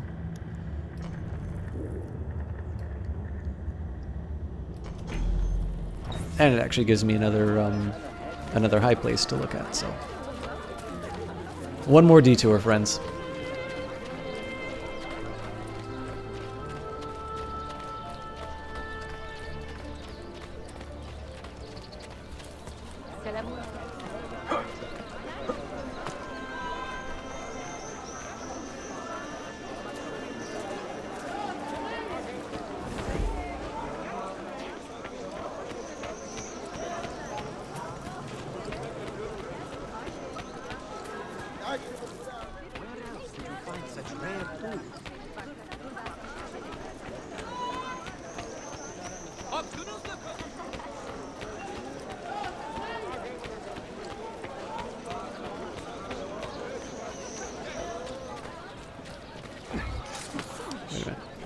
Hold right and move towards... Ah, there we go. One thing I really wish I was better at the... Oh, I'm screwed. Drinking too much coffee. Definitely too much. Drinking too much coffee? I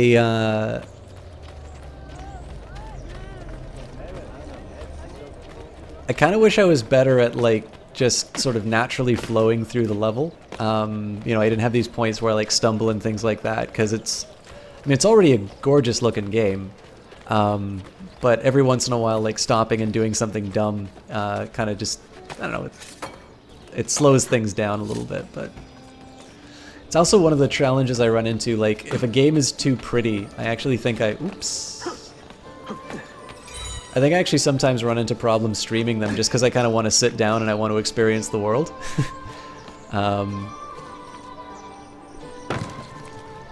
But I don't know, I usually get over that. Especially if there's history stuff to talk about, you can usually kind of get around the... other end.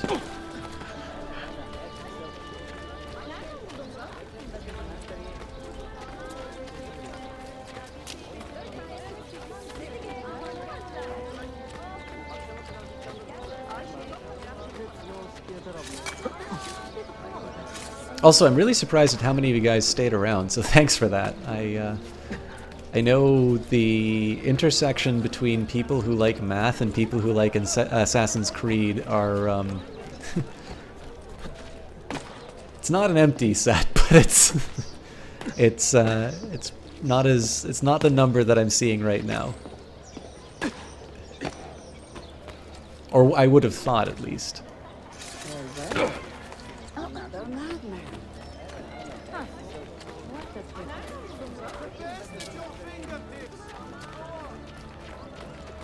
Really had to buy this back.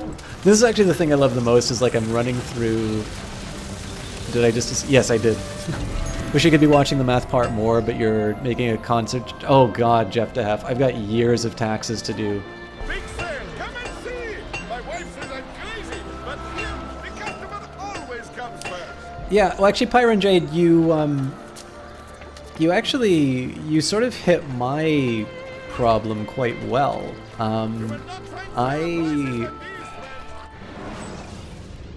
Especially if I'm doing something that I need to get a result for, I make a lot of mistakes. Like, so if like a homework assignment or something like that, like if I'm trying to do some big, like, calculus homework problem or something like that, like, almost certainly I'm gonna, like, make an error partway through. I'm just gonna wind up with some, like, horrible, like, just beast that, you know, can't be reduced down to something simple. That's usually a good indicator. Like, if your homework assignments do that, that's actually also usually a really good example that you're, you know, you've made a mistake. Of course, the bank just deposited. All right. I would never want to belong to Not Rocker 27. What a name. Thank you very much for that follow. But you know, even when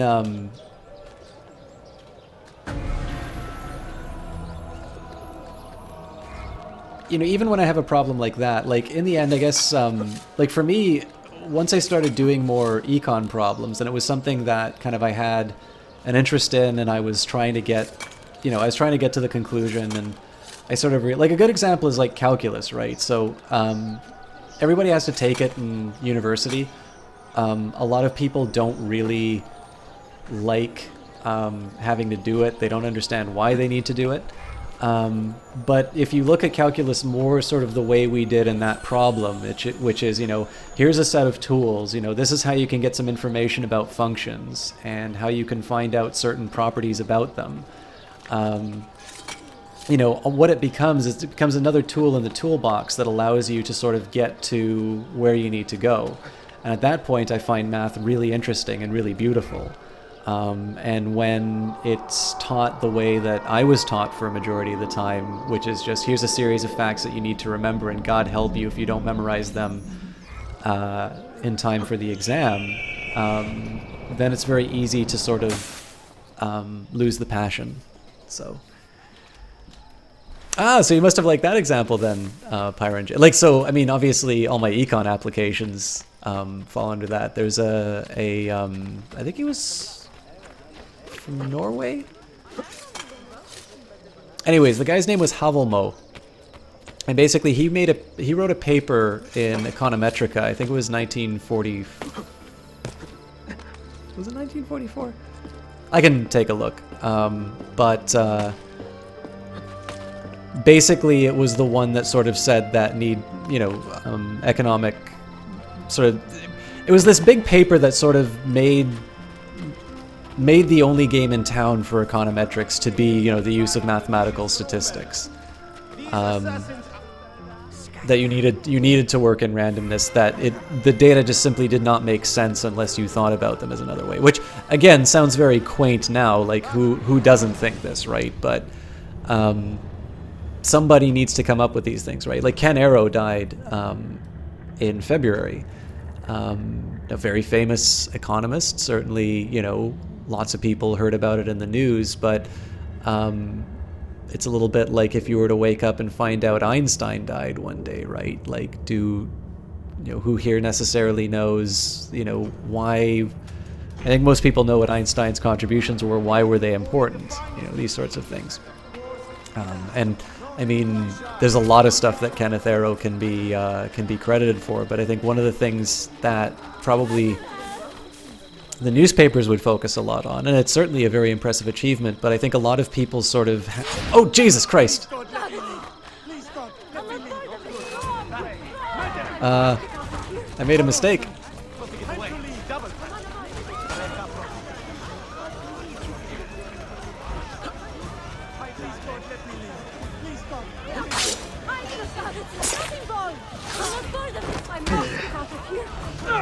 Oof.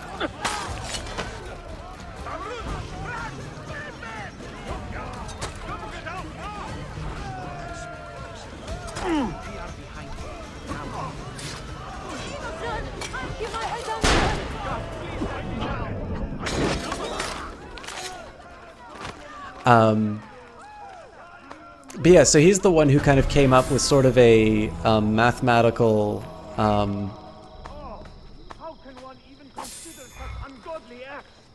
he kind of came up with sort of a mathematical argument that demonstrated sort of the idea of the invisible hand, that under certain conditions the competitive equilibrium in a free market was basically you could do no better than that outcome. It's not necessarily an argument for just, you know, unfettered capitalism, which is what I think a lot of people take that to be.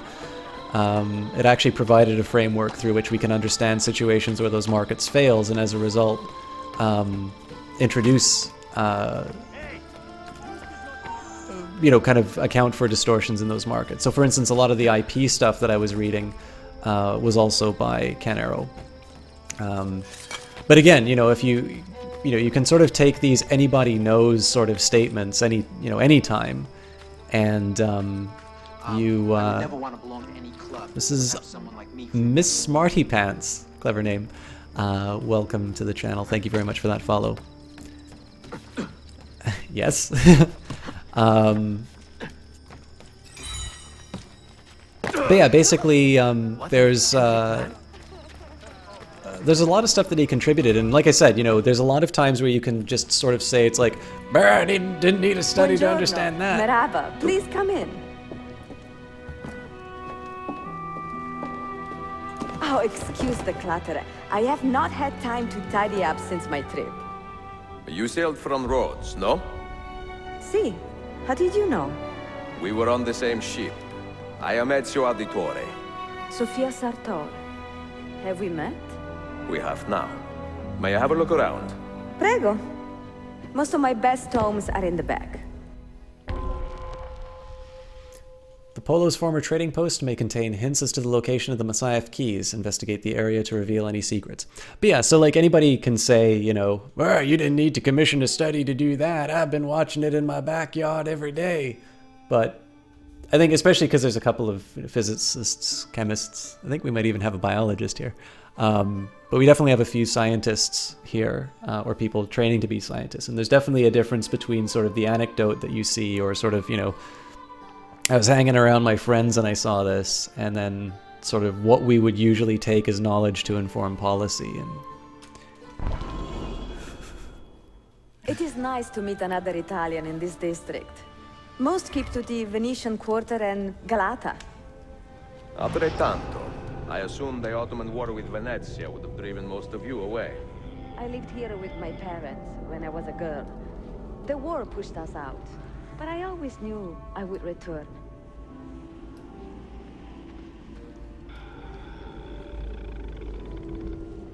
Oh, so I'm just supposed to look at the books, I guess? Maybe not? Nope.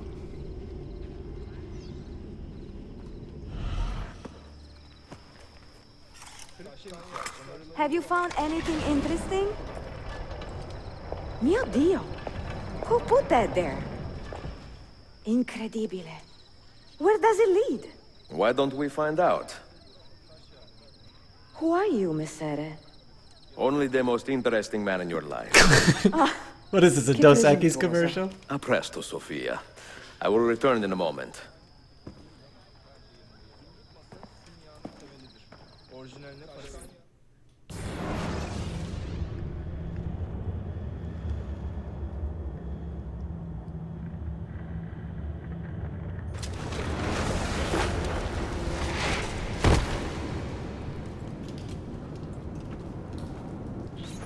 nasty here. Do you know how long we've been searching this filthy cistern? I've been here a few weeks. 13 months! Ever since the Grand Master found that damn key. But he hasn't got a clue what he's doing. All he knows is they're somewhere in the city. This is a big city. Tuxero. That's what I said. Back to your post, Ayrtes.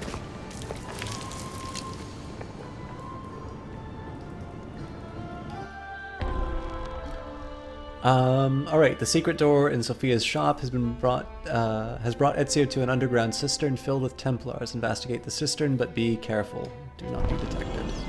So something tells me we're not getting 100% sync on this one.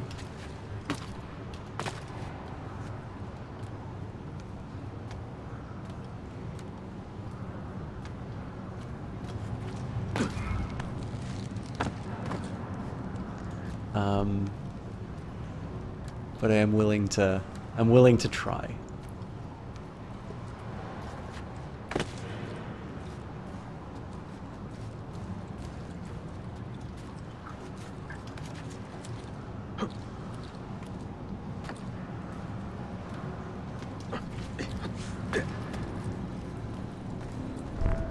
Whew, tough one. Stinks down here. We'll find the key soon.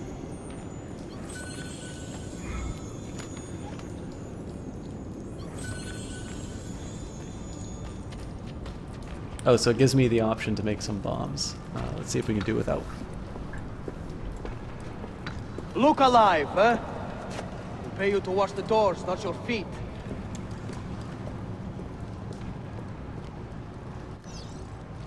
Got the Templar captain and get the gate key. Alright, well that's going to be a little bit hard to be not detected doing that.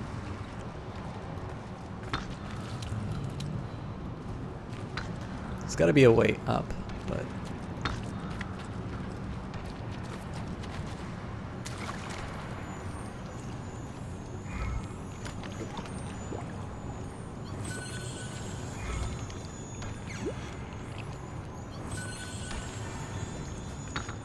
You know, it's probably better I just eliminate anybody who can spot me.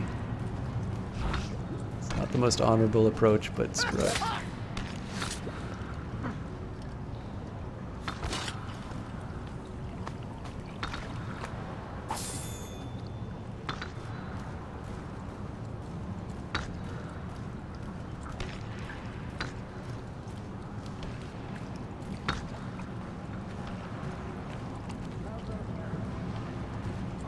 Definitely a gentleman that can see me. So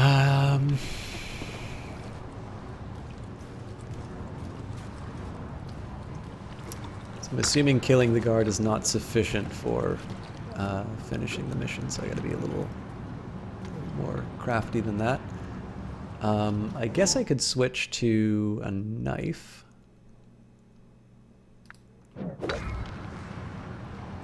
Tap E to throw your knife at a target, hold E and release to charge 3 knives and throw them simultaneously. Something deadly about Ah, you're kidding me. How did he know? Faster! We're losing him! Don't!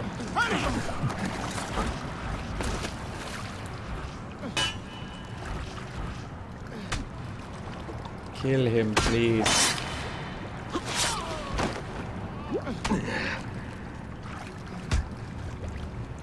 Just gonna sit there and take it, apparently. Okay.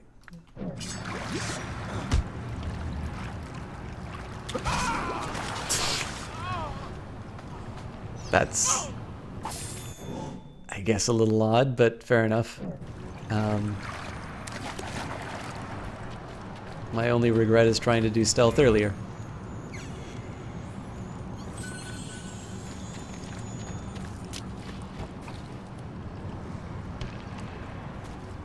Well, I mean, there's no point in pretending to be stealthy anymore.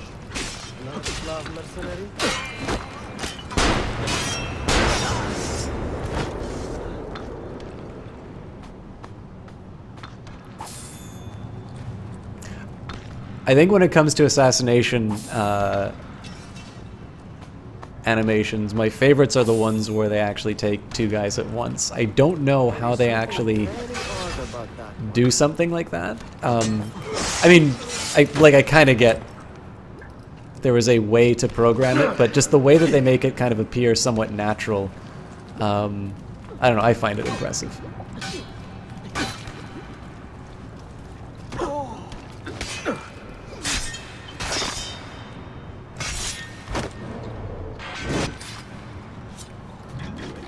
I also shouldn't have wasted that health. Well, I guess I might be dead if I didn't, but...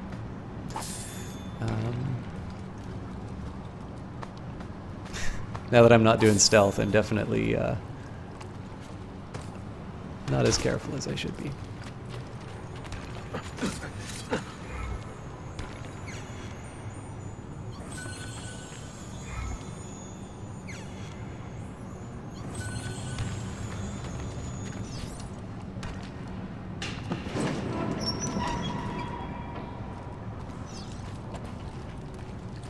I'm sick of this place. I really am. 8 hours of this filth. A piece of the work. Grandmaster has his reason. I wish I knew what they were.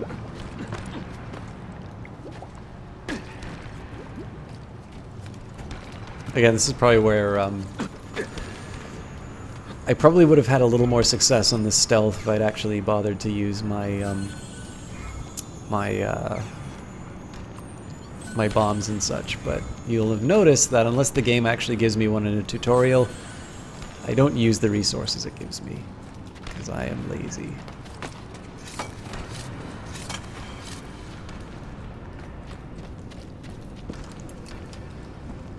Petros, make sure we have enough torches for the excavation.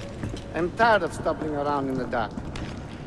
It's just a heads up, guy. I should probably consider wrapping up. I don't have to do I don't have to do it right away, but one, I'm feeling a little tired, and two, I've probably been doing this for about 4.5 hours, which is kind of my normal run time. So, not quite sure when I'm ready to call it quits, but just maybe a little bit of a caution that we might have to call it a night. All right. I'm assuming the game doesn't give me a way of staying high up for this little bit, so let's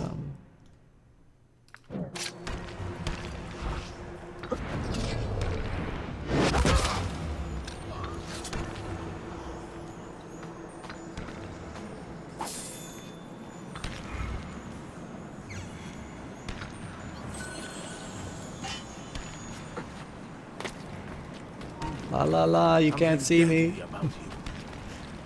Damn it! I can't see him anymore!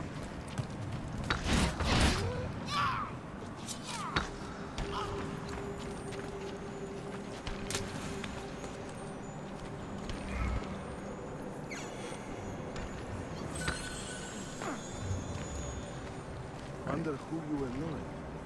Any gold, I wonder? Anyone see what happened? He's losing us! Faster, boys! What?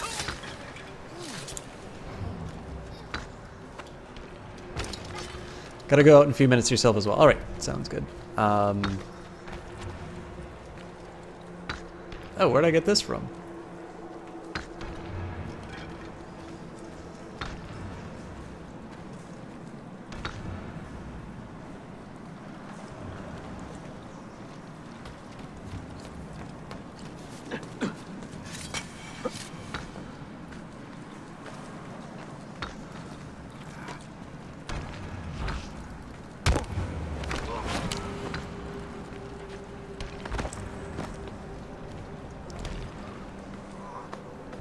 Yeah, I just didn't I wasn't paying attention. Obviously, wasn't paying attention when I did it. I didn't think I gave it an instruction to pick up a weapon.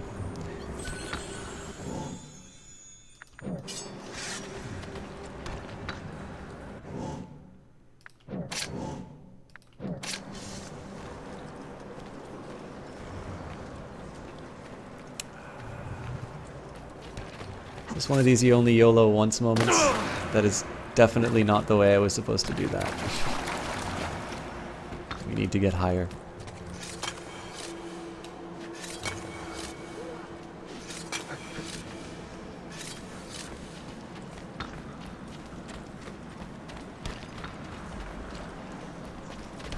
How'd this guy get up here in the first place?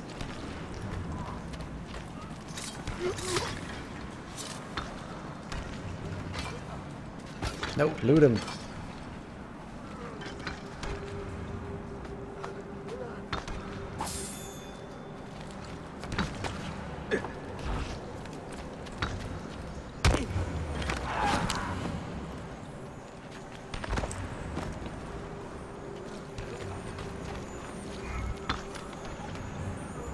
I suppose one thing I probably should try. I don't know if I really want to look at the number of missions that there are in this.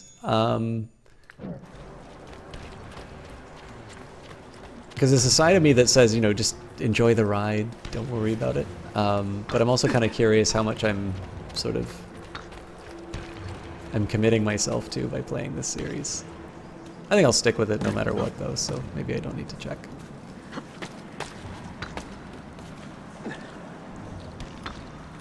Alright, now we get to do like a super impressive.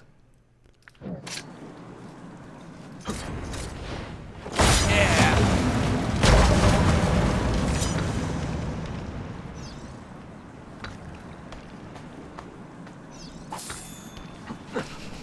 So glad the other workers are very dedicated to their job.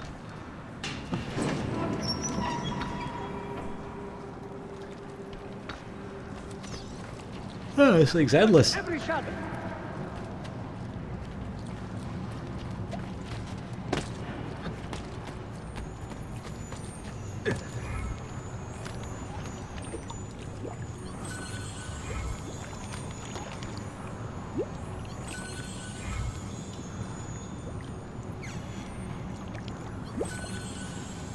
I'm trying to sort of figure out how I think about these crafting mechanics that they've introduced, like with the different kinds of, like the British gunpowder versus the Arabic gunpowder and so on and so forth. I think for a while, it may even still be this way, that it feels like every game feels obligated to have some kind of a crafting system. And at that point, you know, any time that somebody just sort of feels obligated to include, this is what the players want, man. Can't argue with the market. I think you're in some pretty dangerous territory. But on the other hand, I do sort of like the idea of trying to kind of conserve these scarce resources in order to, you know, in order to be able to do. There is someone down here with us. Keep your eyes open and your hands steady. Basically, like, if you keep relying on one particular method, right? So if you always, like, blow a smoke bomb or something, then... Oh, you know what? I should have done a long jump for that. I am screwed. What was that? Nothing. Nothing. Nothing. Do you see anything?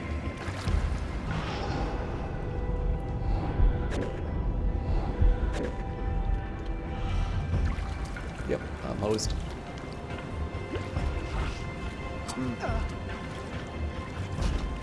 So if you keep relying on this one, you know, this one method.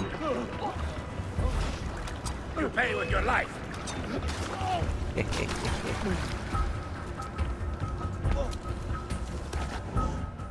Unfortunately, I am out of throwing knives now.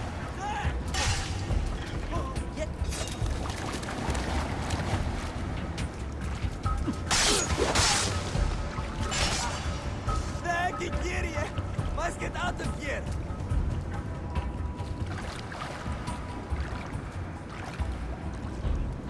Can you just sheath it? Let's get out of here!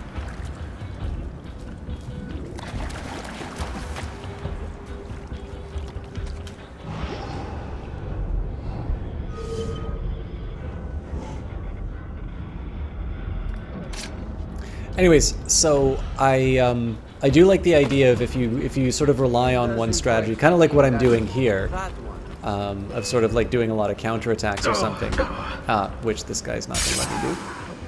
Never mind. I don't know, it's kind of neat to just sort of give you, so like if you think about it, just arbitrarily cutting off your access to a particular item that you find effective isn't really fun, right? If I like using smoke bombs, then I'm gonna find a game that turns around and says you're not allowed to use smoke bombs anymore because we only gave you 10 is not going to be very fun. On the other hand, you don't want the game to become too easy for using a particular item that's maybe overpowered or whatever. And so I think one of the things that makes this crafting mechanic kind of work is that like let's say you've got your favorite bomb that you want to use. One of the things that the game sort of makes you do is it says, okay, well, if you want to keep using this thing, then you also need to go and you need to like explore the level. You can't just go and you just can't punch a bunch of people and expect to expect to be able to keep using the things that you've gotten used to. And I think that's sort of a nice way of finding a balance between keeping the game interesting and letting people sort of play it the way that they want. Because I mean, it's weird, right? If you want to make an open world game and then say it's like, but you're only ever going to have like 100 of one object in the world, and if for whatever reason you run out of that object, then too bad. There's just no more left. But like I said, you also need to make sure that it's, even if like let's say that they made a perfectly balanced game, like the idea of just sort of making you experience more of the content in order to get that useful item, I think is a nice little way of kind of making sure that people get their money's worth. At least I think.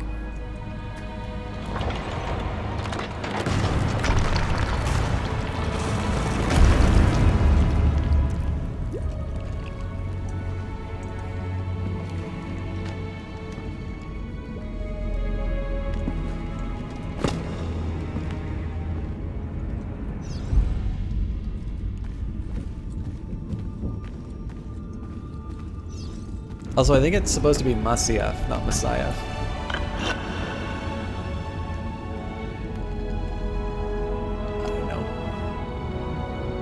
I don't know things.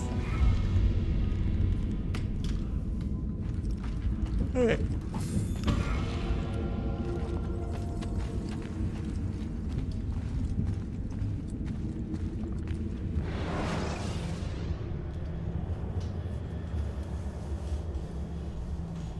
I think we'll go spend some money.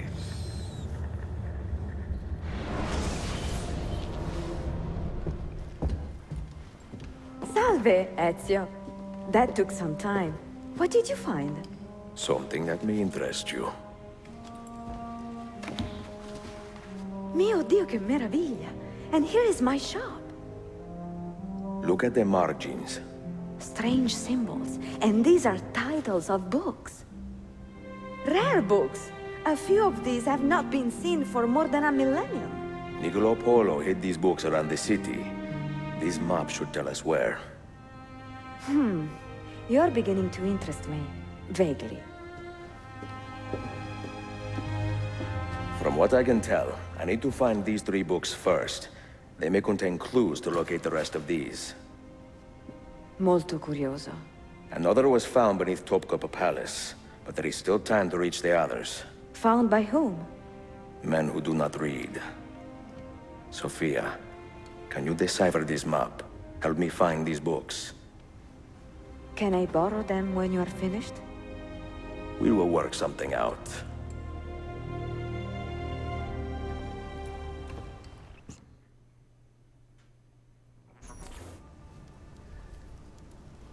Neat. I think this is one of the things that I get while I focus a lot on these city building elements. This does actually have a fun little story with neat characters. It's Yusuf, salute. Piri told me I might see you here. Did you find what you were looking for? I believe so. This is one of Altair's 5 keys. A strange artifact. Ah, it is like nothing I have ever seen. You should keep it somewhere safe. At our headquarters, see. I will. Have a good one, Vanguard Master. It's great to have you here as What always. brings you this way? I am coordinating with our allies today. The thieves in the bazaar, the mercenaries near the arsenal, and the Romanis in the Constantine district.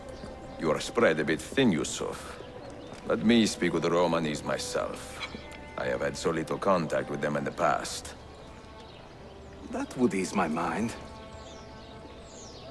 If you are in a hurry, you may travel by our network of tunnels. The air down there is a little foul, but the rats are no bigger than dogs. Have fun. Grazie. It's so funny to be told stuff that I kind of already know about the game, just having played through it, but doesn't hurt to get the refresher. Alright, so I need to stop by a bank at some point. Let's do the viewpoint first, though, because I always neglect to do them, and it helps me plan, and then we'll get some money and figure out what we're... Hi!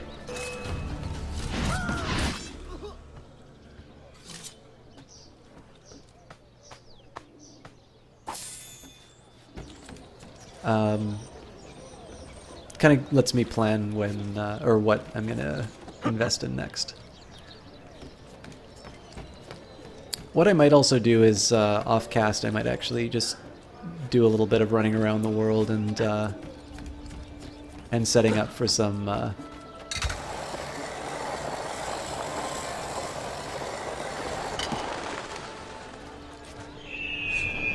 just kind of setting up for the cast so we can do more story stuff. I don't know if there's a whole lot to, I don't really know if there's a whole lot of benefit in just kind of watching me go through,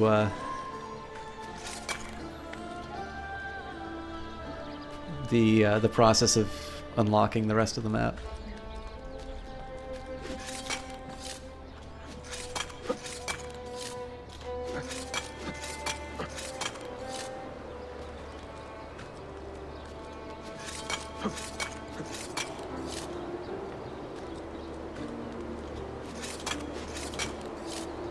Jessica, you're starting to make me think like it's my game.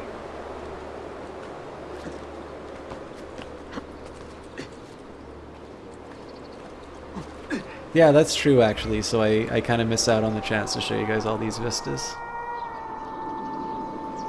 Although I have a feeling I'm the only person here, I'm the only person here who hasn't played this game.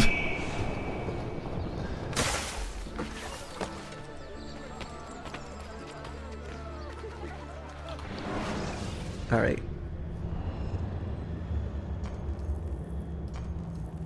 So it seems just as easy for me to buy this bank and pick up my my earnings. Hopefully I run into a pigeon coop on the way. If not, no big deal. I'm seeing El Canu schedule his events. By the way, guys, El Canu is playing Might and Magic 10. Now, I had played Heroes of Might and Magic, but I'd never played Might and Magic, so I had no idea that it was sort of a dungeon crawler like Legend of Grimrock. I felt like a bit of an idiot.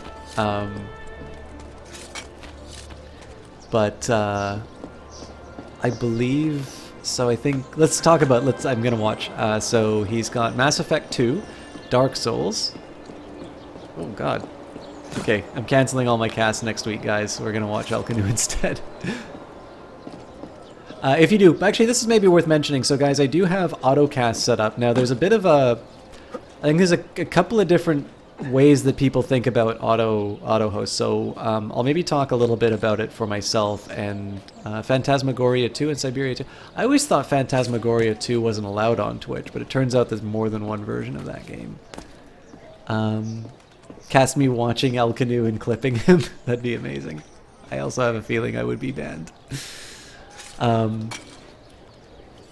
I thought maybe I'd talk a little bit about my feeling on this. Now, I kind of have at least some sympathy for how people think about auto hosts, and I know some people find it also technologically inconvenient, as in it doesn't behave like they try to go online and it doesn't take them off of hosting. This has happened to me before. Has he lost his mind? But I think my view is that, you know, I never know where my next viewer is going to come from. I never know where the next follower is going to come from. I do want to grow the channel, although not at the expense of pandering to a type of viewer that I don't necessarily... Oh, Salt and Sanctuary and Might and Magic 10. Canoe has got a very good schedule coming up for next week. So, you know, as far as I'm concerned, I don't know where my next viewer is going to come from. And I think there's a lot more value in somebody making the recommendation, you know, hey, you might want to check out so-and-so, I like their stuff. Now,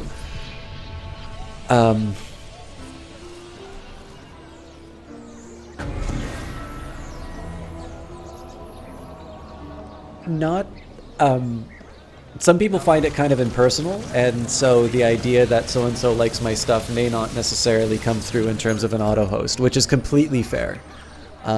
Which is why I say to you, I think you guys sort of know what my...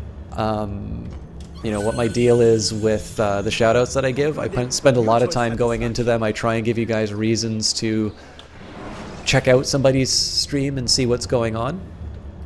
And so if you see somebody auto-hosted by me, definitely consider that as much as, you know, as much of an indicator of the kind of shoutout that I sort of am known for giving. Like, don't... just because it's an auto-host, all that the auto-host means is that, you know, shock, horror, real life gets in the way and I'm not able to constantly monitor my my Twitch contacts. As a result, I'm not able to always know when... Hello?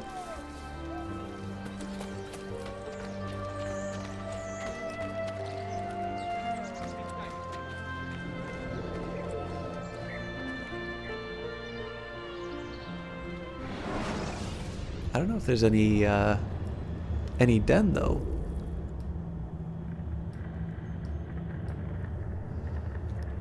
Well, I'm still going for it.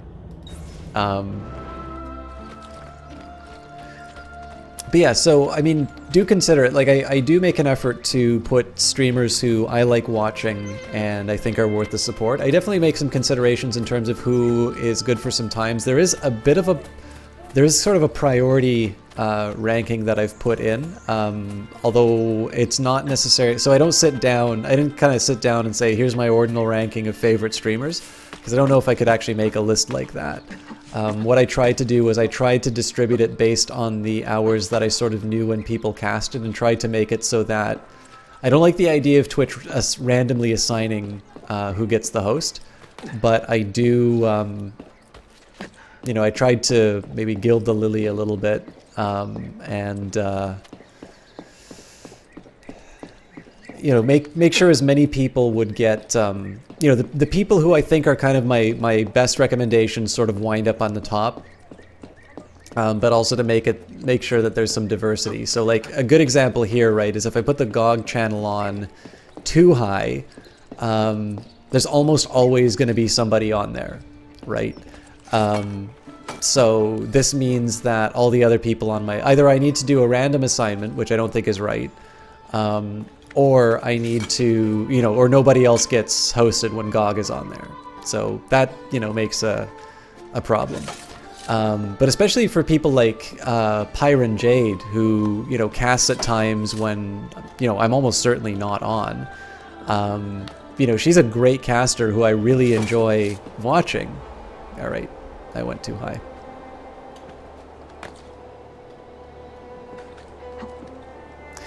So as a result, I think, you know, I've tried to sort of distribute it that way. If you guys, you know, I think it informs you if you're on the auto host. If it doesn't, you know, you know, I'm happy to chat about who I put on auto host. But yeah, if you guys think you're not getting enough auto hosts from me, please let me know, because I think definitely I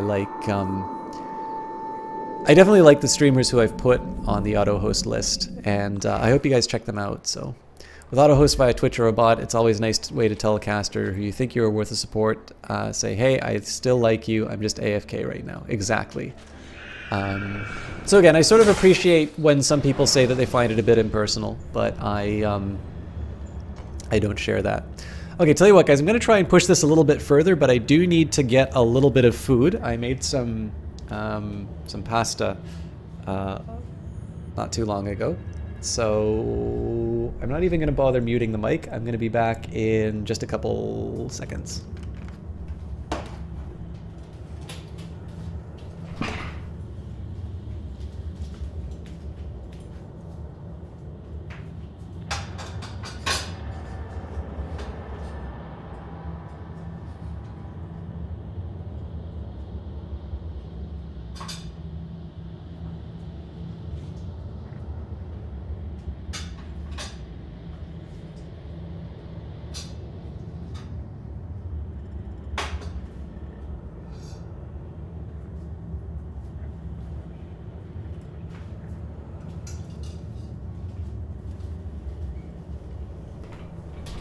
Alright, this looked a hell of a lot more appetizing when I first made it, but still tasty.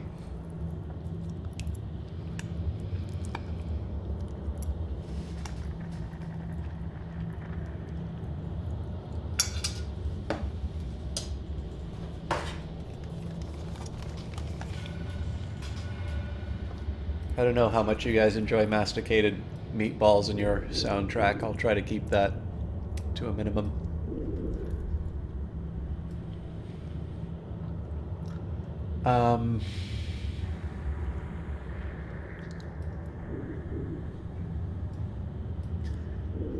Actually, yeah, Jess, when do you go to dinner, out of curiosity?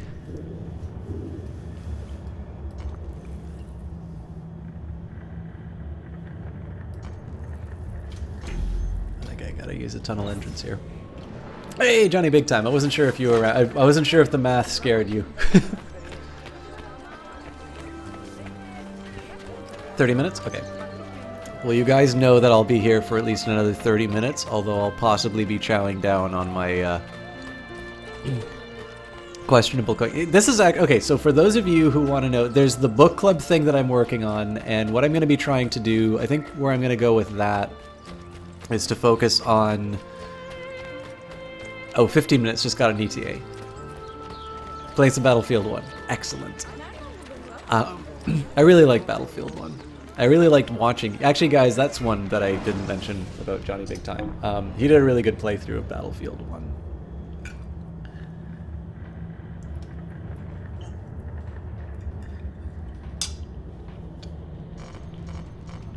I have no idea where I'm supposed to go.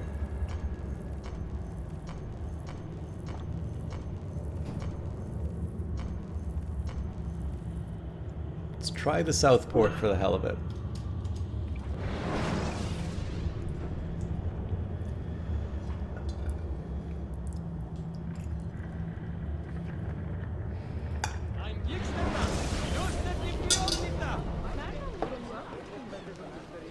So the book club stuff was going to be a little more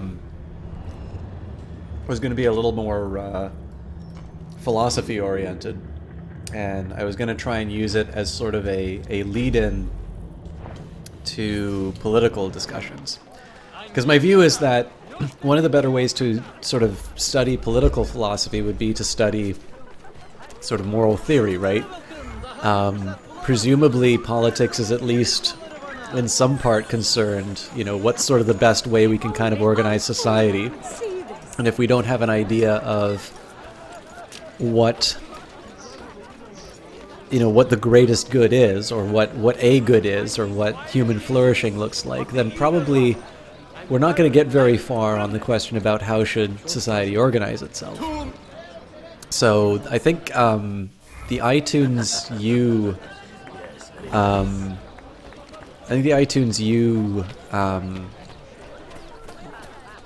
app had a really good, it was a Harvard course called Justice, which I actually thought was a pretty decent place to start. There's a couple of others that I'm considering, but it would be kind of neat. So I think that's a nice way of combining a book club with maybe something a little more formal, because I know some people like doing like rabbit casts and things like that, where everybody kind of like watches a movie together. So I thought it might be nice if we could, like, the way the book club would work would be it's like everybody kind of does something in a MOOC, It's like, you know, here's the assigned work, you know, make sure that you've read this book or this essay or whatever before the discussion. And in addition to sort of the video, which we've all sort of watched together, or maybe watched on our own time, there would be the discussion. So the nice thing is that it's not 100% kind of like a book club, which is that, you know, everybody shows up, nobody's read the book, and so everybody kind of stares at each other awkwardly for the duration.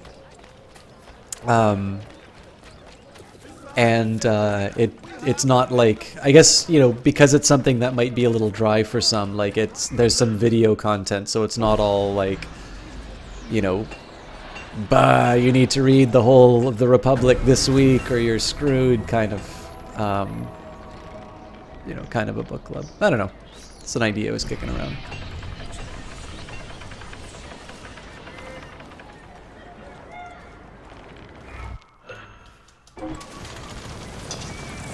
But in terms of things that I wish I knew how to do, I actually wish I knew how to cook. I'm not very good at it.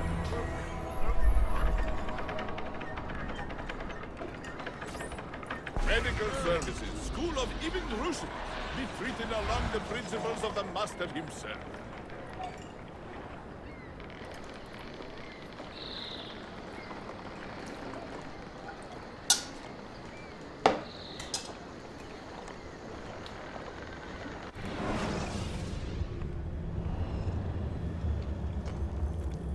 I'm gonna get Johnny to teach me how to cook.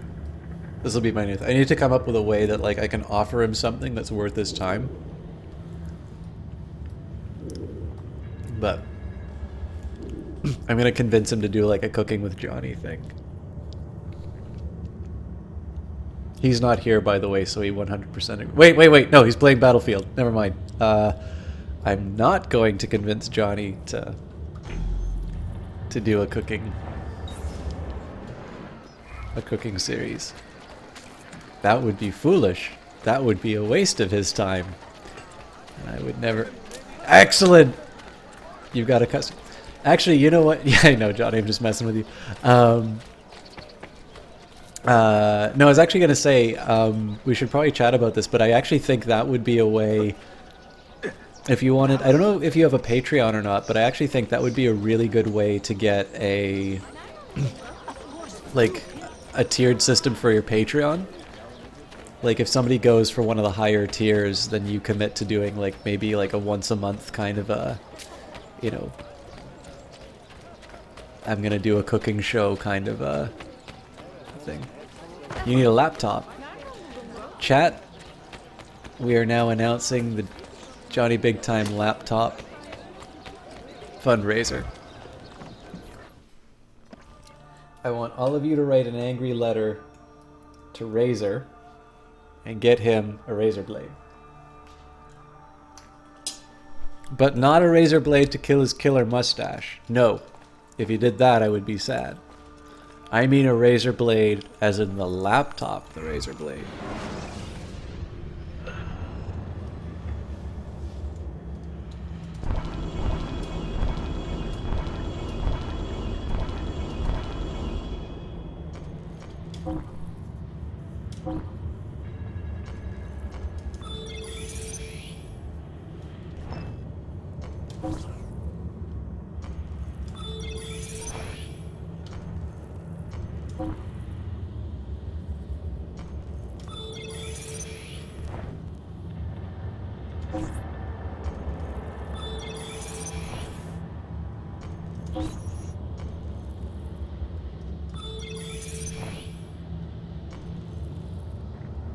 I'm going to assume that the Little Prince is like something at something that will finish when I finish like a story event.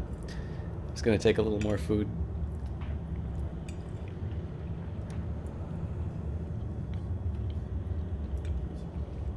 I was supposed to cook a steak for Jessie Quill once upon a time, but it didn't work. She said she was full. I think she was just horrified.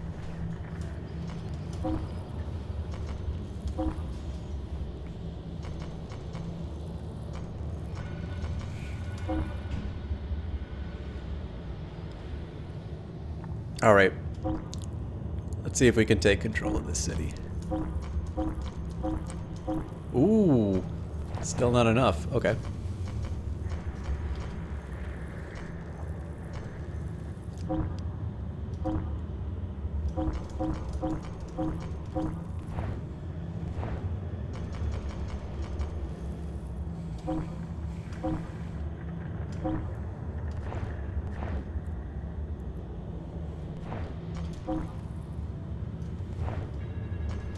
Okay, I'm gonna do this again. I gotta do this in the other way. So find the people who will make this a 100% mission. So 94%, which isn't terrible, but we could probably do better. You'll visit again and then you can feed me, then I'll feed you. Is that a weird way of saying we want to cook for each other? But you get the idea. Yes. I get the idea. Alright. Let's go somewhere else.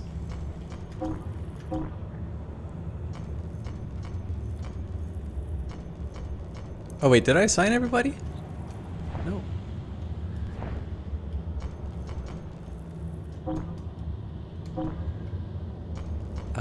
That is a margin of error. I think 90% is the lowest I'm willing to go.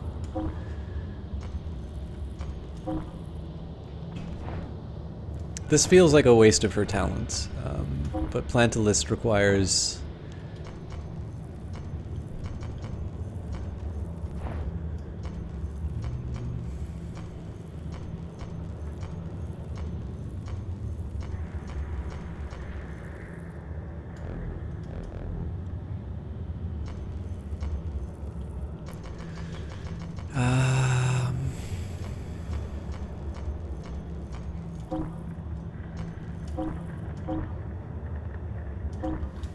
Yeah, I kind of want to give something like these guys.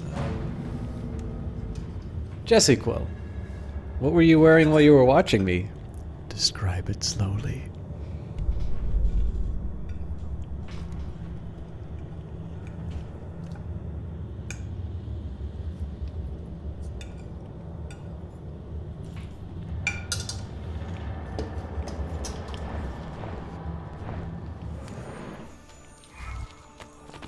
Alright. Let's play some more SimCity.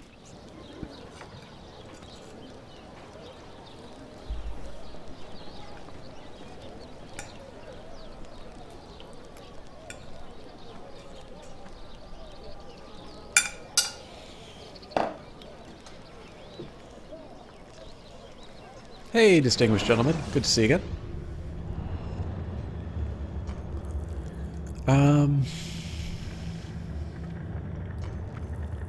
Alright, I can bribe a herald.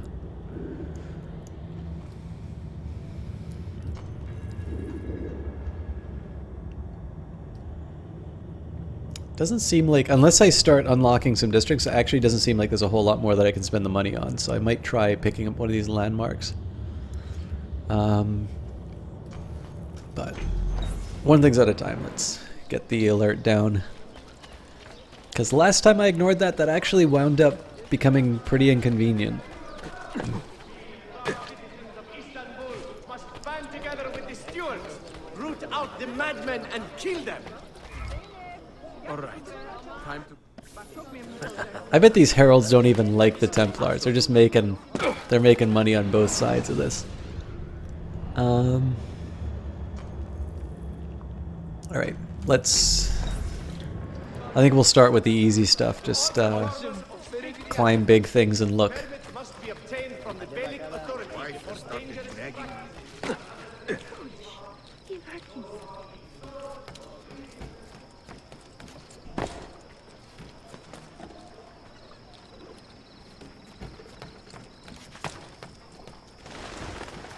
By the way, Johnny, what do you think of Battlefield multiplayer?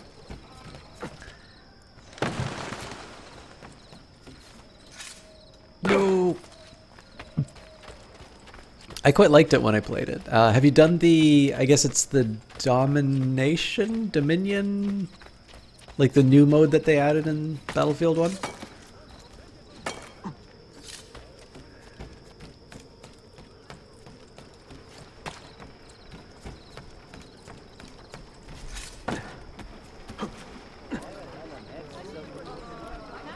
It's a learning experience. No idea where anyone is. They're just murdering. Yeah.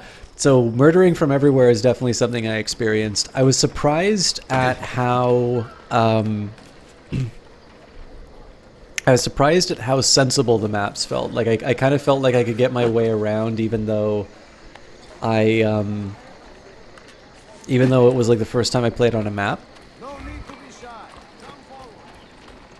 And yeah, it's like the problem is that I know I do a lot of the game just tabbed out.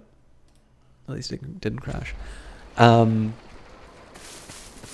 I thought that was just like the default multiplayer mode, so imagine how surprised I was when it's like, wait a minute, why does the other team get to like try again? We totally kicked their ass.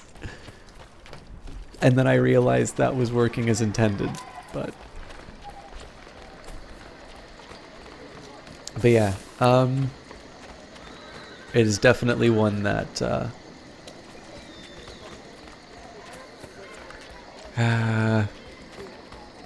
you don't go into it just before a dinner, let's say. How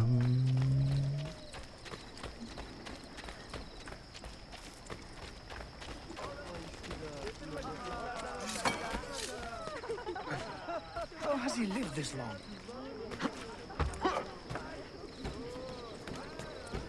Stupid well-built walls. Should have used the tunnels.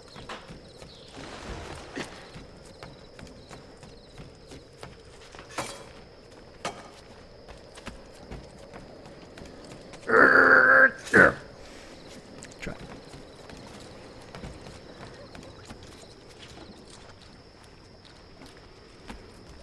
Being shot by people from everywhere sounds like your experience of Arma. I actually just got Arma. They originally, so when I did the War series, this was like the one where I did Spec Up the Line. What else did I do during that? This War of Mine. I think I had already done Valiant. No, I hadn't done Valiant Hearts, so we did that as well. But like basically, it was all sort of war-oriented games, and it wasn't just. It wasn't like here's a war game, but rather here is several representations of the experience of war, which I thought was a little bit more because like war game could basically describe everything. Yeah, Johnny, I know. I think you and I have had the exact same experience of that mode then. All right. I feel like maybe I'm not supposed to be able to reach there then.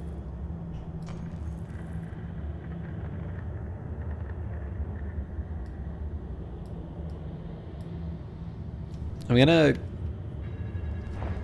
run along the wall until it stops making sense. No.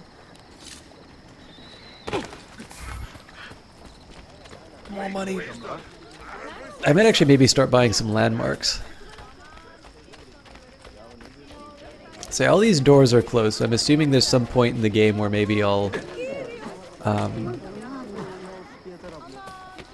maybe access them.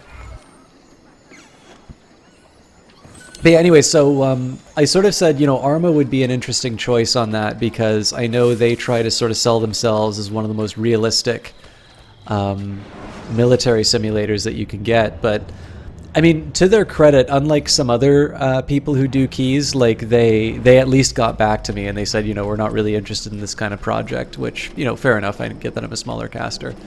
But I was sort of the opinion that it's like, okay, well, but you know, the flip side of that is you guys are not going to get any free coverage out of me. So I managed getting it.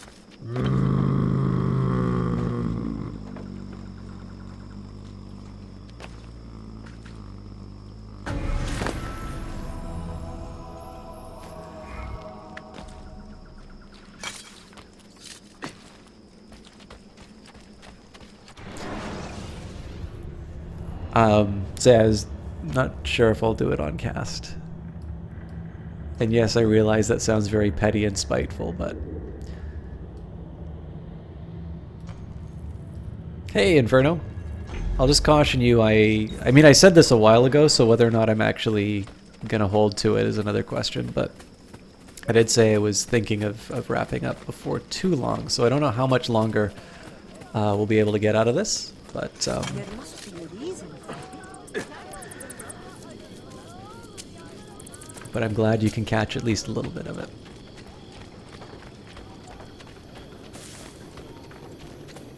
You know what? This is not a smart strategy. If I go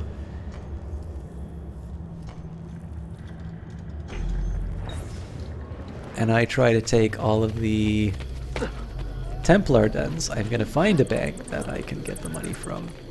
And that will be a lot smarter.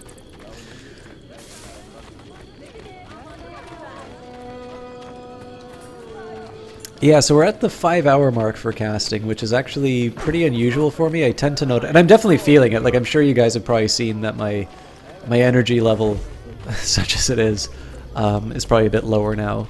But you guys have also been really consistent in terms of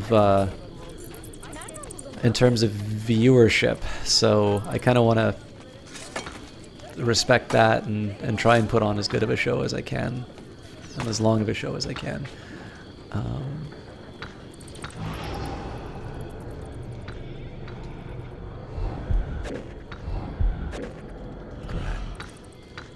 That would have been an easy target. Oh, hey.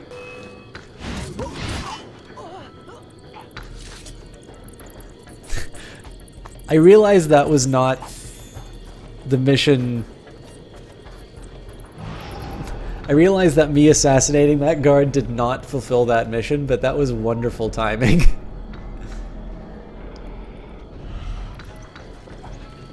Come play H1C. Oh. I think if I'm done tonight, I gotta do my expense claims for moving, and then my taxes tonight, so maybe next week.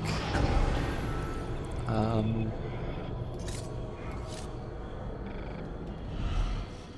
don't know, I gotta see how this is going on.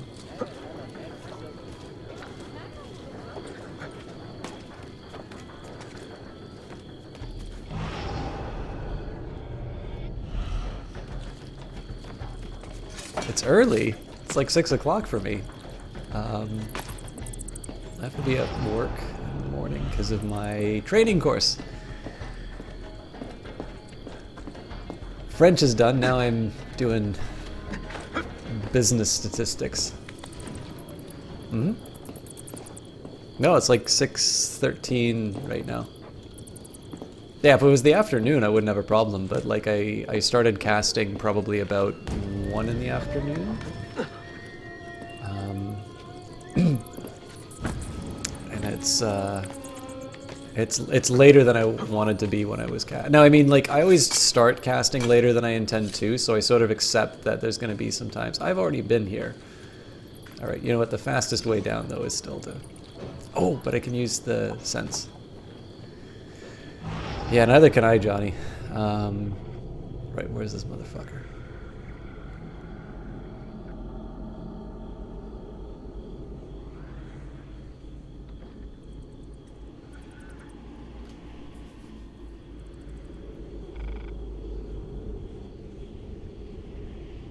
That's almost certainly him.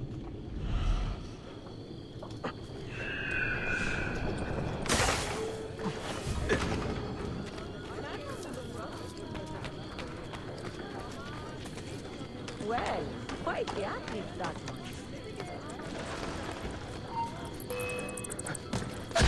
Yeah, this is supposed to be what being an adult is like, Johnny, but I don't like it one bit.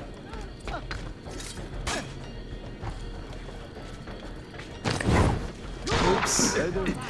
Oh, I am really screwing this up.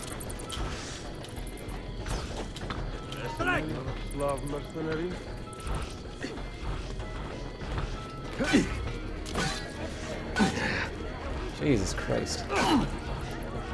So I don't seem to be able to counterattack. This is the problem I had last time.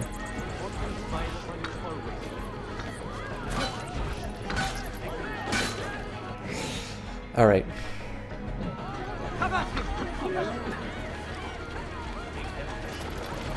I know I've seen Ah, there he is. No, get him.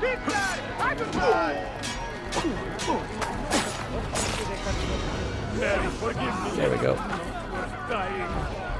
Again, none of these are elegant kills, but they work, so.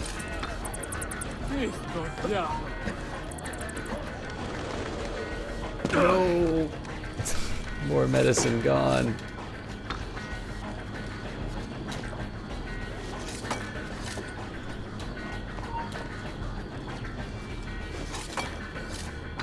Oh, by the way, Johnny, I tried, no!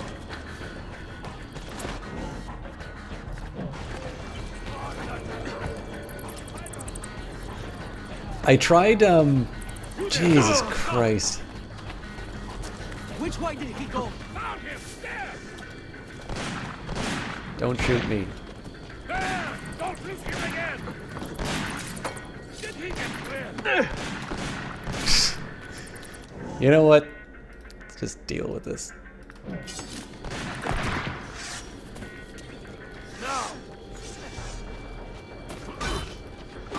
Oh, that's right. These guys apparently can't be beaten.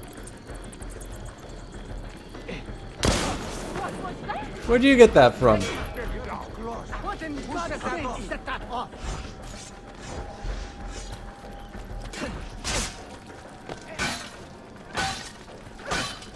Hmm.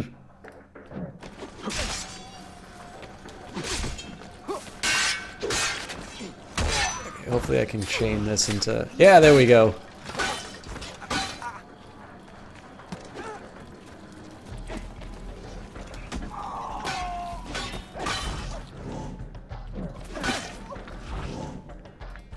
Last med, so...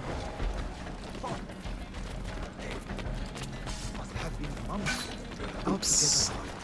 Your good deeds are noted and much appreciated. Fortune smiles upon you always.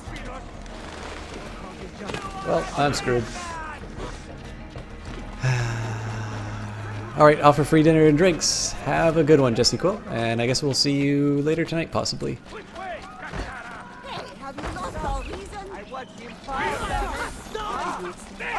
Don't!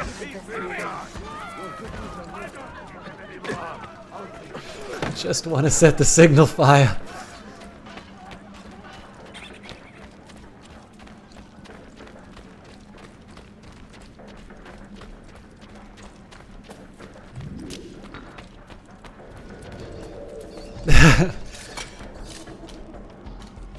Yes, if only I had an amnesia chair. Grumble plays, how you doing tonight?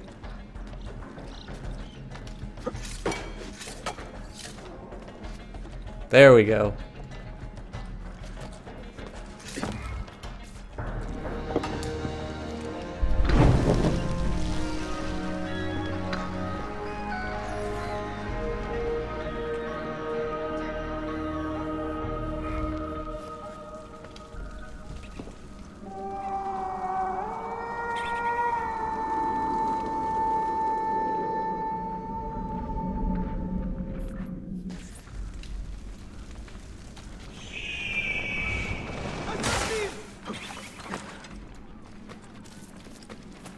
Assassin!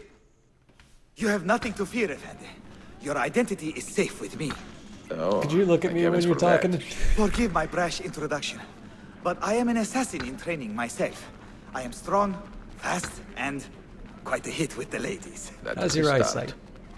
How about a race, huh? I will prove to you my skill. Say, to that spot there. Oh god. Seeger, young man, claims to be an assassin. Show him true skill by beating him in a race. Well, I could spare a few moments. All right, go! Where am I going? I told you I was good! Oh, god damn it. He's gonna beat me.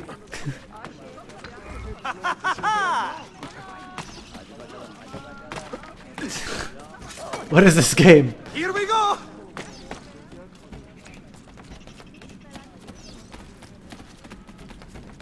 Did you see that?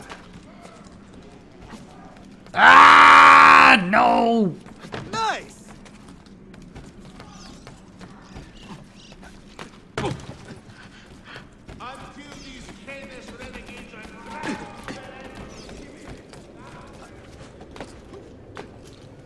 I hate you, game.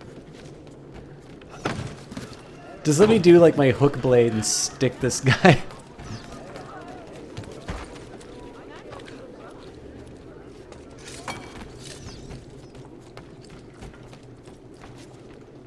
No! God damn it!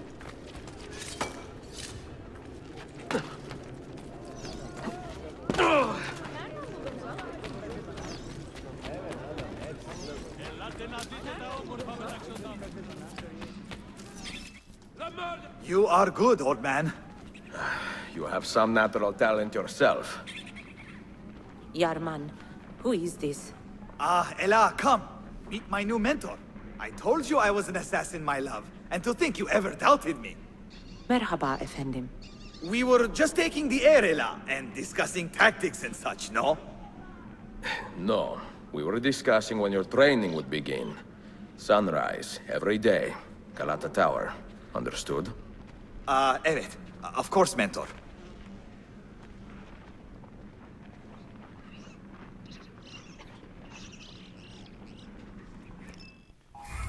I don't get why you'd induct somebody like that into the Assassins. But I am not Ezio, so... I also almost lost that race to him, so... alright. Let's find another body, and then we will start buying businesses.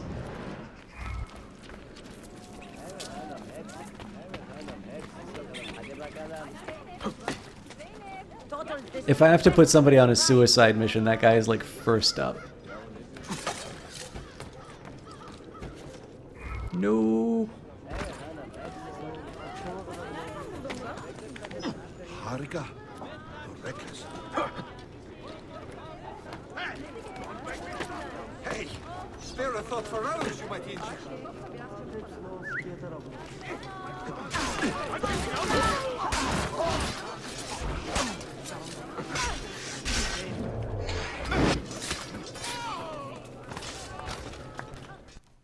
If you respect life and liberty, join our cause. Fight to restore peace to these troubled times. You are an inspiration, Effendi. I will add my voice to this chorus. Yay. Alright. Let's...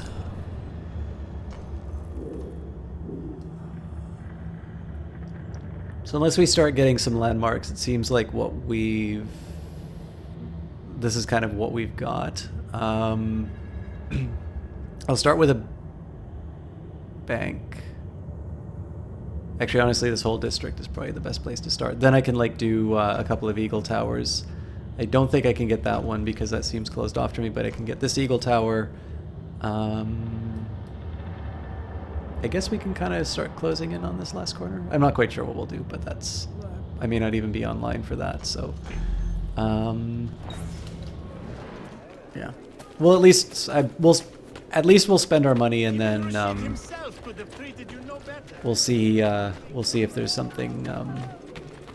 We'll see if there's anything else that we can do, or if maybe it's that's just a good time to finish off. I'm having a little difficulty stringing a proper sentence together at this point. I think 5 hours is kind of my limit on casting, and I am very much done being in front of a computer for a while.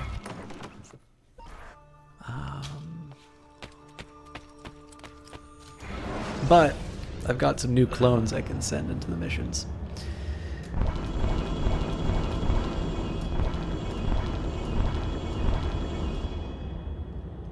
Alright, so there's some more Master Assassins I can assign. Or soon.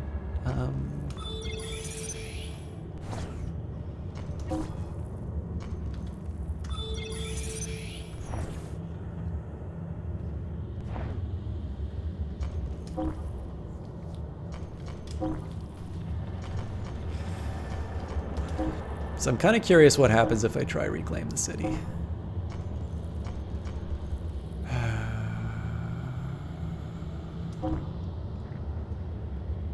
Let's risk it.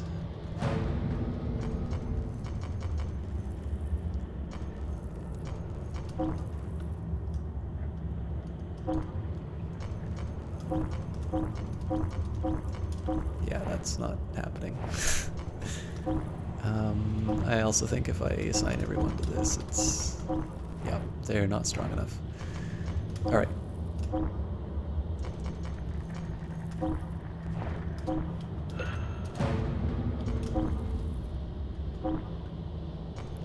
Oh, you know what? I just sent off... I need to keep one of those guys with the blades, otherwise it...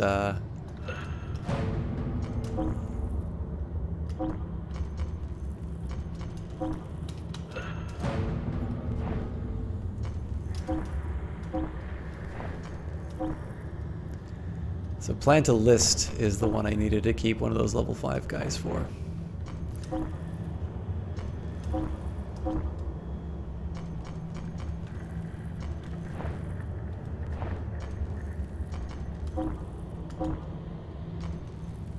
I don't like 85. I mean, 85% is still a good...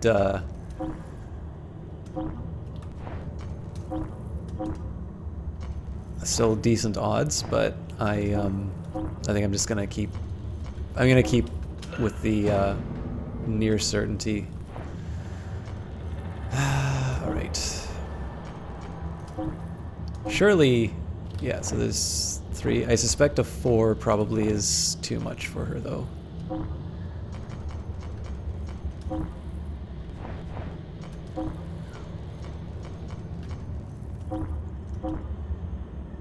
Yeah.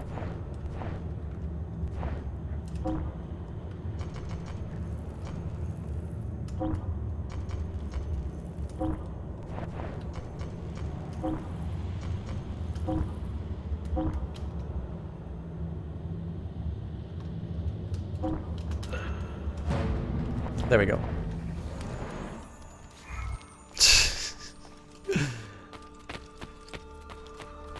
I'll install H1Z1.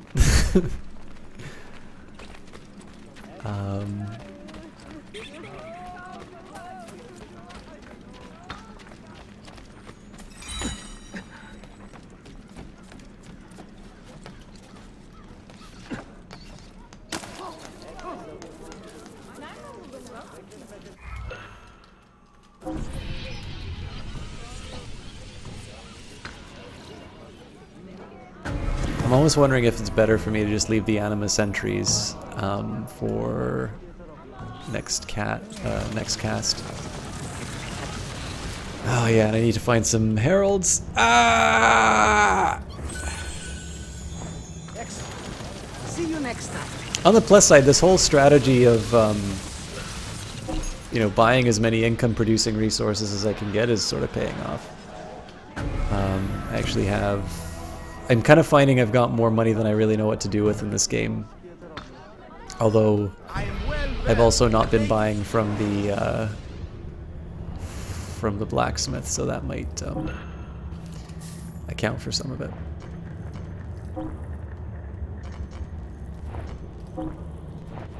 A bit of rest.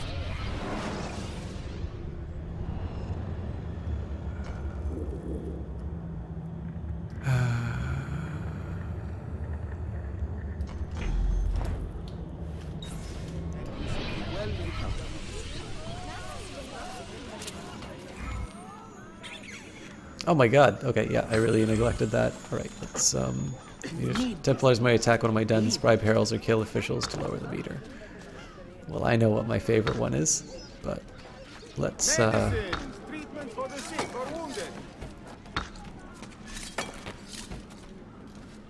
Alright, I have a terrible confession to make. I got a meditation app. I'm actually not... I mean, I don't know if I'm at all good at meditation, but I thought it'd be worth trying. It's actually a pretty good app. But lately it kind of, like, it reminds me each time, it's like, hey, it's time to meditate, and I always ignore it. So I think that's...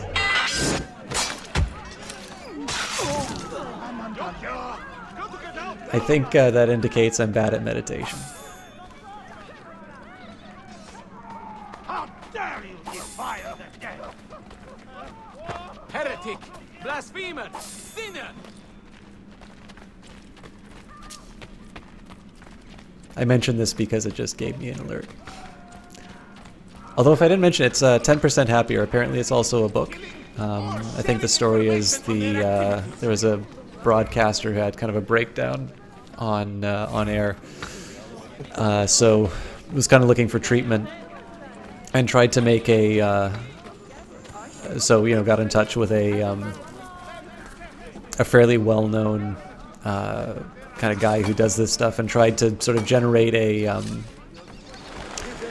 an app that was maybe a little less so obviously if somebody's going to sit down and start kind of talking about esoteric mysteries to me, I'm probably not going to pay too much attention to it. But obviously there is, some benefit that's been discussed. So that one sort of seems to get away from what I will probably in a not very PC way describe as the mumbo jumbo. It tries to strip out some of that and just kind of keep it down to some very basic things that a moron like me can understand. So I don't know, I like it. I haven't read the book though. I'd like to read the book.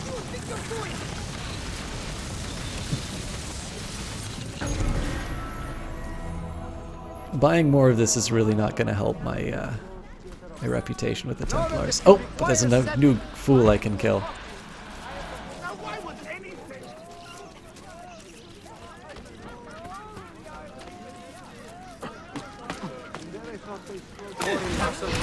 God damn it! Why would you do that?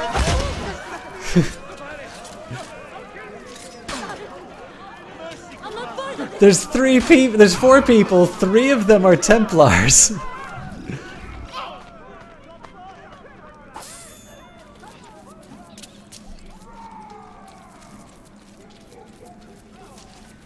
Can I heal? This is a dangerous place.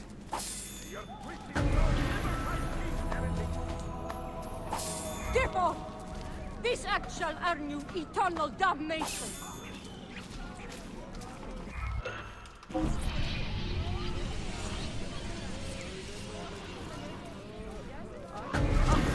Another one. I am starting to get angry. Someone come forward and tell me what happened.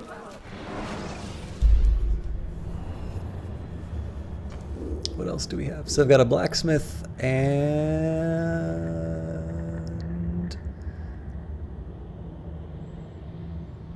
Alright, we'll get these last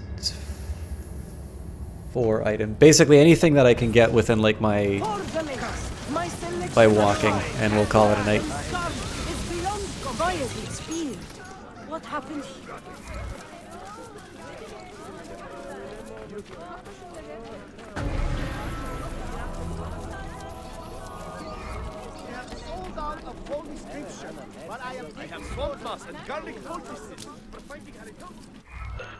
Also, this is probably going to be good because I can spend some of that on new gear. Although I don't know if I want to spend like everything. Maybe a new weapon and some armor. The best in metalwork, the best.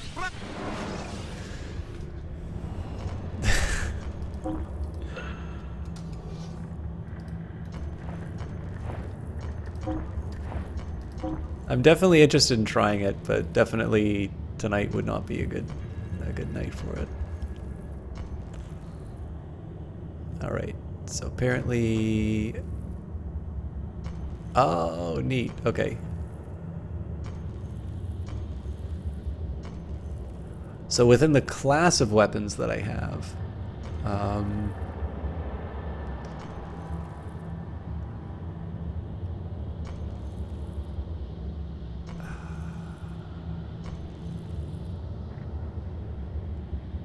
mean, the Merovingian axe is clearly the best. Swords look so much cooler, but... Refer me to your friends, eh? Oh, hang on.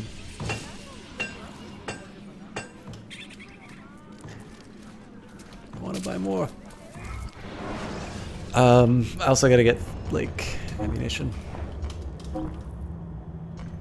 What, I can't afford them? Oh, I already have them. Okay. Oh well, I can't have everything in And stock, I suppose. I've got enough. I think I've got enough medicine for now. All right, where are we?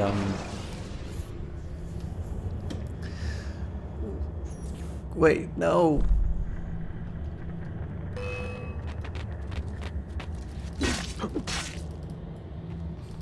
I thought this wasn't a heavy weapon, though.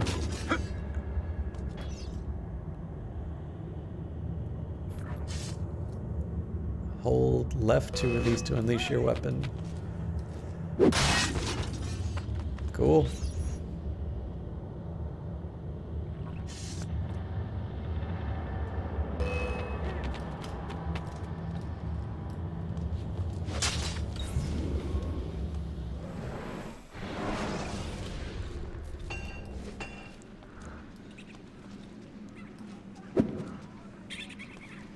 Alright, well that doesn't work at all for me. I'm actually really mad that that's how this weapon's supposed to work, because it's completely different from what I was expecting. Let's try something that does not involve... yeah. Come again, please. Ooh, I like that. Alright.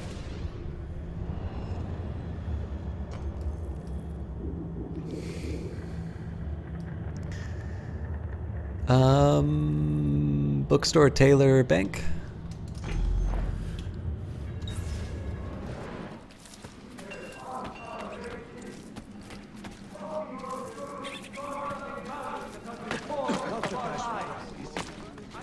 Join your stewards of Byzantium. Cast up. Maybe I should just go to the bank first.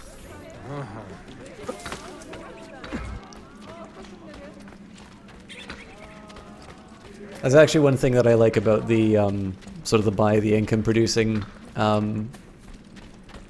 places first strategy is that you get to a point where while you're just going around buying the businesses, you make more than you can actually spend. So it saves me the trouble of walking around, although it does make it hard to finish a cast with it. So I think we'll again, we'll get things in the immediate area and then we'll call it a day. So I won't read the database, but for those of you who are looking for some story-based missions, I think we're done with that for tonight. All right, I'm pretty sure I can afford a doctor, so we'll do doctor, bank, and then we'll kind of catch the last two in the end.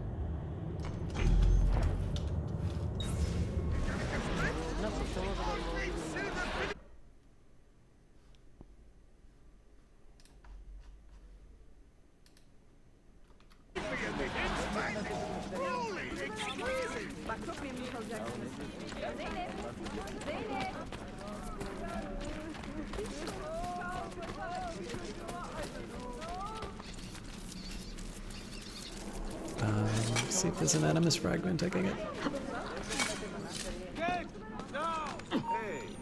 You gotta tell me what to do.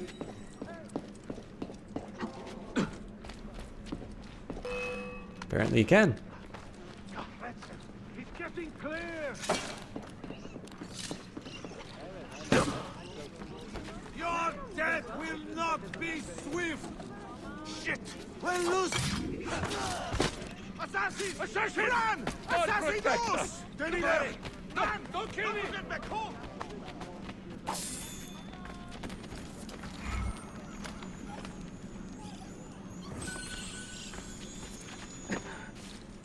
He was threatening me. It was in self-defense. Alright. So I think this infuriates the Templars again. Hopefully we find a herald on the way. And if not, we probably just have to deal with a bunch of attacks.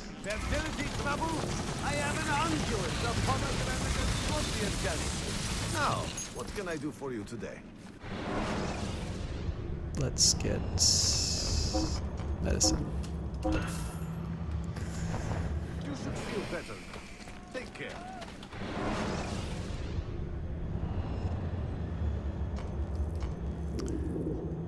Okay, Harold's the exact opposite of where I want to go, so I'm going to ignore him And we'll do the bank, the blacksmith, and the tailor, and if I have to...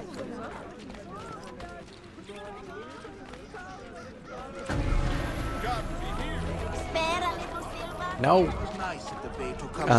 If I have to,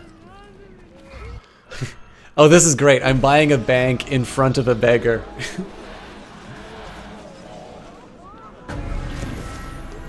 Yeah, if I infuriate the Templars, I'm just gonna have to live with that. God, that's a lot of...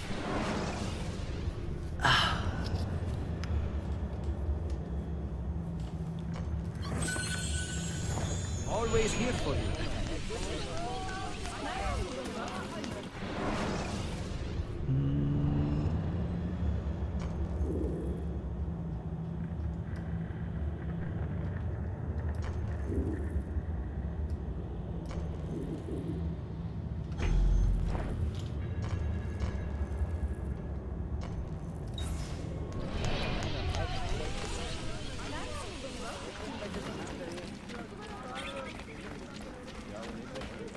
I'm pretty sure I actually go into the red zone when I buy this.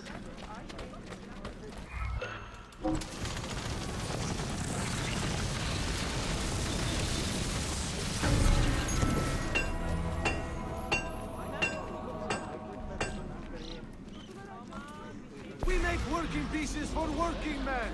Top arms and...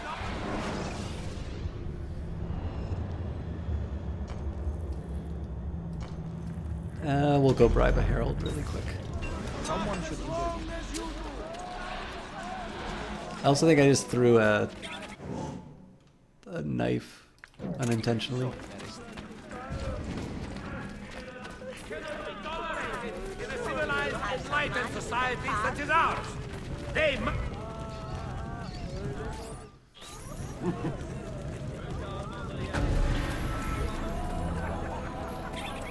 Hey, we now have Bursa. remind all who trespass on their estate that they will be shot on sight. Now I gotta reassign my guys. That's fine. We just have the tailors, right? Okay, cool. Actually, this is not a bad place to end. So we'll take the tailors, then we'll be able to move straight to another another tower, and then we'll call it a... Well, we'll start with a tower the next day, and then we can start on some story missions. So. You are evidently a lost peanut. We have a well-established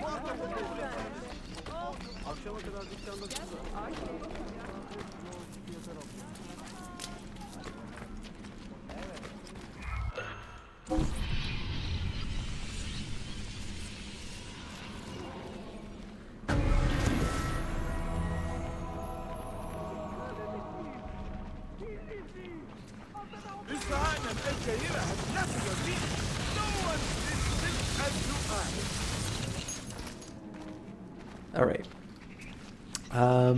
I'm sure there will be a time where I can play with all of these new outfits, but I am definitely... I've run out of steam. So, what are we going to be up to next time I play Assassin's Creed? Just a reminder that on Mondays I always do Crusader Kings. For those of you who like me for that stuff, tomorrow is your day. I don't know if I'm going to go back to Deus Ex during next week. If I do, it'll be on Wednesday or Friday. But I think probably where we'll go next time we play Assassin's Creed, we'll probably take these, and there's some easy stuff that we can do that's in sort of the immediate area. So we probably do these couple of viewpoints, and yeah, so at least these three. It does sort of bring us close to a Templar layer, so we might wind up, we might actually wind up just doing these four, depending how quickly I get through the first three, and that more or less unlocks Constantinople for us. At that point, we just wind up kind of buying landmarks, doing sort of just intermediate kind of activities, and then we can sort of focus on the story. I think the next story is at the Romanis, but it seemed like there was a... Yeah, there's a Sophia. So I'm assuming that this is the continuation of the bloodline with Sophia. But we will find that all out next time. thank you everybody for hanging out. I know it was a little dry at the very end. We also did some math stuff in between, so I appreciate you guys kind of hanging out for as long as you did. Let's find somebody, hopefully with maybe a little more energy to carry you through. I figure the least I can do at the very end is to keep you... Oh my god! Outstar Walker is playing Until Dawn. Outstar Walker is an absolutely outstanding caster. So I'm gonna fire you off to her. She's partnered too, so Outstar Walker. She's great. She is actually the other half of the she's the other half of the Pyron Jade Outstar Walker duo. Unless you guys are lurking, I do strongly recommend that you come along, say hi, and give her a follow. She's a lot of fun to watch. She does everything from like rock band streams, and she's also kind of the ruler of the GOG stream team. So just an absolutely outstanding caster, and I think you guys are going to have a lot of fun watching her play Until Dawn. All right, anyways, guys, thank you very much for hanging out. Thank you, Albadon, for your nice words. I'm really excited to see what Outstar's up to, so I will not make this as an extended of a farewell, and we will instead drop you off with Outstar. Have a good one, guys. Thanks.